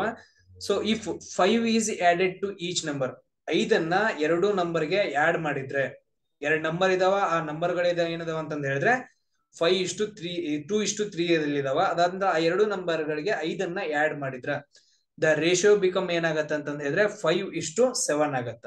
ಇದು 7 5:7 ಆಗತ್ತ. ಅವಾಗ find the bigger number. Bigger number ಏನು ಅಂತ ಕ್ವಶನ್ ಕೇಳಿದಾರ. ಇವಾಗ ಏನಂತಂದ ಹೇಳಿದ್ರೆ ರೇಷಿಯೋದಲ್ಲಿ ಕೊಟ್ಟಿರೋದ್ರಿಂದ ನಮ್ಗೆ ನಂಬರ್ ಗೊತ್ತಿಲ್ಲ. ಅದನ್ನ ನಾವ್ ಏನ್ ಇಡೋಣ ಅಂತಂದ ಹೇಳಿದ್ರೆ ಎಕ್ಸ್ ಅಂತ ಇಡೋಣ. ಸೊ ಇವಾಗ ನಾನು ಇಲ್ಲಿ ಸಾಲ್ವ್ ಮಾಡ್ತೀನಿ ನೋಡ್ರಿ. ಸೊ ಇವಾಗ 2:2 ನಂಬರ್ ಇದಾವ. 2 ನಂಬರ್ ಯಾವ ರೇಷಿಯೋದಲ್ಲಿ ಇದಾವ 2:3 ರೇಷಿಯೋದಲ್ಲಿ ಇದಾವ. ಅಂದ್ರೆ 2x ಮತ್ತು 3x ಅಂತಂದ ಹೇಳ್ತೀವಿ. ಸೊ ಅದಾದ ನಂತರ ಅದ್ರೊಳಗೆ ಏನ್ ಮಾಡ್ತೀವಿ ಅಂತಂದ ಹೇಳಿದ್ರೆ 5ಅನ್ನ ಆಡ್ ಮಾಡ್ತೀವಿ. 2 ಕಡೆ ಏನಂತಂದ ಹೇಳಿದ್ರೆ 5ಅನ್ನ ಆಡ್ ಮಾಡ್ತೀವಿ. 2x + 5 = 3x + 5 ಈಕ್ವಲ್ ಟು ಏನಾಗತ್ತೆ ಅಂತಂದ ಹೇಳಿದ್ರೆ ಹೊಸ ಅನುಪಾತ ಬರುತ್ತೆ. ಏನ್ ಬರುತ್ತೆ ರೇಷಿಯೋ ಬಿಕಮ್ಸ್ ಏನಾಗತ್ತೆ ಅಂದ್ರೆ 5:7 ಆಗತ್ತ. ಇಲ್ಲಿ ನೋಡ್ರಿ a:b ಅನ್ನ ನಾವು ಯಾವ ರೂಪದಲ್ಲಿ ಬರಿತೀವಿ a/b ರೂಪದಲ್ಲಿ ಬರಿತೀವಿ. ಎರಡು ಒಂದೇ ಅದು. ಸೊ ಇವಾಗ ನಾವು ಇದನ್ನ ಬೇರೆ ನೋಡೋಣ. 2x + 5 / 3x + 5 ಆಗತ್ತ. ಸೊ ಅದಾದ ನಂತರ 5:7 ಅನ್ನ ನಾವೇನ್ ಬರ್ತೀವಿ 5:7 ಅಂತ ಬರಿತೀವಿ. ಸೊ ಅದಾದ ನಂತರ ನೆಕ್ಸ್ಟ್ ನೋಡ್ರಿ. ಸೊ ಇದನ್ನ ಮಲ್ಟಿಪ್ಲಿಕೇಶನ್ ಮಾಡ್ರಿ. ಕ್ರಾಸ್ ಮಲ್ಟಿಪ್ಲಿಕೇಶನ್ ಮಾಡಿದಾಗ ಏನಾಗುತ್ತೆ ನೋಡ್ರಿ 2x + 5 whole bracket into 7. So 5 into whole bracket 3x + 5 ಆಗತ್ತ. ಸೊ ಇದನ್ನ ನೀವೇನ್ ಮಾಡ್ರಿ ಅಂತ ಹೇಳಿದ್ರೆ ಮಲ್ಟಿಪ್ಲಿಕೇಶನ್ ಮಾಡ್ಬೇಕು. 7ರಿಂದ 5ಕ್ಕೆ ಮಾಡ್ರಿ, 5ರಿಂದ 5ಕ್ಕೆ ಮಾಡ್ರಿ. ಎಕ್ಸ್ ಗಳನ್ನ ಒಂದ್ ಕಡೆ ತಗೊಂಡ್ ಬರ್ರಿ, ನಂಬರ್ಸ್ ಗಳನ್ನ ಒಂದ್ ಕಡೆ ತಗೊಂಡ್ ಹೋಗ್ರಿ. ಅದಾದ ನಂತರ ಎಕ್ಸ್ ವ್ಯಾಲ್ಯೂ ಅನ್ನ ಕಂಡಿಡ್ರಿ. ಎಕ್ಸ್ ವ್ಯಾಲ್ಯೂ ಅನ್ನ ಕಂಡಿಡಿದ ನಂತರ ಇದ್ರಲ್ಲಿ ದೊಡ್ಡ ನಂಬರ್ ಯಾವ್ದು ಅನ್ಸುತ್ತೆ ನಿಮ್ಗೆ ಅನ್ಸುತ್ತೆ 3x ಅಂತ ಅನ್ಸುತ್ತೆ. 3x ಅಲ್ಲಿ ನೀವು ಕಂಡು ಹಿಡಿದಿರೋ ಎಕ್ಸ್ ವ್ಯಾಲ್ಯೂ ಅನ್ನ ಹಾಕ್ರಿ. ಅವಾಗ ಏನಂತಂದ ಹೇಳಿದ್ರೆ ಒಂದ್ ನಂಬರ್ ಬರುತ್ತ. ಸೊ ಆ ನಂಬರ್ ಎಷ್ಟು ಬರುತ್ತೆ ಅಂತಂದ ಹೇಳಿದ್ರೆ 38. ದ ಆನ್ಸರ್ ಎಷ್ಟು ಬರುತ್ತೆ ಅಂದ್ರೆ 30 ಬರುತ್ತೆ. ಸೊ ಆಪ್ಷನ್ ಡಿ ಕರೆಕ್ಟ್ ಆಗುತ್ತೆ. Option D correct. ಸೊ ಇದು ಕರೆಕ್ಟ್ ಐತಿಲ್ವ ಅಂತಂದ ಹೇಳಿ ನೀವು ನೋಡ್ಬೇಕು. ನಾನು ಎಲ್ಲಾನು ಎಕ್ಸ್ಪ್ಲೇನ್ ಮಾಡಲ್ಲ. ಸೊ ನೀವೇನಂತಂದ ಹೇಳಿದ್ರೆ ವರ್ಕ್ ಮಾಡ್ಬೇಕು. ಸೊ ಎಕ್ಸಾಮ್ ಅನ್ನ ನೀವು ಬರೆಯೋದು, ನೀವು ಪ್ರಾಕ್ಟೀಸ್ ಮಾಡ್ಬೇಕು. ನಾನ್ ಪ್ರಾಕ್ಟೀಸ್ ಮಾಡಿದ್ರೆ ನನಗೆ ಮಾರ್ಕ್ಸ್ ಬರುತ್ತೆ, ನಿಮಗ್ ಬರಂಗಿಲ್ಲ. ಸೊ ನಾನು ಹೇಳ್ಕೊಡ್ತೀನಿ, ನೀವು ಮಾಡ್ಬೇಕು. ಅದೇ ಹೇಳ್ತೀವಲ್ಲ, ಸೊ ವಿದ್ಯೆ ಕಲಿಬೇಕನ್ನೋ ಹಠ ಇತ್ತಂತಂದ್ರೆ ಹೆಂಗಾದ್ರೂ ಕಲಿತೀವಿ. ಈಗ ಹಿಂದಿನ ಕಾಲದಲ್ಲಿ ಹೇಳಿದ್ವಿ ಕರ್ಣ ಏನಂತಂದ ಹೇಳಿದ್ರೆ ಅವ್ನ್ ವಿದ್ಯೆ ಕಲ್ಸಂಗಿಲ್ಲ, ಸೂತ ಪುತ್ರ ಅಂತಂದ ಹೇಳಿ ಎಲ್ರು ರಿಜೆಕ್ಟ್ ಮಾಡ್ತಾರ. ಬಟ್ ಆದ್ರೆ ಅವ್ನ್ ಪರಶುರಾಮನ ಹತ್ರ ಹೋಗಿ ಸೊ ಅವ್ರ ಹತ್ರ ಹೋಗಿ ಏನಂತಂದ ಹೇಳಿದ್ರೆ ವಿದ್ಯೆಯನ್ನ ಕಲಿತಾನ ನೋಡ್ರಿ. ಸೊ ಎಲ್ರು ಏನಂತಂದ ಹೇಳಿದ್ರೆ ಕೌರವರು ಪಾಂಡವರು ಗುರು ದ್ರೋಣಾಚಾರ್ಯರ ಹತ್ರ ಕಲಿತಾರ. ಬಟ್ ಆದ್ರೆ ಕರ್ಣ ಕಲಿಯೋ ಇಚ್ಛೆ ಇತ್ತು ಅಂತಂದ ಹೇಳಿದ್ರೆ ನೋಡ್ರಿ ಪರಶುರಾಮ ಯಾರು ಅಂತಂದ ಹೇಳಿದ್ರೆ ರಾಮನ ಅವತಾರ, ಅಂದ್ರೆ ದೇವ್ರ ಅವತಾರ. ದೇವ್ರ ಹತ್ರ ಹೋಗಿ ಕಲ್ತಂಗ. ಕರ್ಣ ಏನಂತಂದ ಹೇಳಿದ್ರೆ ಅವ್ನಿಗೆ ಕಲಿಬೇಕಂತಂದ್ ಇಚ್ಛೆ ಇತ್ತು, ದೇವ್ರೇ ಬಂದ್ ಕಲಿಸ್ದ ಅವ್ನಿಗೆ. ಸೇಮ್ ಅದೇ ತರ ನಿಮ್ಗೂ ಏನಂತಂದ ಹೇಳಿದ್ರೆ ಕಲಿಬೇಕನ್ನೋದು ಇತ್ತು ಅಂದ್ರೆ ಹಠ ಇತ್ತು ಅಂತಂದ ಹೇಳಿದ್ರೆ ನೀವ್ ಹೆಂಗಾದ್ರೂ ಕಲಿತೀರಿ. ನಿಮ್ಗೆ ಹೆಂಗಾದ್ರೂ ಗೈಡೆನ್ಸ್ ಯಾರಾದ್ರೂ ಗೈಡೆನ್ಸ್ ಕೊಟ್ಟೆ ಕೊಡ್ತಾರೆ. ಅದ್ರ ಬಗ್ಗೆ ಟೆನ್ಷನ್ ಹೋಗಕ್ ಹೋಗ್ಬೇಡ್ರಿ. ಸೊ ನೀವು ಕರೆಕ್ಟ್ ಆಗಿ ಸ್ಟಡಿ ಮಾಡ್ಬೇಕು. ನೆಕ್ಸ್ಟ್ ಕ್ವಶನ್ ನೋಡ್ರಿ ಏನಿದೆ. ಸೊ ಇದು ಕ್ವಶನ್ ಮುಗಿಸಿದ್ರ ನೆಕ್ಸ್ಟ್ ಏನಿದೆ ಅಂತಂದ ಹೇಳಿದ್ರೆ 2 ಕ್ಯೂಬ್ಸ್ ಏನಂತ ಹೇಳಿದ್ರೆ 2 ಕ್ಯೂಬ್ಸ್ ಅದಾವ. ಸೊ ಅದ್ರದ್ದು ವ್ಯಾಲ್ಯೂಮ್ ಯಾವ್ದ್ರ ರೂಪದಲ್ಲಿ ಅಂತಂದ ಹೇಳಿದ್ರೆ ಅದ್ರದ್ದು ವಾಲ್ಯೂಮ್ ನೆನ್ಪಿಟ್ಕೊಡ್ರಿ, ವಾಲ್ಯೂಮ್. ಸೊ 2 ಕ್ಯೂಬ್ಸ್ ಇದಾವ, ಅದ್ರದ್ದು ವಾಲ್ಯೂಮ್ ಏನಂತಂದ ಹೇಳಿದ್ರೆ 1:27 ರೂಪದಲ್ಲಿ ಐತೆ. ಸೊ ಏನಂತಂದ ಹೇಳಿದ್ರೆ ಕ್ಯೂಬ್ ಇದಾವ, ಅದ್ರದ್ದು ವಾಲ್ಯೂಮ್ ಯಾವ ರೂಪದಲ್ಲಿ ಇದಾವ ಅಂತಂದ ಹೇಳಿದ್ರೆ ಒಂದ್ ನಿಮಿಷ ಒಂದ್ ಕ್ವಶನ್ ಅನ್ನ ಬಿಟ್ವಿ, ಒಂದ್ ನಿಮಿಷ ರೀ.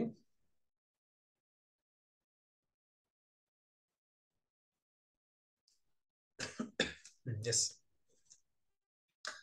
ಸೊ ಇನ್ನ ರೆಕ್ಟ್ಯಾಂಗ್ಯುಲರ್ ಒಂದು ಏನದ ಅಂತಂದ ಹೇಳಿದ್ರೆ ರೆಕ್ಟ್ಯಾಂಗಲ್ ಐತ, ಆಯತ ಅಂತ ಹೇಳ್ತೀವಿ, ಇದು rectangular. So is a base ಅಂತಂದ ಹೇಳಿದ್ರೆ ಅದ್ರದ್ದು ಬೇಸ್ ಎಷ್ಟಿದೆ, ಇದು ಬೇಸ್ ಅಂತ ಹೇಳ್ತೀವಿ, ಇದಕ್ಕೆ ಬೇಸ್ ಅಂತ ಹೇಳ್ತೀವಿ. ಸೊ 12 ಸೆಂಟಿಮೀಟರ್ ಐತೆ. ಇದನ್ನ ನಾವೇನಂತ ಹೇಳ್ತೀವಿ ಅಂತಂದ ಹೇಳಿದ್ರೆ ಉದ್ದ ಅಂತಂದ ಹೇಳ್ತೀವಿ, ಲೆಂತ್ ಅಂತಂದ ಹೇಳ್ತೀವಿ. ಸೇಮ್ ಇದೇ ತರ ಬರ್ಕೊಳ್ಳಿ. ಆಮೇಲೆ ಹೈಟ್ ಅಂತಂದ ಹೇಳ್ತೀವಿ, ಇದ್ರದ್ದು ಹೈಟ್ ಎಷ್ಟಿದೆ 5 ಸೆಂಟಿಮೀಟರ್ ಅಂತ ಹೇಳಿ. ಇದನ್ನ ನಾವೇನಂತ ಹೇಳ್ತೀವಿ ಅಂತಂದ್ರೆ ಬ್ರೆಡ್ತ್ ಅಂತಂದ ಹೇಳ್ತೀವಿ, ಲೆಂತ್ ಇಂಟು ಬ್ರೆಡ್ತ್ ಅಂತಂದ ಹೇಳ್ತೀವಿ. So what will be the area of the rectangle? Area of the rectangle ಅಂತಂದ ಹೇಳಿದ್ರೆ, ಸೊ ಏರಿಯಾ ಆಫ್ ರೆಕ್ಟ್ಯಾಂಗಲ್ ಆಯತದ ಏರಿಯಾ ವಿಸ್ತೀರ್ಣ ಏನು ಅಂತಂದ ಹೇಳಿದ್ರೆ ಸೊ ಎಲ್ ಇಂಟು ಬಿ ಅಂತ ಹೇಳ್ತೀವಿ. ಉದ್ದ ಇಂಟು ಅಗಲ ಅಂತಂದ ಹೇಳ್ತೀವಿ, ಕನ್ನಡದಲ್ಲಿ ಬರ್ಕೊಂಡು ಉದ್ದ ಇಂಟು ಅಗಲ. ಉದ್ದ ಎಷ್ಟೈತೆ 12 ಐತ, ಅಗಲ ಎಷ್ಟೈತೆ 5 ಐತ. ಅದಾದ ನಂತರ ಇಂಟು 2 ಮಲ್ಟಿಪ್ಲಿಕೇಶನ್ ಮಾಡ್ರಿ 60 ಬರುತ್ತಾ. 60 ಸೆಂಟಿಮೀಟರ್ ಸ್ಕ್ವೇರ್ ಅಂತಂದ ಹೇಳ್ತೀವಿ, 60 ಸ್ಕ್ವೇರ್ ಸೆಂಟಿಮೀಟರ್ ಅಂತಂದ ಹೇಳ್ತೀವಿ. ಆನ್ಸರ್ ಏನಂತಂದ ಹೇಳಿದ್ರೆ ಆಪ್ಷನ್ ಬಿ ಕರೆಕ್ಟ್ ಆಗತ್ತ. ಎಸ್, ಅರ್ಥ ಆಯ್ತಾ ಎಲ್ರಿಗೂ? ಸೊ ಈ ತರ ಏನಂತ ಹೇಳಿದ್ರೆ ರೆಕ್ಟ್ಯಾಂಗುಲರ್ ಆಗಿರ್ಬೋದು, ಸ್ಕ್ವೇರ್ ಆಗಿರ್ಬೋದು, ಆಮೇಲೆ ಟ್ರಯಾಂಗಲ್ ಆಗಿರ್ಬೋದು, ಅದಾದ ಪ್ಯಾರಲೋಗ್ರಾಮ್ ಅಂತಂದ್ ಬರುತ್ತಾ, ಅವ್ರದ್ದೆಲ್ಲ ಏನಂತ ಹೇಳಿದ್ರೆ ಏರಿಯಾ ಕಂಡುಹಿಡಿಯೋದು, ಅದಾದ ನಂತರ ವಾಲ್ಯೂಮ್ ಕಂಡುಹಿಡಿಯೋದು, ಅವನ್ನೆಲ್ಲ ನೀವು ಸ್ಟಡಿ ಮಾಡ್ಬೇಕು. ಸರ್ಫೇಸ್ ಏರಿಯಾ ಕಂಡುಹಿಡಿಯೋದು ನೆನ್ಪಿಟ್ಕೊಡ್ರಿ. ಸೊ ನೆಕ್ಸ್ಟ್ ಕ್ವಶನ್ ಏನಿದೆ ಅಂತಂದ ಹೇಳಿದ್ರೆ 2 ಕ್ಯೂಬ್ಸ್ ಏನಂತಂದ ಹೇಳಿದ್ರೆ ಕ್ಯೂಬ್ ಇದಾವ. ಕ್ಯೂಬ್ ಅಂತಂದ ಹೇಳಿದ್ರೆ ನೀವು ಸೊ ಇವಾಗ ಕಲರ್ ಅನ್ನ ಜೋಡ್ಸಕ್ ಒಂದು ಕ್ಯೂಬ್ ಅನ್ನ ಯೂಸ್ ಮಾಡ್ತಿರಲ್ಲ, ಅದಕ್ಕೆ ಕ್ಯೂಬ್ ಅಂತಂದ ಹೇಳ್ತೀವಿ. ಆದ್ಮೇಲೆ ದಾಳವನ್ನ ಒಗಿತಿರಲ್ಲ, ಸೊ ಅದು ಕ್ಯೂಬ್ ಅಂತಂದ ಹೇಳ್ತೀವಿ. ಸೊ ಒಂಥರ ಸ್ಕ್ವೇರ್ ರೂಪದಲ್ಲಿ ಇರುತ್ತೆ. ಒಂದ್ ನಿಮಿಷ ರೀ.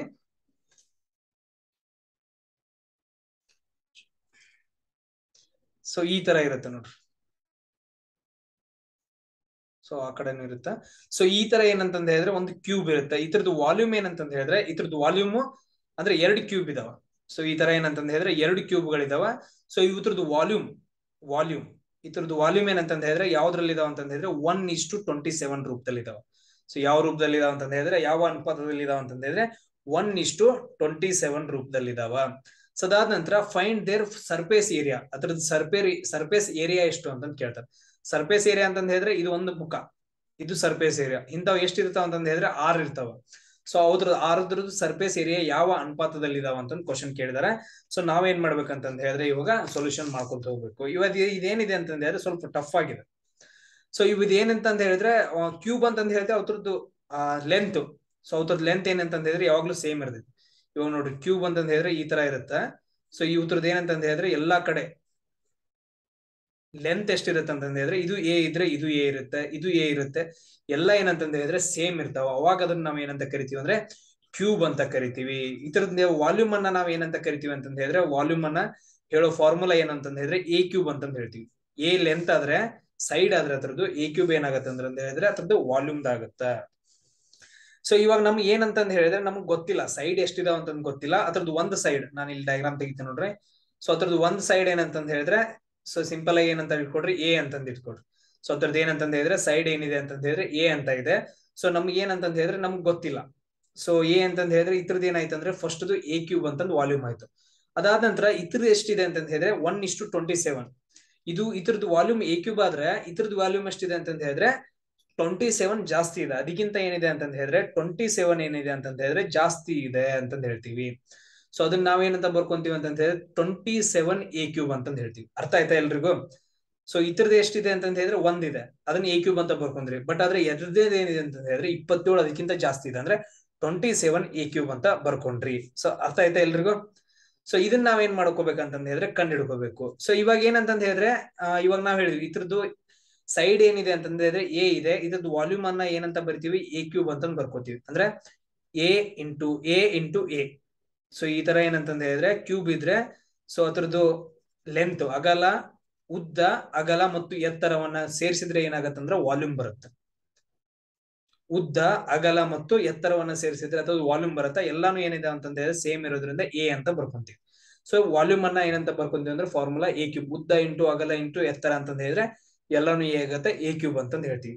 ಸೊ ಇವಾಗ ನಾವು ಏನ್ ಕಂಡಿಡ್ಬೇಕಂದ್ರೆ ಸೈಡ್ ಕಂಡಿಡ್ಬೇಕು. ನಮ್ಗೆ ಸೈಡ್ ಕಂಡಿಡ್ಬೇಕಂತಂದ್ ಹೇಳಿದ್ರೆ ವಾಲ್ಯೂಮ್ ಅನ್ನ ಏನ್ ಮಾಡ್ತೀವಿ ಅಂತಂದ್ ಹೇಳಿದ್ರೆ ಸೈಡ್ ಕಂಡಿಡ್ಬೇಕಂತಂದ್ ಹೇಳಿದ್ರೆ ಎ ಈಕ್ವಲ್ ಟು ಏನಂತ ಬರ್ಕೊಂತೀವಿ, ಕ್ಯೂಬ್ ರೂಟ್ ಆಫ್ ವಾಲ್ಯೂಮ್ ಅಂತ ಬರ್ಕೊಂತೀವಿ. ಸೊ ಇದೇನಾಗತ್ತೆ ಅಂದ್ರೆ ಕ್ಯೂಬ್ ಇದ್ದು ಆ ಕಡೆ ಹೋದ್ರೆ ಕ್ಯೂಬ್ ರೂಟ್ ಆಗತ್ತ. ಸೊ ಅದೇ ತರ ಬರ್ಕೊಡ್ರಿ. ಸೊ ಸೈಡ್ ಕಂಡಿಡ್ಬೇಕಂತಂದ್ ಹೇಳಿದ್ರೆ ಇದ್ರ ಸೈಡ್ ಕಂಡಿಡ್ಬೇಕಂದ್ರೆ ಎ ಕ್ಯೂಬ್ ಅಂತಂದ್ ಬರ್ಕೊಂತೀವಿ, ಕರೆಕ್ಟಾ. ಸೊ ಅದಾದ ನಂತರ ನೆಕ್ಸ್ಟ್ ನೋಡ್ರಿ, ಇದ್ರದ್ದು ಕಂಡಿಡ್ಕೋಬೇಕಂತಂದ್ ಹೇಳಿದ್ರೆ cube root of 27 A cube ಅಂತಂದ್ ಬರ್ಕೊಂತೀವಿ. ಇಲ್ಲಿ ನೋಡ್ರಿ ಕ್ಯೂಬ್ ರೂಟ್ ಕ್ಯಾನ್ಸಲ್ ಆಗತ್ತೆ, ಇದ್ರದ್ ಸೈಡ್ ಏನಾಗತ್ತೆ ಅಂದ್ರೆ ಎ ಆಗತ್ತ. ಆಮೇಲೆ ಈ ಕ್ಯೂಬ್ ಎಷ್ಟಾಗತ್ತ ನೋಡ್ರಿ. ಸೊ 27 ಅಂತಂದ್ ಹೇಳಿದ್ರೆ 27 ಕ್ಯೂಬ್ ರೂಟ್ ಎಷ್ಟಾಗತ್ತ, 3 ಸಾರಿ ಬರಿಬೇಕು. ಯಾವ್ದೋ ಒಂದು ಅಕ್ಷರವನ್ನ 3 ಸಾರಿ ಬರ್ದಾಗ 3 into 3 into 3 into whole cube ಅಂತಂದ್ ಹೇಳ್ತೀವಿ. 3 ಮೂರ್ಲೆ 9, 9 ಮೂರ್ಲೆ 27 ಕರೆಕ್ಟ್ ಆಗಿದೆ ಅಂದ್ರೆ ಸೊ 3 ಕ್ಯೂಬ್ ಅಂತ ಬರ್ಕೊಂತೀವಿ. ಕ್ಯೂಬ್ ಹೋಯ್ತು, 3 ಆನ್ಸರ್ ಬಂತು. ಸೊ ಇಲ್ಲಿ ಏನಂತ 3 ಬಂತು. ಅದಂದ್ರೆ ಎ ಕ್ಯೂಬ್ ಇದೆ, ಕ್ಯೂಬ್ ರೂಟ್ ಕ್ಯೂಬ್ ಮತ್ತು ಕ್ಯೂಬ್ ರೂಟ್ ಹೋದ್ರೆ ಏನ್ ಉಳಿಯುತ್ತಾ, ಎ ಅಂತ ಉಳಿಯುತ್ತಾ. ಸೊ ನೋಡ್ರಿ ಇದ್ರದ್ದು ಏನಂತಂದ್ ಹೇಳಿದ್ರೆ ಒಂದ್ ಸೈಡ್ ಏನಾಗತ್ತಂದ್ರೆ ಎ ಅಂತ ಆಗತ್ತೆ, ಇದ್ರದ್ದು ಒಂದ್ ಸೈಡ್ ಏನಾಗತ್ತಂದ್ರೆ 3a ಆಗತ್ತ, ಕರೆಕ್ಟಾ. ಇಷ್ಟೆಲ್ರಿಗೂ ಗೊತ್ತಾಯ್ತಾ? ಎಸ್, ಇಷ್ಟೆಲ್ಲ ಗೊತ್ತಾದ್ರೆ ಸಾಕು. ಅದಾದಂದ್ರೆ ನೆಕ್ಸ್ಟ್ ಕ್ವಶನ್ ನೋಡ್ರಿ, ನೆಕ್ಸ್ಟ್ ಕ್ವಶನ್ ಅಲ್ಲ ಸಾರಿ, ಇದ್ರದ್ದು ಕಂಟಿನ್ಯೂಷನ್ ನೋಡ್ರಿ. ಬರ್ಕೊಂಡ್ ನಂತರ ನೋಡ್ರಿ, ಇಲ್ಲಿ ಅಳಿಸ್ತಾ ಇರ್ತೀನಿ. ಸೊ ಇಲ್ಲಿ ನಮ್ಗೆ ಗೊತ್ತಾಗಲ್ಲ. ಸೊ ಇದ್ರದ್ದು ಏನಂತಂದ್ ಹೇಳಿದ್ರೆ ಕ್ಯೂಬ್ ಸರ್ಫೇಸ್ ಏರಿಯಾ ಕಂಡುಹಿಡಿಯೋ ಫಾರ್ಮುಲಾ ಏನು ಅಂತ ನೋಡ್ಬೇಕು. ಸೊ ನಮ್ಗೆ ಸರ್ಫೇಸ್ ಏರಿಯಾದ್ದು ಅನುಪಾತ ಕೇಳಿದ್ದಾರೆ. ಸರ್ಫೇಸ್ ಏರಿಯಾದ ಫಾರ್ಮುಲಾ ಏನು, 6a² ಅಂತಂದ್ ಹೇಳ್ತೀವಿ. ಅದ್ರದ್ದು ಏನಂತಂದ್ ಹೇಳಿದ್ರೆ 6 ಮುಖಗಳಿರೋದ್ರಿಂದ ಅದ್ರದ್ದು ಏರಿಯಾ ಏನು, a² ಅಂತಂದ್ ಹೇಳ್ತೀವಿ. ಇದ್ರದ್ದು ಏರಿಯಾ ಏನು, a² ಅಂತಂದ್ ಹೇಳ್ತೀವಿ. ಬಟ್ ಅದರ 6 ಮುಖಗಳು ಇರೋದ್ರಿಂದ ಅದನ್ನ ನಾವ್ ಏನಂತ ಹೇಳ್ತೀವಿ, ಸರ್ಫೇಸ್ ಏರಿಯಾ 6a² ಅಂತಂದ್ ಹೇಳ್ತೀವಿ. ಅದನ್ನ ಬರೀರಿ ಇವಾಗ. ಸೊ ಮೊದಲನೇ ಏನಿದೆ ಕ್ಯೂಬ್ ಇದೆಯಲ್ಲ ಅದ್ರದ್ದು ಸರ್ಫೇಸ್ ಏರಿಯಾ ಎಷ್ಟಾಗತ್ತ, 6a² ಆಗತ್ತ. 6a². ಎ ಇದ್ದಲ್ಲಿ ಏನ್ ಹಾಕ್ಬೇಕಂತ ಹೇಳಿದ್ರೆ ಈ ಎ ನ ಹಾಕ್ಬೇಕು. ಅಥವಾ ಇಲ್ಲಿ ನೋಡ್ರಿ ಇವಾಗ ಏನಿದೆ ಅಂತ ಹೇಳಿದ್ರೆ surface area equal to x² ಅಂತ ಬರ್ಬೇಕು. ಎಕ್ಸ್ ಇದ್ದಲ್ಲಿ ಏನ್ ಹಾಕ್ಬೇಕಂತ ಹೇಳಿದ್ರೆ ಅದ್ರದ್ದು ಸೈಡ್ ಕಂಡು ಹಿಡಿದಿರ್ತಲ್ಲ ಅದನ್ನ ಹಾಕ್ಬೇಕು ಇವಾಗ. ಸೊ 6x² ಅಂತಂದ್ ಹೇಳ್ತೀವಿ. 6x² ಜಾಗದಾಗ ಹಾಕ್ಬೇಕು ಇವಾಗ. ಎಕ್ಸ್ ಇದ್ದಲ್ಲಿ ಏನಿದೆ ಅಂತ ಹೇಳಿದ್ರೆ ಇಲ್ಲಿ 3a ಇದೆ, 3a ಅಂತಂದ್ ಬರಿಬೇಕು. 3a ಹೋಲ್ ಸ್ಕ್ವೇರ್ ಅಂತಂದ್ ಹೇಳ್ತೀವಿ. ಇವಾಗ ಇಲ್ಲಿ ಬರ್ಕೊಡ್ರಿ, 6a² ಈಕ್ವಲ್ ಟು 6 ಇಂಟು 3² ಅಂದ್ರೆ ಎಷ್ಟು, 9. 3 ಮೂರ್ಲೆ 9. ಅದಾದ ನಂತರ a² ಆಗತ್ತ. ಸೊ ಇಲ್ಲಿ ಬರ್ಕೊಡ್ರಿ, 6a² ಈಕ್ವಲ್ ಟು 6 9 54 a² ಅಂತಂದ್ ಹೇಳ್ತೀವಿ. ಸೊ ಇವಾಗ ನೋಡ್ರಿ ಇದನ್ನ ಅಳಿಸ್ತೀನಿ ನೋಡ್ರಿ ಕೆಳಗಡೆದು. ಸೊ ಇದನ್ನ ನಾವು ಯಾವ ರೂಪದಲ್ಲಿ ಬರೀಬಹುದು, ಇಷ್ಟು ಇರೋದ್ರಿಂದ ಯಾವ ರೂಪದಲ್ಲಿ ಬರಿತೀವಿ, 6a² whole divided by 54a² ಅಂತ ಬರಿತೀವಿ. a² ಕ್ಯಾನ್ಸಲ್ ಆಯ್ತಾ, 6 1 6 9. ಸೊ 1/9 ಆಗತ್ತೆ. ಇದನ್ನ ಅನುಪಾತದಲ್ಲಿ ಬರೆದ್ರೆ 1:9 ಅಂತ ಆಗತ್ತ. ಇಲ್ಲಿ ಆನ್ಸರ್ ಎಷ್ಟು ಕರೆಕ್ಟ್ ಆಗತ್ತೆ ಅಂದ್ರೆ ಆಪ್ಷನ್ ಎ ಕರೆಕ್ಟ್, 1:9 ಆಗತ್ತ. ಸೊ ಇದನ್ನೇನಂತಂದ ಹೇಳಿದ್ರೆ ಸ್ಟೆಪ್ ಬೈ ಸ್ಟೆಪ್ ಬಡ್ರಿ. ನಂದು ಏನಂತ ಹೇಳಿದ್ರೆ ಕ್ವಶನ್ ಪೇಪರ್ ಸ್ವಲ್ಪ ಗಲೀಜ್ ಆಗೈತೆ. ಸೊ ನಿಮ್ಗೆ ಅರ್ಥ ಆಗಿದೆ ಅಂತ ನಾನು ಅನ್ಕೊಂತೀನಿ. ಎಸ್, ಅರ್ಥ ಆಗಿದೆಯಾ? ಸೊ ಎಲ್ರಿಗೂ ಅರ್ಥ ಆಗೈತಾ? ಸೊ ಇದನ್ನ ನೋಡ್ರಿ. ಅದಾದ ನಂತರ ನಿಮ್ ಪ್ರಕಾರ ಬರ್ರಿ. ಮೊದಲು ಏನಂತಂದ ಹೇಳಿದ್ರೆ ವಾಲ್ಯೂಮ್ ಕಂಡುಹಿಡಿರಿ. ಮೊದಲು ಕ್ಯೂಬ್ ಅಂದ್ರೆ ಏನ್ ನೋಡ್ರಿ, ಮೊದಲು ಸರ್ಚ್ ಮಾಡ್ರಿ ಕ್ಯೂಬ್ ಅಂದ್ರೆ ಏನು. ಸೊ ಅದಾದ ನಂತರ ಅದ್ರ ವಾಲ್ಯೂಮ್ ಕಂಡುಹಿಡಿಯೋದಂದ್ರೆ ಏನು, ವಾಲ್ಯೂಮ್ ಕಂಡುಹಿಡಿಯೋ ಫಾರ್ಮುಲಾ ಏನಂತ ನೋಡ್ರಿ.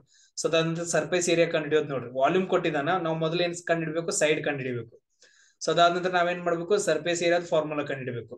ಫಾರ್ಮುಲಾ ಏನಂತ ಇದೆ, 6x² ಇದೆ. ಎಕ್ಸ್ ಅಂತಂದ ಹೇಳಿದ್ರೆ ಅದ್ರ ಸೈಡ್ ನಾವು ಕಂಡುಹಿಡಿದಿರ್ತೀವಲ್ಲ, ಅಲ್ಲಿ ಎಕ್ಸ್ ದಲ್ಲಿ ಏನ್ ಮಾಡ್ಬೇಕಂತ ಹೇಳಿದ್ರೆ ಅದ್ರದ್ದು ಏರಿಯಾದ ಏನ್ ಹಾಕ್ಬೇಕು, ಸೈಡ್ ಹಾಕ್ಬೇಕು. ಅದಾದ ನಂತರ ನಾವು ಮಲ್ಟಿಪ್ಲಿಕೇಶನ್ ಮಾಡಿ ಏನ್ ಮಾಡ್ಬೇಕಂದ್ರೆ ಸಿಂಪ್ಲಿಫಿಕೇಶನ್ ಮಾಡ್ಬೇಕು.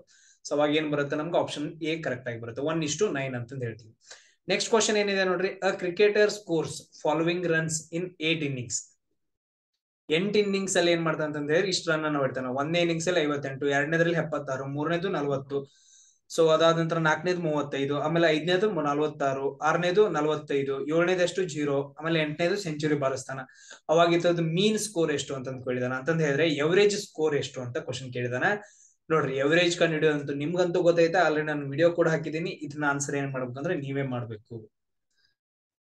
ಸೊ ಇದ್ರದ ಆನ್ಸರ್ ಎಷ್ಟು ಬರುತ್ತೆ ಅಂತಂದ್ ಹೇಳಿದ್ರೆ 41 ನೋಡ್ರಿ. 41 ಆನ್ಸರ್ ಎಷ್ಟು ಬರುತ್ತಪ್ಪ ಅಂತಂದ್ ಹೇಳಿದ್ರೆ ನೀವೇ ಮಾಡ್ತೀರಾ ಇಲ್ಲ ನಾನು ಹೇಳ್ಬೇಕಾ? 41. ಸೊ 41 ನಾನು ಹೇಳದ, ನೀವೇ ಮಾಡ್ರಿ.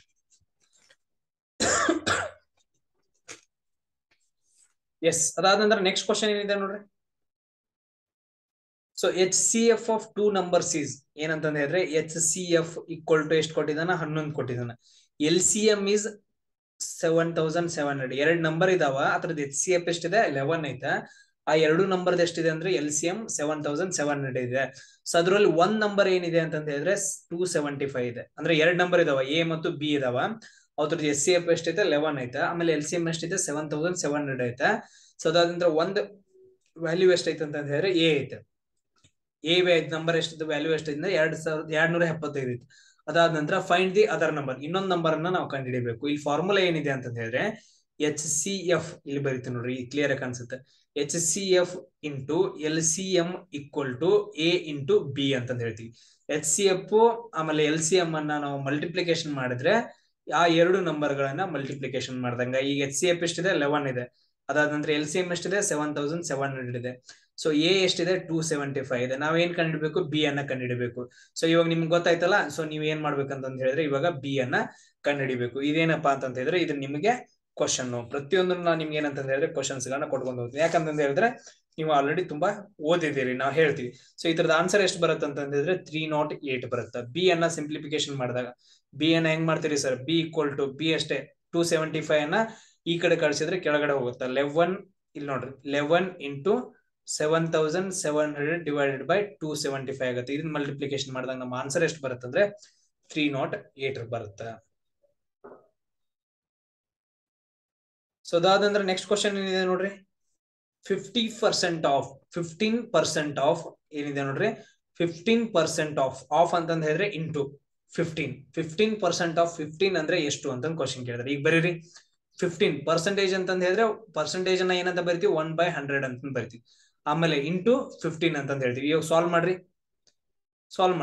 5 3 15, 5 2 10, 20 ಆಗತ್ತ. 5 3 15, 5 4 20. ಮೇಲ್ಗಡೆ ಎಷ್ಟು ಉಳಿತು, 3 into 3 divided by 4, 3 3 9 divided by 4. So ಇದನ್ನ ಏನ್ ಮಾಡ್ಬೇಕಂದ್ರೆ ನೀವು ಡಿವೈಡ್ ಮಾಡ್ಬೇಕು 4 ರಿಂದ.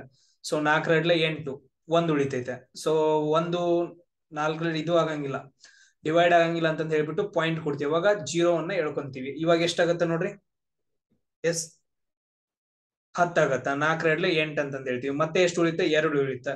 ಸೊ ಮತ್ತೆ 0 ತಗೋತೀವಿ. 4 5 20, 2.25 ಅಂತ ಹೇಳ್ತೀವಿ. ಏನಾಗತ್ತ, 2.25 ಅಂತ ಹೇಳ್ತೀವಿ. ಎಸ್, ಆನ್ಸರ್ ಯಾವ್ದು ಕರೆಕ್ಟ್ ಆಗತ್ತ, ಆಪ್ಷನ್ ಎ ಕರೆಕ್ಟ್ ಆಗತ್ತ. ಏನಾಗತ್ತಪ್ಪ ಅಂತ ಹೇಳಿದ್ರೆ ಆಪ್ಷನ್ ಎ ಕರೆಕ್ಟ್ ಆಗತ್ತ. ಸೇಮ್ ಅದೇ ತರ ನೋಡ್ರಿ, ಇದು ಅರ್ಥ ಆಯ್ತಾ ಎಲ್ರಿಗೂ? ಸೊ ಅದಾದ ನಂತರ ನೆಕ್ಸ್ಟ್ ಕ್ವಶನ್ ನೋಡ್ರಿ ಏನಾಗತ್ತ. ನೆಕ್ಸ್ಟ್ ಕ್ವಶನ್ ಏನಿದೆ ನೋಡ್ರಿ,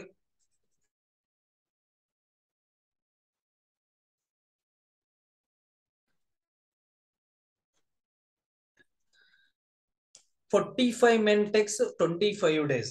ಇಲ್ಲಿ ನಾನು ಕ್ವಶನ್ ಹೇಳ್ತೀನಿ ನೋಡ್ರಿ, ಫಸ್ಟ್ ಬರ್ಕೊಡ್ರಿ. 45 ಮೆನ್ ಇದಾರ, ಅವ್ರು ಎಷ್ಟು ದಿನ ತಗೋತಾರ ಅಂತ ಹೇಳಿದ್ರೆ 25 ಡೇಸ್ ಅನ್ನ ತಗೊಂತಾರ ಒಂದು ಪಾಂಡ್ ಅಂತಂದ ಹೇಳಿದ್ರೆ ಒಂದು ತೆಗ್ಯಾಕ. ಒಂದು ಕೆರೆಯನ್ನ ತೋಡಕ್ಕೆ ಅಂತಂದ ಹೇಳಿದ್ರೆ 45 ಜನ 25 ದಿನ ತಗೊಂತಾರ. ಸೇಮ್ ಮತ್ ಅದೇ ಪಾಂಡ್ ಅನ್ನ 15 ದಿನದಲ್ಲಿ ಮುಗಿಸಾಕ. ಏನ್ ನೋಡ್ರಿ, ಒಂದೇನಂತಂದ ಹೇಳಿದ್ರೆ ಕೆರೆ ಇದೆ, ಈ ಕೆರೆಯನ್ನ ಮುಗಿಸ್ಬೇಕಂತಂದ ಹೇಳಿದ್ರೆ 45 ಜನ 25 ದಿನ ತಗೊಂತಾರ. So if the pond would have to be dig in 15 days, ಅಂದ್ರೆ ಇನ್ 15 ದಿನದಲ್ಲಿ, ಈಗ ನಮ್ಗೆ 25 ದಿನ ಬೇಡ, ಅಂತದ್ ಇನ್ನೊಂದು ತೆಗಿಬೇಕು, ಇಂಥದೇ ಸೇಮ್ ಇನ್ನೊಂದು ತೆಗಿಬೇಕಂತಂದ ಹೇಳಿದ್ರೆ 15 ದಿನ ನೀವು ತಗೋಬೇಕು, ಎಷ್ಟು ಜನ ಬೇಕಾದಷ್ಟು ಬರ್ರಿ ನೀವು ಅಂತ ಹೇಳ್ತಾರೆ. ಹಳ್ಳಿ ಒಳಗಡೆ ಹೇಳ್ತಾರಲ್ಲ ಹಂಗೆ. ಸೊ ಇವಾಗ 15 ದಿನಗಳೊಳಗಡೆ ಆ ಕೆರೆಯನ್ನ ಕಟ್ಬೇಕಂತಂದ ಹೇಳಿದ್ರೆ ಅಥವಾ ಕೆರೆಯನ್ನ ತೋಡ್ಬೇಕಂತಂದ ಹೇಳಿದ್ರೆ ಎಷ್ಟು ಜನ ಇರಬೇಕು ಅಂತ ಕ್ವಶನ್ ಕೇಳ್ತಾರ. ಸೊ ಈ ಕ್ವಶನ್ ಅರ್ಥ ಆಯ್ತಾ ನಿಮ್ಗೆ? ಇಲ್ಲಿ ಫಾರ್ಮುಲಾ ಏನಿದೆ ಅಂತ ಹೇಳಿದ್ರೆ ಬರ್ಕೋಬೇಕು. ಫಾರ್ಮುಲಾ ಬರ್ಕೊಡ್ರಿ. ಮೆನ್ ಇಂಟು ಡೇಸ್, ದಿನಗಳು, ಇಂಟು ಅವರ್ಸ್ ಅಂತಂದ ಹೇಳ್ತೀವಿ, ಈಕ್ವಲ್ ಟು, ಇದು ಒಂದಾಯ್ತು, ಒಂದ್ ಕೊಟ್ಟಿದ್ದು. ಇನ್ನೊಂದು ಕೇಳ್ತಾರಲ್ಲ ಅದ್ರದ್ದು ಸೇಮ್ ಬರ್ಕೋಬೇಕು. Men into days into hours, ಎಷ್ಟು ಗಂಟೆಗಳಲ್ಲಿ. ನಮ್ಗೆ ಇಲ್ಲಿ ಗಂಟೆಗಳನ್ನ ಕೊಟ್ಟಿಲ್ಲ, ಓನ್ಲಿ ಮೆನ್ ಮತ್ತು ಡೇಸ್ ಗಳನ್ನ ಅಷ್ಟೇ ಯೂಸ್ ಮಾಡ್ಕೋಬೇಕು. ಯೂಸ್ ಮಾಡ್ಕೊಳ್ಳೋಣ ಇವಾಗ. ಸಾರಿ. ಸೊ ಯೂಸ್ ಮಾಡ್ಕೊಳ್ರಿ. ಮೆನ್ ಎಷ್ಟು ಕೊಟ್ಟಿದಾನ, 45 ದಿನ ಕೊಟ್ಟಿದಾನ. ಡೇಸ್ ಎಷ್ಟು ಕೊಟ್ಟಿದಾನ, 25 ದಿನ. 45 ದಿನ 25 ದಿನದ ಮುಗಿಸಿದ್ರು. ಸೊ ನಮ್ಗೆ ಎಷ್ಟು ಮೆನ್ ಕೊಟ್ಟಿಲ್ಲ, ನೆಕ್ಸ್ಟ್ ಮೆನ್ ಕೊಟ್ಟಿಲ್ಲ ಅಂತ ಕಂಡು ಹಿಡಬೇಕು. ಎಷ್ಟು ದಿನದಾಗ ಮುಗಿಸಿದಾರ, 15 ದಿನದಾಗ ಮುಗಿಸಿದಾನ. ಇಲ್ಲಿ ನಾನು ಇಲ್ಲಿ ಬರ್ಕೋತೀನಿ ನೋಡ್ರಿ. So 45 into 25 equal to men into 15 ಅಂತ ಕೇಳಿದ. ನಮಗೆ ಜನಗಣನೆ ಕೇಳಿದಾರಲ್ಲ. ಸೊ 15 ನಾವು ಈ ಕಡೆ ಕಳಿಸಿದ್ರೆ ಏನಾಗುತ್ತೆ, ಡಿವೈಡೆಡ್ ಬೈ ಆಗುತ್ತೆ. ಸೊ ನಾವು ಮೆನ್ ಈಕ್ವಲ್ ಟು ಏನಂತ ಬರ್ಕೊಂತೀವಿ, 45 ಇಂಟು 25 ಡಿವೈಡೆಡ್ ಬೈ 15 ಅಂತ ಬರ್ಕೊಂತೀವಿ. ಸೊ 15 ಒಂದ್ಲೆ 15 ಮೂರ್ಲೆ 45. ಸೊ ಅದಾದ ನಂತರ ಏನ್ ಉಳಿತು ನೋಡ್ರಿ, ಈ ಕಡೆ ಬರ್ಕೋತೀನಿ ನೋಡ್ರಿ. ಸೊ ಅಲ್ಲಿ ಪ್ಲೇಸ್ ಇಲ್ಲ, 3 ಇಂಟು 25 ಉಳಿತು ಮೆನ್ ಈಕ್ವಲ್ ಟು. ಸೊ ಅಂದ್ರೆ 25 ಮೂರ್ಲೆ 75. ಸೊ ಎಷ್ಟ್ ಜನ ಬೇಕಂತಂದ್ ಹೇಳಿದ್ರೆ ನಮ್ಗೆ 75 ಜನ ಬೇಕು. ನಾವ್ ಹೇಳ್ತೀವಿ ನೋಡ್ರಿ, 45 ಜನ ಸೇರಿದ್ರೆ ಒಂದ್ ಕೆರೆಯನ್ನ ತೋಡಾಕ 25 ದಿನ ಬೇಕು. 45 ಜನ ಸೇರಿ 25 ದಿನದಾಗ ತೋಡ್ತಾರ. ಸೇಮ್ ಅದೇ 75 ಜನ ಸೇರಿದ ಅಂತಂದ್ ಹೇಳಿದ್ರೆ 15 ದಿನದಾಗ ತೋಡ್ತಾರ ಅಂತಂದ್ ಹೇಳಿದ್ರೆ ಈ ಫಾರ್ಮುಲಾವನ್ನ ನಾವು ಯೂಸ್ ಮಾಡ್ಕೋಬೇಕು. ಎಸ್, ಯೂಸ್ ಮಾಡ್ಕೊಂತೀರಲ್ಲ. ಎಸ್, ನೆಕ್ಸ್ಟ್ ಕ್ವಶನ್ ಏನಿದೆ ನೋಡ್ರಿ, ಒಂದ್ ನಿಮಿಷ ಇರಿ. ನೆಕ್ಸ್ಟ್ ಕ್ವಶನ್ ಕಿಂತನೂ ನಾನು ಇದು ಮಾಡ್ತೀನಿ. ಸೇಮ್ ಇದೇ ಕ್ವಶನ್ಸ್ ಗಳನ್ನ ಕೇಳ್ತಾರೆ. ಇವಾಗ ಏನಂತಂದ ಹೇಳಿದ್ರೆ ಇಷ್ಟು ಜನ ಎ ಇದ್ದಾವ ಏನಂತಂದ ಹೇಳಿದ್ರೆ ಇಷ್ಟು ದಿನ ವರ್ಕ್ ಮಾಡ್ತಾನ, ಇಷ್ಟು ಕೆಲಸ ಮಾಡ್ತಾನ. ಅದಾದ ನಂತರ ನೆಕ್ಸ್ಟ್ ಬಿ ಇದ್ದಾವ ಸೊ ಎಷ್ಟು ದಿನ ಮಾಡ್ಬೇಕು ಈ ಕೆಲಸವನ್ನ, ಇಷ್ಟು ಅವರ್ ಮಾಡಿದ್ರಿ ಅಂತ ಕ್ವಶನ್ ಕೇಳ್ತಾನ. ಅವಾಗ ಸೇಮ್ ಫಾರ್ಮುಲಾನ ಹಾಕ್ಬೇಕು. ಸೊ ಏನ್ ಕೊಟ್ಟಿದಾನಲ್ಲ ಅದನ್ನ ಹಾಕೋದು, ಏನ್ ಕೊಟ್ಟಿಲ್ಲ ಅಂತಂದ ಹೇಳಿದ್ರೆ ಅದನ್ನ ಕಂಡು ಹಿಡಿಯೋದು ಅಷ್ಟೇ. ಇದೇ ಸೇಮ್ ಫಾರ್ಮುಲಾ. ಇದೇನಂತಂದ ಹೇಳಿದ್ರೆ ತುಂಬಾ ಈಸಿಯೆಸ್ಟ್ ಫಾರ್ಮುಲಾ ಅಂತಂದ ಹೇಳ್ತೀವಿ ವರ್ಕ್ ಅನ್ನ ಕಂಡುಹಿಡಿಯೋಕೆ. ಇದನ್ ಬಿಟ್ರೆ ಬೇರೆ ಈಸಿ ಫಾರ್ಮುಲಾ ಯಾವ್ದು ಇಲ್ಲ. ನೆನ್ಪಿಟ್ಕೊಡ್ರಿ. ಸೊ ಅದಾದ ನಂತರ ನೆಕ್ಸ್ಟ್ ನೋಡ್ರಿ, how many surfaces are there in cube. ನಾನು ಆಗ್ಲೇ ಹೇಳಿದ್ದೆ ನೋಡ್ರಿ. ಸೊ ಒಂದೇನಂತಂದ ಹೇಳಿದ್ರೆ ಈ ತರ ಕ್ಯೂಬ್ ಇದೆ. ಒಂದೇನಿದೆ ಅಂತಂದ ಹೇಳಿದ್ರೆ ಈ ತರ ಕ್ಯೂಬ್ ಇದೆ. ಅದಕ್ಕೆ ಎಷ್ಟು ಮುಖಗಳಿದಾವ ಅಂತ ಕ್ವಶನ್ ಕೇಳಿದ್ರೆ, ಎಷ್ಟು ಸ್ಪೇಸ್ ಗಳಿದಾವ ಅಂತ ಕ್ವಶನ್ ಕೇಳಿದ್ರೆ, ಟೋಟಲ್ ಆಗಿ ಎಷ್ಟಿದಾವ ಅಂತಂದ ಹೇಳಿದ್ರೆ 6 ಆಗ್ತಾವ. 1 2 3 4. ಸೊ ಇವು ಫಾರ್ ಎಕ್ಸಾಂಪಲ್ ಬೆಸ್ಟ್ ಯಾವ್ದು ಅಂತಂದ ಹೇಳಿದ್ರೆ ಸೊ ಯಾವ್ದಾದ್ರು ಒಂದು ಬಾಕ್ಸ್ ಅನ್ನ ತಗೊಳ್ರಿ. ಆ ಬಾಕ್ಸ್ ಎಷ್ಟು ಸೈಡ್ ಗಳಿರ್ತಾವ ನೋಡ್ರಿ, ಟೋಟಲ್ ಆಗಿ 6 ಸೈಡ್ ಗಳಿರ್ತಾವ. ಸೊ ಬೆಸ್ಟ್ ಎಕ್ಸಾಂಪಲ್ ತೋರಿಸ್ತೀನಿ. ಸೊ ಇದೇನಂತಂದ ಹೇಳಿದ್ರೆ ಇದು ಕ್ಯೂಬ್ ಅಂತ ಅನ್ಕೊಡ್ರಿ. ಕ್ಯೂಬ್ ಅಲ್ಲ, ಬಟ್ ಕ್ಯೂಬ್ ಅಂತ ಅನ್ಕೊಡ್ರಿ. ಅಂದ್ರೆ ಇದು ಎಷ್ಟು ಉದ್ದ ಇದೆಯಲ್ಲ ಅಷ್ಟೇ ಅಗಲ ಇಷ್ಟು ಈ ಕಡೆನೂ ಇದೆ ಅಂತ ಅನ್ಕೊಡ್ರಿ. ಸೊ ಇದು ಒಂದು ಫೇಸ್ ಆಯ್ತು, ಇದು ಒಂದು ಫೇಸ್ 2, ಇದೊಂದು 3, ಇವು 3 ಆದವು. ಸೊ ಅದಾದಂದ್ರೆ ಹಿಂದ್ಗಡೆ ಒಂದಿದೆ 4, ಆಮೇಲೆ ಮೇಲ್ಗಡೆ ಒಂದಿದೆ 5, ಕೆಳಗಡೆ ಒಂದೈತೆ 6. ಟೋಟಲ್ ಆಗಿ ಎಷ್ಟು ಫೇಸ್ ಗಳಾಗ್ತಾವ ಅಂತ ಹೇಳಿದ್ರೆ 6 ಆಗ್ತಾವ. ಸೊ ಅದನ್ನೇ ಕ್ವಶನ್ ಅನ್ನ ಕೇಳಿದಾನ. ಸೊ ಅದಾದ ನಂತರ ನೆಕ್ಸ್ಟ್ ಕ್ವಶನ್ ಏನಿದೆ ನೋಡ್ರಿ. ನೆಕ್ಸ್ಟ್ ಕ್ವಶನ್ ಏನಿದೆ,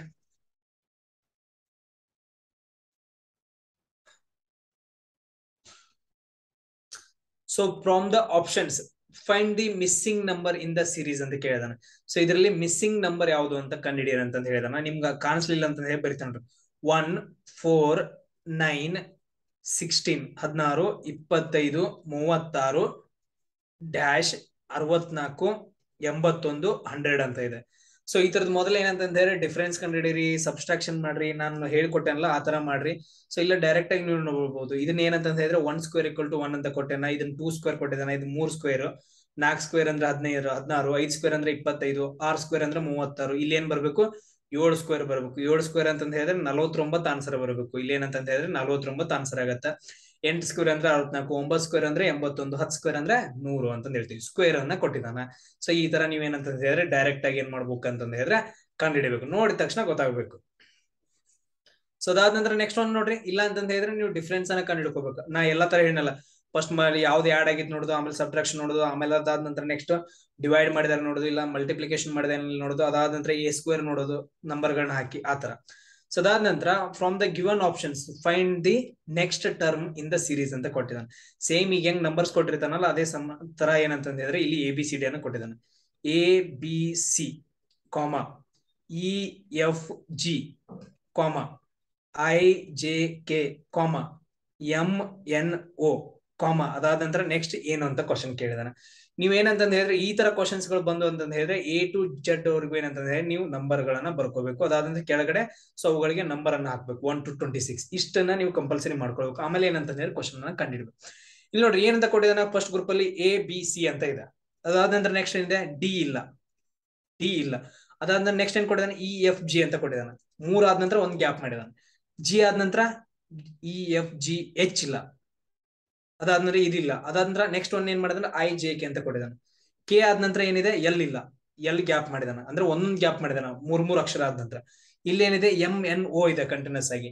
O ಆದ ನಂತರ ಏನ್ ಬರ್ಬೇಕು P ಬರ್ಬೇಕು, P ಗ್ಯಾಪ್ ಆಗ್ಬೇಕು. ಅದಾದ ನಂತರ P ಆದ ನಂತರ ಏನ್ ಬರ್ಬೇಕು QRS ಅಂತ ಬರ್ಬೇಕು, 3 ಅಕ್ಷರಗಳು. ಸೊ ಇಲ್ಲಿ ಆನ್ಸರ್ ಏನಾಗತ್ತೆ ಅಂತಂದ ಹೇಳಿದ್ರೆ ಆಪ್ಷನ್ C ಆಗತ್ತೆ, QRS ಅಂತ ಹೇಳ್ತೀವಿ. ಸೊ ಇಷ್ಟು ನಿಮ್ಗೆ ಅರ್ಥ ಆಯ್ತಾ?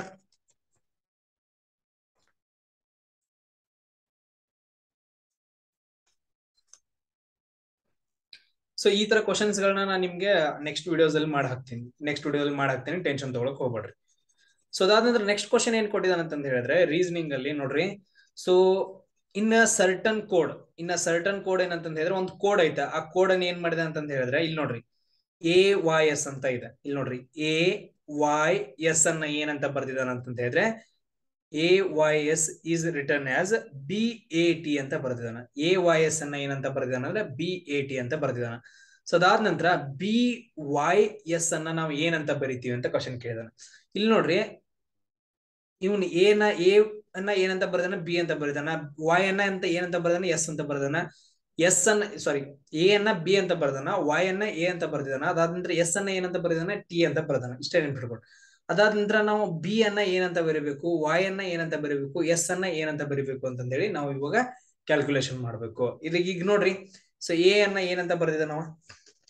ಸೊ ಎ ಆದ ನಂತರ ನೆಕ್ಸ್ಟ್ ಏನ್ ಬಂದಿದೆ ವರ್ಡ್, ಬಿ ಅಂತ ಬಂದಿದೆ. ನೆಕ್ಸ್ಟ್ ಎ ಆದ ನಂತರ ನೆಕ್ಸ್ಟ್ ವರ್ಡ್ ಏನ್ ಬಂದಿದೆ ಅಂತಂದ್ರೆ ಬಿ ಅಂತ ಬಂದಿದೆ. ಇಲ್ಲಿ ನೋಡ್ರಿ, ABCD ಅದಕ್ಕೆ ಬರ್ಕೊಂತ ABCDEF ಅಂತ ಬರ್ಕೊಡ್ರಿ. ಎ ಅನ್ನ ಏನಂತ ಬರ್ದಾನ, ಬಿ ಅಂತ ಬರ್ಕೊಂಡಿದ್ದಾನ, +1 ಮಾಡಿದಾನ. ಇಲ್ಲಿ ಏನಂತ +1 ಮಾಡಿದಾನ. ಇಲ್ಲಿ ನಾವು +1 ಅಂತ ಮಾಡೋಣ. ಸೊ ಇಲ್ಲಿ ನಾವೇನ್ +1 ಅಂತ ಮಾಡಿದ್ರೆ ಬಿ ಆದ ನಂತರ ಏನ್ ಬರುತ್ತೆ, ಸಿ ಬರುತ್ತ. ಅದಾದ ನಂತರ Y ಅನ್ನ ಏನಂತ ಬರ್ದಿದಾನ, ಎ ಅಂತ ಬರ್ದಿದಾನ. Y ಅನ್ನ ಏನಂತ ಬರ್ದಿದಾನ ನೋಡ್ರಿ.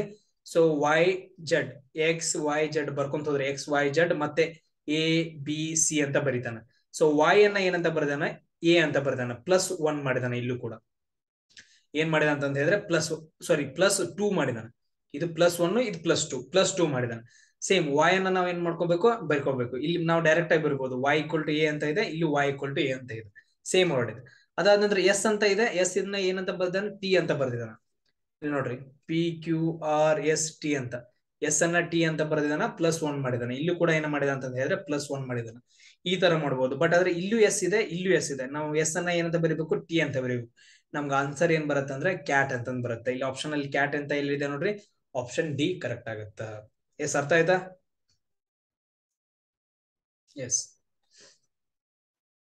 ಸೊ ನೆಕ್ಸ್ಟ್ ಕ್ವಶನ್ ಏನಿದೆ ನೋಡ್ರಿ, ನೆಕ್ಸ್ಟ್ ಕ್ವಶನ್ ಏನಿದೆ ಅಂತ ಹೇಳಿದ್ರೆ ಡೈರೆಕ್ಷನ್ ಬಗ್ಗೆ ಇದೆ. ನೆಕ್ಸ್ಟ್ ಕ್ವಶನ್ ಏನಿದೆ ಅಂತ ಹೇಳಿದ್ರೆ ಡೈರೆಕ್ಷನ್ ಬಗ್ಗೆ ಇದೆ. ಡೈರೆಕ್ಷನ್ ಬಗ್ಗೆ ನಿಮ್ಗೆ ಏನಂತ ಹೇಳಿದ್ರೆ ಮೊದಲು ಗೊತ್ತಾಗಬೇಕು, ಡೈರೆಕ್ಷನ್ ಗಳು ಯಾವ್ಯಾವ ಅಂತ ಗೊತ್ತಾಗಬೇಕು. ಸೊ ಅದಾದ ನಂತರ ನೆಕ್ಸ್ಟ್ ಏನಂತ ಹೇಳಿದ್ರೆ ನಿಮ್ಗೆ ಆರಾಮಾಗಿ ಕ್ಯಾಲ್ಕುಲೇಷನ್ ಮಾಡಕ್ ಬರುತ್ತೆ. ಇಲ್ಲ ಅಂತ ಹೇಳಿದ್ರೆ ಮಾಡಕ್ ಬರಂಗಿಲ್ಲ. ಇಲ್ಲಿ ನೆಕ್ಸ್ಟ್ ಏನಂತ ಹೇಳಿದ್ರೆ ಮೊದಲು ಡೈರೆಕ್ಷನ್ ಗಳನ್ನ ಬರ್ಕೊಡ್ರಿ. ಸೊ ಈ ತರ ಡೈರೆಕ್ಷನ್ ಅಂತ ಹೇಳಿದ್ರೆ ದಿಕ್ಕುಗಳು. ಸೊ ಮೇಲ್ಗಡೆ ನಮ್ಮ ತಲೆ ಮೇಲ್ಗಡೆ ಇದೆಯಲ್ಲ, ಇದನ್ನ ನಾವೇನಂತ ಕರಿತೀವಿ ಅಂದ್ರೆ ಉತ್ತರ ದಿಕ್ಕು ಅಥವಾ ನಾರ್ತ್ ಅಂತ ಕರಿತೀವಿ. ಎರಡು ಕನ್ನಡ ಇಂಗ್ಲಿಷ್ ಅಲ್ಲಿ ಬರ್ಕೊಡ್ರಿ. ಕೆಳಗಡೆ ನಮ್ ಕಾಲ್ ಕೆಳಗಡೆ ಇದೆಯಲ್ಲ, ಅದನ್ನ ನಾವೇನಂತ ಬರ್ಕೊಂತೀವಿ, ದಕ್ಷಿಣ ದಿಕ್ಕು, ಸೌತ್ ಅಂತ ಬರ್ಕೊಂತೀವಿ. ಸೊ ಅದಾದ ನಂತರ ನಮ್ಮ ಬಲಗಡೆಗೆ ಇದೆಯಲ್ಲ, ನಾವು ಮುಂದ್ ಕೂತ ತಕ್ಷಣ ನಮ್ ಮುಂದ್ಗಡೆ ಈ ತರ ನಿಮ್ದು ಪೇಪರ್ ಇದೆ, ಈ ಕಡೆ ಸೈಡ್ ಇದೆಯಲ್ಲ, ಬಲಗಡೆಗೆ ಇದೆಯಲ್ಲ, ಅದನ್ನ ನಾವೇನಂತ ಕರಿತೀವಿ, ಪೂರ್ವ ಅಂತ ಕರಿತೀವಿ, ಈಸ್ಟ್ ಅಂತ ಕರಿತೀವಿ. ಈಸ್ಟ್ ಅಂದ್ರೆ ಪೂರ್ವ. ಅದಂತ ನಮ್ ಎಡಗಡೆಗೆ ಇದೆಯಲ್ಲ, ಅದನ್ನ ನಾವೇನಂತ ಕರಿತೀವಿ ಅಂದ್ರೆ ಪಶ್ಚಿಮ ಅಂತ ಕರಿತೀವಿ, ವೆಸ್ಟ್ ಅಂತ ಕರಿತೀವಿ. ಅರ್ಥ ಆಯ್ತಾ? ಅದಾದ ನಂತರ ಇಲ್ಲಿ ನೋಡ್ರಿ, ಈ ದಿಕ್ಕನ್ನ ನಾವೇನಂತ ಕರಿತೀವಿ, ನಾರ್ತ್ ವೆಸ್ಟ್ ಅಂತ ಕರಿತೀವಿ. ಕನ್ನಡದಲ್ಲಿ ವಾಯುವ್ಯ ಅಂತ ಕರಿತೀವಿ. ನಾರ್ತ್ ವೆಸ್ಟ್ ವಾಯುವ್ಯ ಅಂತ ಕರಿತೀವಿ. ಈ ದಿಕ್ಕನ್ನ ಏನಂತ ಕರಿತೀವಿ, ಈಶಾನ್ಯ ಅಂತ ಕರಿತೀವಿ. ಇದನ್ನ ಏನಂತ ಕರಿತೀವಿ ಅಂದ್ರೆ ನಾರ್ತ್ ಈಸ್ಟ್ ಅಂತ ಕರಿತೀವಿ. ಸೊ ಇದನ್ನ ಏನಂತ ಕರಿತೀವಿ ಅಂತಂದ ಹೇಳಿದ್ರೆ ಆಗ್ನೇಯ ಅಂತ ಕರಿತೀವಿ, ಆಗ್ನೇಯ. ಸೊ ಇದನ್ನ ಏನಂತ ಕರಿತೀವಿ ಅಂದ್ರೆ ಸೌತ್ ಈಸ್ಟ್ ಅಂತ ಕರಿತೀವಿ. ಸೌತ್ ಈಸ್ಟ್, ಎರಡರ ನಡುವೆ, ಸೌತ್ ಮತ್ತು ಈಸ್ಟ್ ನಡುವೆ ಸೌತ್ ಈಸ್ಟ್, ಆಗ್ನೇಯ ಅಂತ ಕರಿತೀವಿ. ಇದನ್ನ ಏನಂತ ಕರಿತೀವಿ, ನೈಋತ್ಯ ಅಂತ ಕರಿತೀವಿ. ಸೌತ್ ಮತ್ತು ವೆಸ್ಟ್, ಸೌತ್ ವೆಸ್ಟ್ ಅಂತ ಕರಿತೀವಿ. ಸೌತ್ ಮತ್ತು ವೆಸ್ಟ್ ನಡುವೆ ಇದೆ, ಇದನ್ನ ಏನಂತ ಕರಿತೀವಿ, ನೈಋತ್ಯ ಅಂತ ಕರಿತೀವಿ. ಇಷ್ಟ ಅರ್ಥ ಆಯ್ತಾ ಎಲ್ರಿಗೂ? ಸೊ ಇದ್ರ ಪ್ರಕಾರ ನಾವು ಮಾಡ್ಕೊಂತ ಹೋಗ್ಬೋದು. ವಿಜಯ್ ವಾಕ್ಸ್, ವಿಜಯ್ ಇದ್ದವ ಏನ್ ಮಾಡ್ತಾನ ಅಂತ ಹೇಳಿದ್ರೆ ಒಂದ್ ಪಾಯಿಂಟ್ ಐತೆ. ವಿಜಯ್ ಏನ್ ಮಾಡ್ತಾನ ಅಂತ ಹೇಳಿದ್ರೆ ವಾಕಿಂಗ್ ಮಾಡ್ತಾನ 5 kilometre towards south. 5 kilometre towards south ಅಂತ ಹೇಳಿದ್ರೆ ಮ್ಯಾಲ ಹೋಗ್ಬೇಕಾ ಕೆಳಗೆ ಬರ್ಬೇಕಾ? ಸೌತ್ ಕೆಳಗಡೆ ಇದೆ ಅಂದ್ರೆ 5 ಕಿಲೋಮೀಟರ್ ಏನಂತ ಹೇಳಿದ್ರೆ ಸೌತ್ ಬರ್ತಾನ. 5 ಕಿಲೋಮೀಟರ್ ಸೌತ್ ಬರ್ತಾನ. ನಾವ್ ಈ ಕಡೆ ಮುಖ ಮಾಡ್ಕೊಂಡು ನಿಲ್ಕೊಳ್ಳಿವಿ. ನಾವೇನಂತ ಹೇಳಿದ್ರೆ ಬುಕ್ ಅನ್ನ ತಿರುರ್ಬೇಕಂದ್ರೆ ಈ ಕಡೆ ಮುಖ ಮಾಡ್ಕೊಂಡು ನಿಂತ್ಕೋಬೇಕು. ಸೊ ಅದಾದ ನಂತರ ಸೌತ್ ತಿರುಗಿದ ನಂತರ then he walks 3 kilometre turning to the right. ಇವೇನ್ ಮಾಡ್ತಾ ಅಂತ ಹೇಳಿದ್ರೆ ರೈಟ್ ಸೈಡ್ ಟರ್ನ್ ಮಾಡ್ತಾನ. ಈಗ ನೋಡ್ರಿ, ರೈಟ್ ಸೈಡ್ ಟರ್ನ್ ಮಾಡ್ತಾ ಅಂತ ಹೇಳಿದ್ರೆ ನಾವು ಬುಕ್ ಅನ್ನ ತಿರುಗಿಸ್ಬೇಕು. ಈಗ ಫಾರ್ ಎಕ್ಸಾಂಪಲ್ ನಾನು ನಿಮ್ಗೆ ಹೇಳ್ತೀನಿ ರೀ. ಈಗ ಫಾರ್ ಎಕ್ಸಾಂಪಲ್ ಏನಿದೆ ಅಂತಂದ ಹೇಳಿದ್ರೆ, ಸೊ ಈ ತರ ಏನಂತ ಹೇಳಿದ್ರೆ ನಮ್ದು ಬುಕ್ ಐತೆ, ಈ ತರ ನಮ್ದು ಬುಕ್ ಐತೆ. ಸೊ ಇದೇನಂತಂದ ಹೇಳಿದ್ರೆ ನಾನು ಸೌತ್ ಕಡೆ ಅಂತ ಬರೆದಿದ್ದೀನಿ. ಸೊ ಇದನ್ನ ನಾವ್ ಏನ್ ಮಾಡ್ಬೇಕಂತ ಹೇಳಿದ್ರೆ ತಿರುಗಿಸ್ಬೇಕು, ನಮ್ ಮುಖದ ಕಡೆ ಮಾಡ್ಬೇಕು. ಸೊ ಆ ತರವಾಗ ಏನಂತ ಬುಕ್ ಅನ್ನ ತಿರುಗಿಸ್ಬೇಕು. ಬುಕ್ ಅನ್ನ ತಿರುಗಿಸಿರಿ ಅಂತಂದ ಹೇಳಿದ್ರೆ ನಿಮ್ ಅಂದ್ರೆ ಇದು ಮೇಲ್ಗಡೆ ಬರಬೇಕು. ಸೊ ಇವಾಗ ನಾವೇನಂದ್ರೆ ಬಲಗಡೆಗೆ ಹೊರಬೇಕು. ನಾವು ಈ ಕಡೆ ಮುಖ ಮಾಡಿ ನಿಂತ್ಕೊಂಡು ಅಂದ್ರೆ ಕೆಳಗಡೆ ಮುಖ ಮಾಡಿ ನಿಂತ್ಕೊಂಡ್ರೆ ನಮ್ದು ಎಡಗಡೆ ಯಾವಾಗ ಬರುತ್ತೆ, ಬಲಗಡೆ ಯಾವಾಗ ಬರುತ್ತೆ ನೋಡ್ರಿ. ಸೊ ಇದೇನ್ ಬರುತ್ತೆ ಅಂತಂದ ಹೇಳಿದ್ರೆ ಎಡಗಡೆ ಬರುತ್ತೆ, ಇದು ಬಲಗಡೆ ಬರುತ್ತೆ. ಕರೆಕ್ಟಾ? ಆ ಕಡೆ ಮುಖ ಮಾಡಿ ನಿಂತ್ಕೊಡ್ರಿ. ಇದು ಎಡಗಡೆ ಬರುತ್ತಾ ಬಲಗಡೆ ಬರುತ್ತಾ? ಸೊ ನಮ್ಮ ಏನ್ ಮಾಡಿದ ನೆಕ್ಸ್ಟ್ ಏನಂತಂದ್ರೆ 3 ಕಿಲೋಮೀಟರ್ ಬಲಗಡೆ ಹೊಳಿದಾನ, 3 ಕಿಲೋಮೀಟರ್ಸ್ ಏನಂತಂದ ಹೇಳಿದ್ರೆ ಬಲಗಡೆ ಹೊಳಿ ಹೋಗಿದಾನ. ಇಲ್ಲಿ ತನಕ ಬಂದ್ವಿ. ಸೊ ನೆಕ್ಸ್ಟ್ ನೋಡ್ರಿ, ಹಿ ಟರ್ನ್ಸ್ ಟು ಹಿಸ್ ರೈಟ್. ಮತ್ತೆ ಏನ್ ಮಾಡಿದ ಅಂತಂದ ಹೇಳಿದ್ರೆ ರೈಟ್ ಈ ಕಡೆ ಮುಖ ಮಾಡ್ಕೊಂಡು ನಿಂತ್ಕೊಡ್ರಿ. ಇವಾಗ ರೈಟ್ ಯಾವ ಕಡೆ ಬರುತ್ತಾ? ಬಲಗಡೆಗೆ.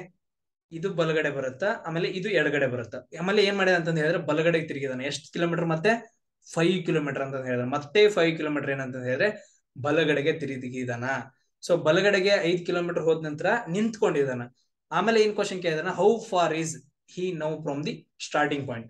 ಅಂದ್ರೆ ಅವ್ನು ಸ್ಟಾರ್ಟಿಂಗ್ ಪಾಯಿಂಟ್ ಇಂದ ಇವಾಗ ಎಷ್ಟು ದೂರದಲ್ಲಿ ಇದಾನ ಅಂತ ಕ್ವಶನ್ ಕೇಳಿದಾರ. ನೋಡ್ರಿ ಎಷ್ಟು ದೂರದಲ್ಲಿ ಇದಾನ ಇವಾಗ. ಇದು ಎಷ್ಟಾಗತ್ತ ದೂರ? ಸೇಮ್ ಆಗತ್ತಲ್ಲ, ಎರಡು ಡಿಸ್ಟೆನ್ಸ್. ಅಂದ್ರೆ ಇದು ಕೂಡ ಏನಂದ್ರೆ 3 ಕಿಲೋಮೀಟರ್ ಆಗತ್ತ. ಎಷ್ಟು ದೂರದಲ್ಲಿ ಇದಾನೆ ಇವಾಗ? 3 ಕಿಲೋಮೀಟರ್ ಅಂತ ಹೇಳ್ತೀವಿ. ಆಪ್ಷನ್ ಡಿ ಕರೆಕ್ಟ್ ಆಗತ್ತ. ಸೊ ಎಲ್ರಿಗೂ ಅರ್ಥ ಆಯ್ತಾ ಇದು? ಸೊ ಇದನ್ನು ಕೂಡ ನಾನು ಏನ್ ಮಾಡ್ತೀನಿ ಅಂದ್ರೆ ನಾಳೆ ವಿಡಿಯೋದಲ್ಲಿ ಮಾಡಿ ಹಾಕಿರ್ತೀನಿ, ಟೆನ್ಷನ್ ತಗೋಬೇಡ್ರಿ. ಸೊ ಇಲ್ಲಿದೆ ನೋಡ್ರಿ, ಕರೆಕ್ಟ್ ಆಗಿ ಕ್ವಶನ್ ಇದೆ ನೋಡ್ರಿ. ಇಲ್ಲಿ ಆಗ್ಲಿ ನಾವು ABCD ಮಾಡಿದ್ವಲ್ಲ, ಸೇಮ್ ಅದೇ ತರ. ಇನ್ನ ಸರ್ಟನ್ ಕೋಡ್ 15789 ಅಂದ್ರೆ 15789 15789 ಅನ್ನ ಏನಂತ ಬರ್ಕೊಂಡಿದೀವಿ? ರಿಟರ್ನ್ ಆಸ್ ಬರ್ಕೊಂಡಿದೀವಿ. XTZAL ಅಂತ ಬರ್ಕೊಂಡಿದೀವಿ. 1 ಅನ್ನ X ಅಂತ, 5 ಅನ್ನ T ಅಂತ, 7 Z ಅನ್ನ, 8 ಅನ್ನ A ಅಂತ, 9 ಅನ್ನ ಏನಂತ ಬರ್ಕೊಂಡಿದೀವಿ? L ಅಂತ ಬರ್ಕೊಂಡಿದೀವಿ. ಅದಾದ ನಂತರ ನೆಕ್ಸ್ಟ್ ಏನ್ ಬರ್ಕೊಂಡಿದೀವಿ ಅಂತ ಹೇಳಿದ್ರೆ 2 3 4 6 ಅನ್ನ ಏನಂತ ಬರ್ಕೊಂಡಿದೀವಿ? NPSU ಅಂತ ಬರ್ಕೊಂಡಿದೀವಿ. NPSU ಅಂತ ಬರ್ಕೊಂಡಿದೀವಿ. ಅವಾಗ ನಮ್ ಕ್ವಶನ್ ಏನ್ ಕೇಳಿದಾನ ಅಂತ ಹೇಳಿದ್ರೆ 2 3 5 4 ಅನ್ನ ನಾವು ಏನಂತ ಬರಿತೀವಿ ಅಂತ ಕ್ವಶನ್ ಕೇಳಿದಾನ. ಇವಾಗ ನೋಡ್ರಿ 2 ಅಂದ್ರೆ ಏನಂತ ಬರ್ಕೊಂಡಿದೀವಿ? N ಅಂತ ಬರ್ಕೊಂಡಿದೀವಿ. 3 ಅನ್ನ ಏನಂತ ಬರ್ಕೊಂಡಿದೀವಿ? ನೋಡ್ರಿ 3 ಎಲ್ಲಿದೆ? 3 ಅನ್ನ P ಅಂತ ಬರ್ಕೊಂಡಿದೀವಿ. 5 ಅನ್ನ ಏನಂತ ಬರ್ಕೊಂಡಿದೀವಿ? 5 ಇಲ್ಲಿದೆ, ಇಲ್ಲಿದೆ. 5 ಅನ್ನ T ಅಂತ ಬರ್ಕೊಂಡಿದೀವಿ. ಅದಾದ್ರಿಂದ 4 ಅನ್ನ ಏನ್ ಬರ್ಕೊಂಡಿದೀವಿ? ಎಲ್ಲಿದೆ 4? ಇಲ್ಲಿದೆ, S ಅಂತ ಬರ್ಕೊಂಡಿದೀವಿ. ಅಂದ್ರೆ ನಾವು ಏನಂತ ಬರಿಬಹುದು? 2 3 5 4 ಅನ್ನ ನಾವು NPTS ಅಂತ ಬರಿಬಹುದು. ಆಪ್ಷನ್ ಎಲ್ಲಿದೆ ನೋಡ್ರಿ? NPTS. ಸಾರಿ, ಇನ್ನೊಂದಿದೆ ವರ್ಡ್, 9 ಅಂತ ಇದೆ. 2 3 5 4 9 ಅಂತ ಇದೆ. 9 ಅನ್ನ ಏನಂತ ಬರ್ಕೊಂತೀವಿ? ಮತ್ತೆ L ಅಂತ ಬರ್ಕೊಂತೀವಿ. ಅಂದ್ರೆ NPTCL ಅಂತ, TSL ಅಂತ ಬರ್ಕೊಂತೀವಿ. ಆಪ್ಷನ್ ಯಾವ್ದು ಕರೆಕ್ಟ್ ಅಂತಂದ ಹೇಳಿದ್ರೆ ಆಪ್ಷನ್ ಎ ಕರೆಕ್ಟ್ ಆಗುತ್ತೆ. ಇಷ್ಟೇನಪ್ಪಾ ಅಂತಂದ ಹೇಳಿದ್ರೆ ನಿಮ್ದು ಜಬಲ್ಪುರ್ದ ಕ್ವಶನ್ ಪೇಪರ್ ಆಗುತ್ತೆ. ತುಂಬಾ ಈಸಿ ಇರುತ್ತೆ. ಆಮೇಲೆ ಕ್ವಶನ್ ಪೇಪರ್ಸ್ ಗಳನ್ನ ಕಂಪ್ಲೀಟ್ ಆಗಿ ಸಾಲ್ವ್ ಮಾಡ್ರಿ. ನಾನು ಏನೇನು ವರ್ಕ್ ಹೇಳಿದೇನಲ್ಲ ಅದನ್ನೆಲ್ಲ ವರ್ಕ್ ಮಾಡ್ಬಿಟ್ಟು ಸೊ ಕಮೆಂಟ್ಸ್ ಅಲ್ಲಿ ಹಾಕ್ರಿ. ಅದಾದ ನಂತರ ಆನ್ಲೈನ್ ಎಕ್ಸಾಮ್ಸ್ ಗಳನ್ನ ತಗೊಳ್ರಿ. ಆನ್ಲೈನ್ ಎಕ್ಸಾಮ್ಸ್ ಗಳನ್ನ ಗುರುವಾರ ದಿನ ನಾನು ನಿಮ್ಗೆ ಸೊ ಓಪನ್ ಆಗಿ ಬಿಡ್ತೀನಿ. ನೀವು ಯಾವಾಗ ಬೇಕಾದ್ರೂ ಬರಿಬಹುದು. ಗುರುವಾರದಿಂದ ಹಿಡ್ಕೊಂಡು ಯಾವಾಗ ಬೇಕಾದ್ರೂ ಬರಿಬಹುದು. ಬಟ್ ಆದ್ರೆ ಸೊ ನೆಕ್ಸ್ಟ್ ಏನಂತ ಹೇಳಿದ್ರೆ ಗುರುವಾರ ದಿನ ಆದ ನಂತರ 2 ದಿನ ಬಿಟ್ಟು, ಅಂದ್ರೆ 2 ದಿನ ಅಂದ್ರೆ 3 ದಿನ ಬಿಡ್ತೀನಿ. ಯಾಕಂದ್ರೆ ಇನ್ನು ಕೆಲವರು ಜನ ಏನಂತ ಹೇಳಿದ್ರೆ ಫಸ್ಟ್ ಟೆಸ್ಟ್ ಅನ್ನ ತಗೊಳ್ಳಲ್ಲ. ಫಸ್ಟ್ ಟೆಸ್ಟ್ ಇರುತ್ತೆ, ಸೆಕೆಂಡ್ ಟೆಸ್ಟ್ ಇರುತ್ತೆ, ಥರ್ಡ್ ಟೆಸ್ಟ್ ಇರುತ್ತೆ. GD ಮತ್ತು ಟ್ರೇಡ್ಸ್ ಮನ್ ಗಳಿಗೆ. ಆಮೇಲೆ ಕ್ಲರ್ಕ್ ದವ್ರಿಗೆ ಒಂದು ಟೆಸ್ಟ್ ಇರುತ್ತೆ, ಆಮೇಲೆ ಟೆಕ್ನಿಕಲ್ ದವ್ರಿಗೆ ಒಂದು ಟೆಸ್ಟ್ ಇರುತ್ತೆ. ನೀವೆಲ್ಲರೂ ಬರೀರಿ. ಸೊ ಅದಾದ ನಂತರ 3 ದಿನ ಬಿಟ್ಟು, 3 ಟೆಸ್ಟ್ ಇರೋದ್ರಿಂದ 3 ದಿನ ಬಿಟ್ಟು ನೆಕ್ಸ್ಟ್ 3ನೇ ದಿನಕ್ಕೆ ಏನ್ ಮಾಡ್ತೀನಿ ಅಂದ್ರೆ 4ನೇ ಟೆಸ್ಟ್ ಅನ್ನ ಅಪ್ಲೋಡ್ ಮಾಡ್ತೀನಿ. ಅದಾದ ನಂತರ ನೆಕ್ಸ್ಟ್ 5ನೇ ದಿನಕ್ಕೆ ಮತ್ತೊಂದು ಅಪ್ಲೋಡ್ ಮಾಡ್ತೀನಿ. ಈ ತರ ಕಂಟಿನ್ಯೂಸ್ ಆಗಿ ನಿಮ್ಗೆ ಅಪ್ಲೋಡ್ ಮಾಡ್ತಾ ಹೋಗ್ತೀನಿ ಟೆಸ್ಟ್ ಗಳನ್ನ. ನೀವು ಕಂಟಿನ್ಯೂಸ್ ಆಗಿ ಬರಿತಾ ಹೋದ್ರೆ ಏನಾಗುತ್ತೆ ಅಂದ್ರೆ ನಿಮ್ಗೆ ಒಂದು ಕಾನ್ಫಿಡೆನ್ಸ್ ಬರುತ್ತೆ. ಯಾರು ಮಿಸ್ ಮಾಡ್ಕೊಳಕ್ ಹೋಗ್ಬೇಡ್ರಿ. ಗುರುವಾರ ದಿನ ಎಕ್ಸಾಮ್ ಅನ್ನ, ಟೆಸ್ಟ್ ಅನ್ನ ಬಿಟ್ಟ ತಕ್ಷಣ ಎಲ್ಲರೂ ಟೆಸ್ಟ್ ಅನ್ನ ಬರೀರಿ. ನಿಮ್ ಸ್ಕೋರ್ಸ್ ಗಳನ್ನ ನಾನು ಬಿಡ್ತೀನಿ, ಎಲ್ಲೂ ತಗೊಂಡ್ ಹೋಗಲ್ಲ. ನಿಮ್ ಸ್ಕೋರ್ಸ್ ಗಳನ್ನ ನಾನು ಬರ್ತೀನಿ. ಸೊ ಇಲ್ಲಿವರೆಗೂ ಏನಂತಂದ ಹೇಳಿದ್ರೆ 195 ಸಮಥಿಂಗ್ ಬರ್ದಿದ್ದಾರೆ. 195 ಅವ್ರದ್ದೆಲ್ಲಾನು ಸೇರಿ ಬಿಟ್ಬಿಡ್ತೀನಿ. ಇಲ್ಲ ಅಂತಂದ್ರೆ ನೀವು ಯಾರು ಬರೆಯಲ್ಲ ಅಂತಂದ ಹೇಳಿದ್ರೆ ಇವ್ರದಷ್ಟೇ ಬಿಡ್ತೀನಿ. ನೆಕ್ಸ್ಟ್ ಎಷ್ಟು ಜನ ಬರೀತಾರಲ್ಲ ಅವ್ರದಷ್ಟು ರಿಸಲ್ಟ್ ಗಳನ್ನ ನಾನು ಬಿಟ್ಕೊತ ಹೋಗ್ತೀನಿ. ನೆಕ್ಸ್ಟ್ ವಿಡಿಯೋದಲ್ಲಿ ಸಿಗೋಣ. ಜೈ ಹಿಂದ್.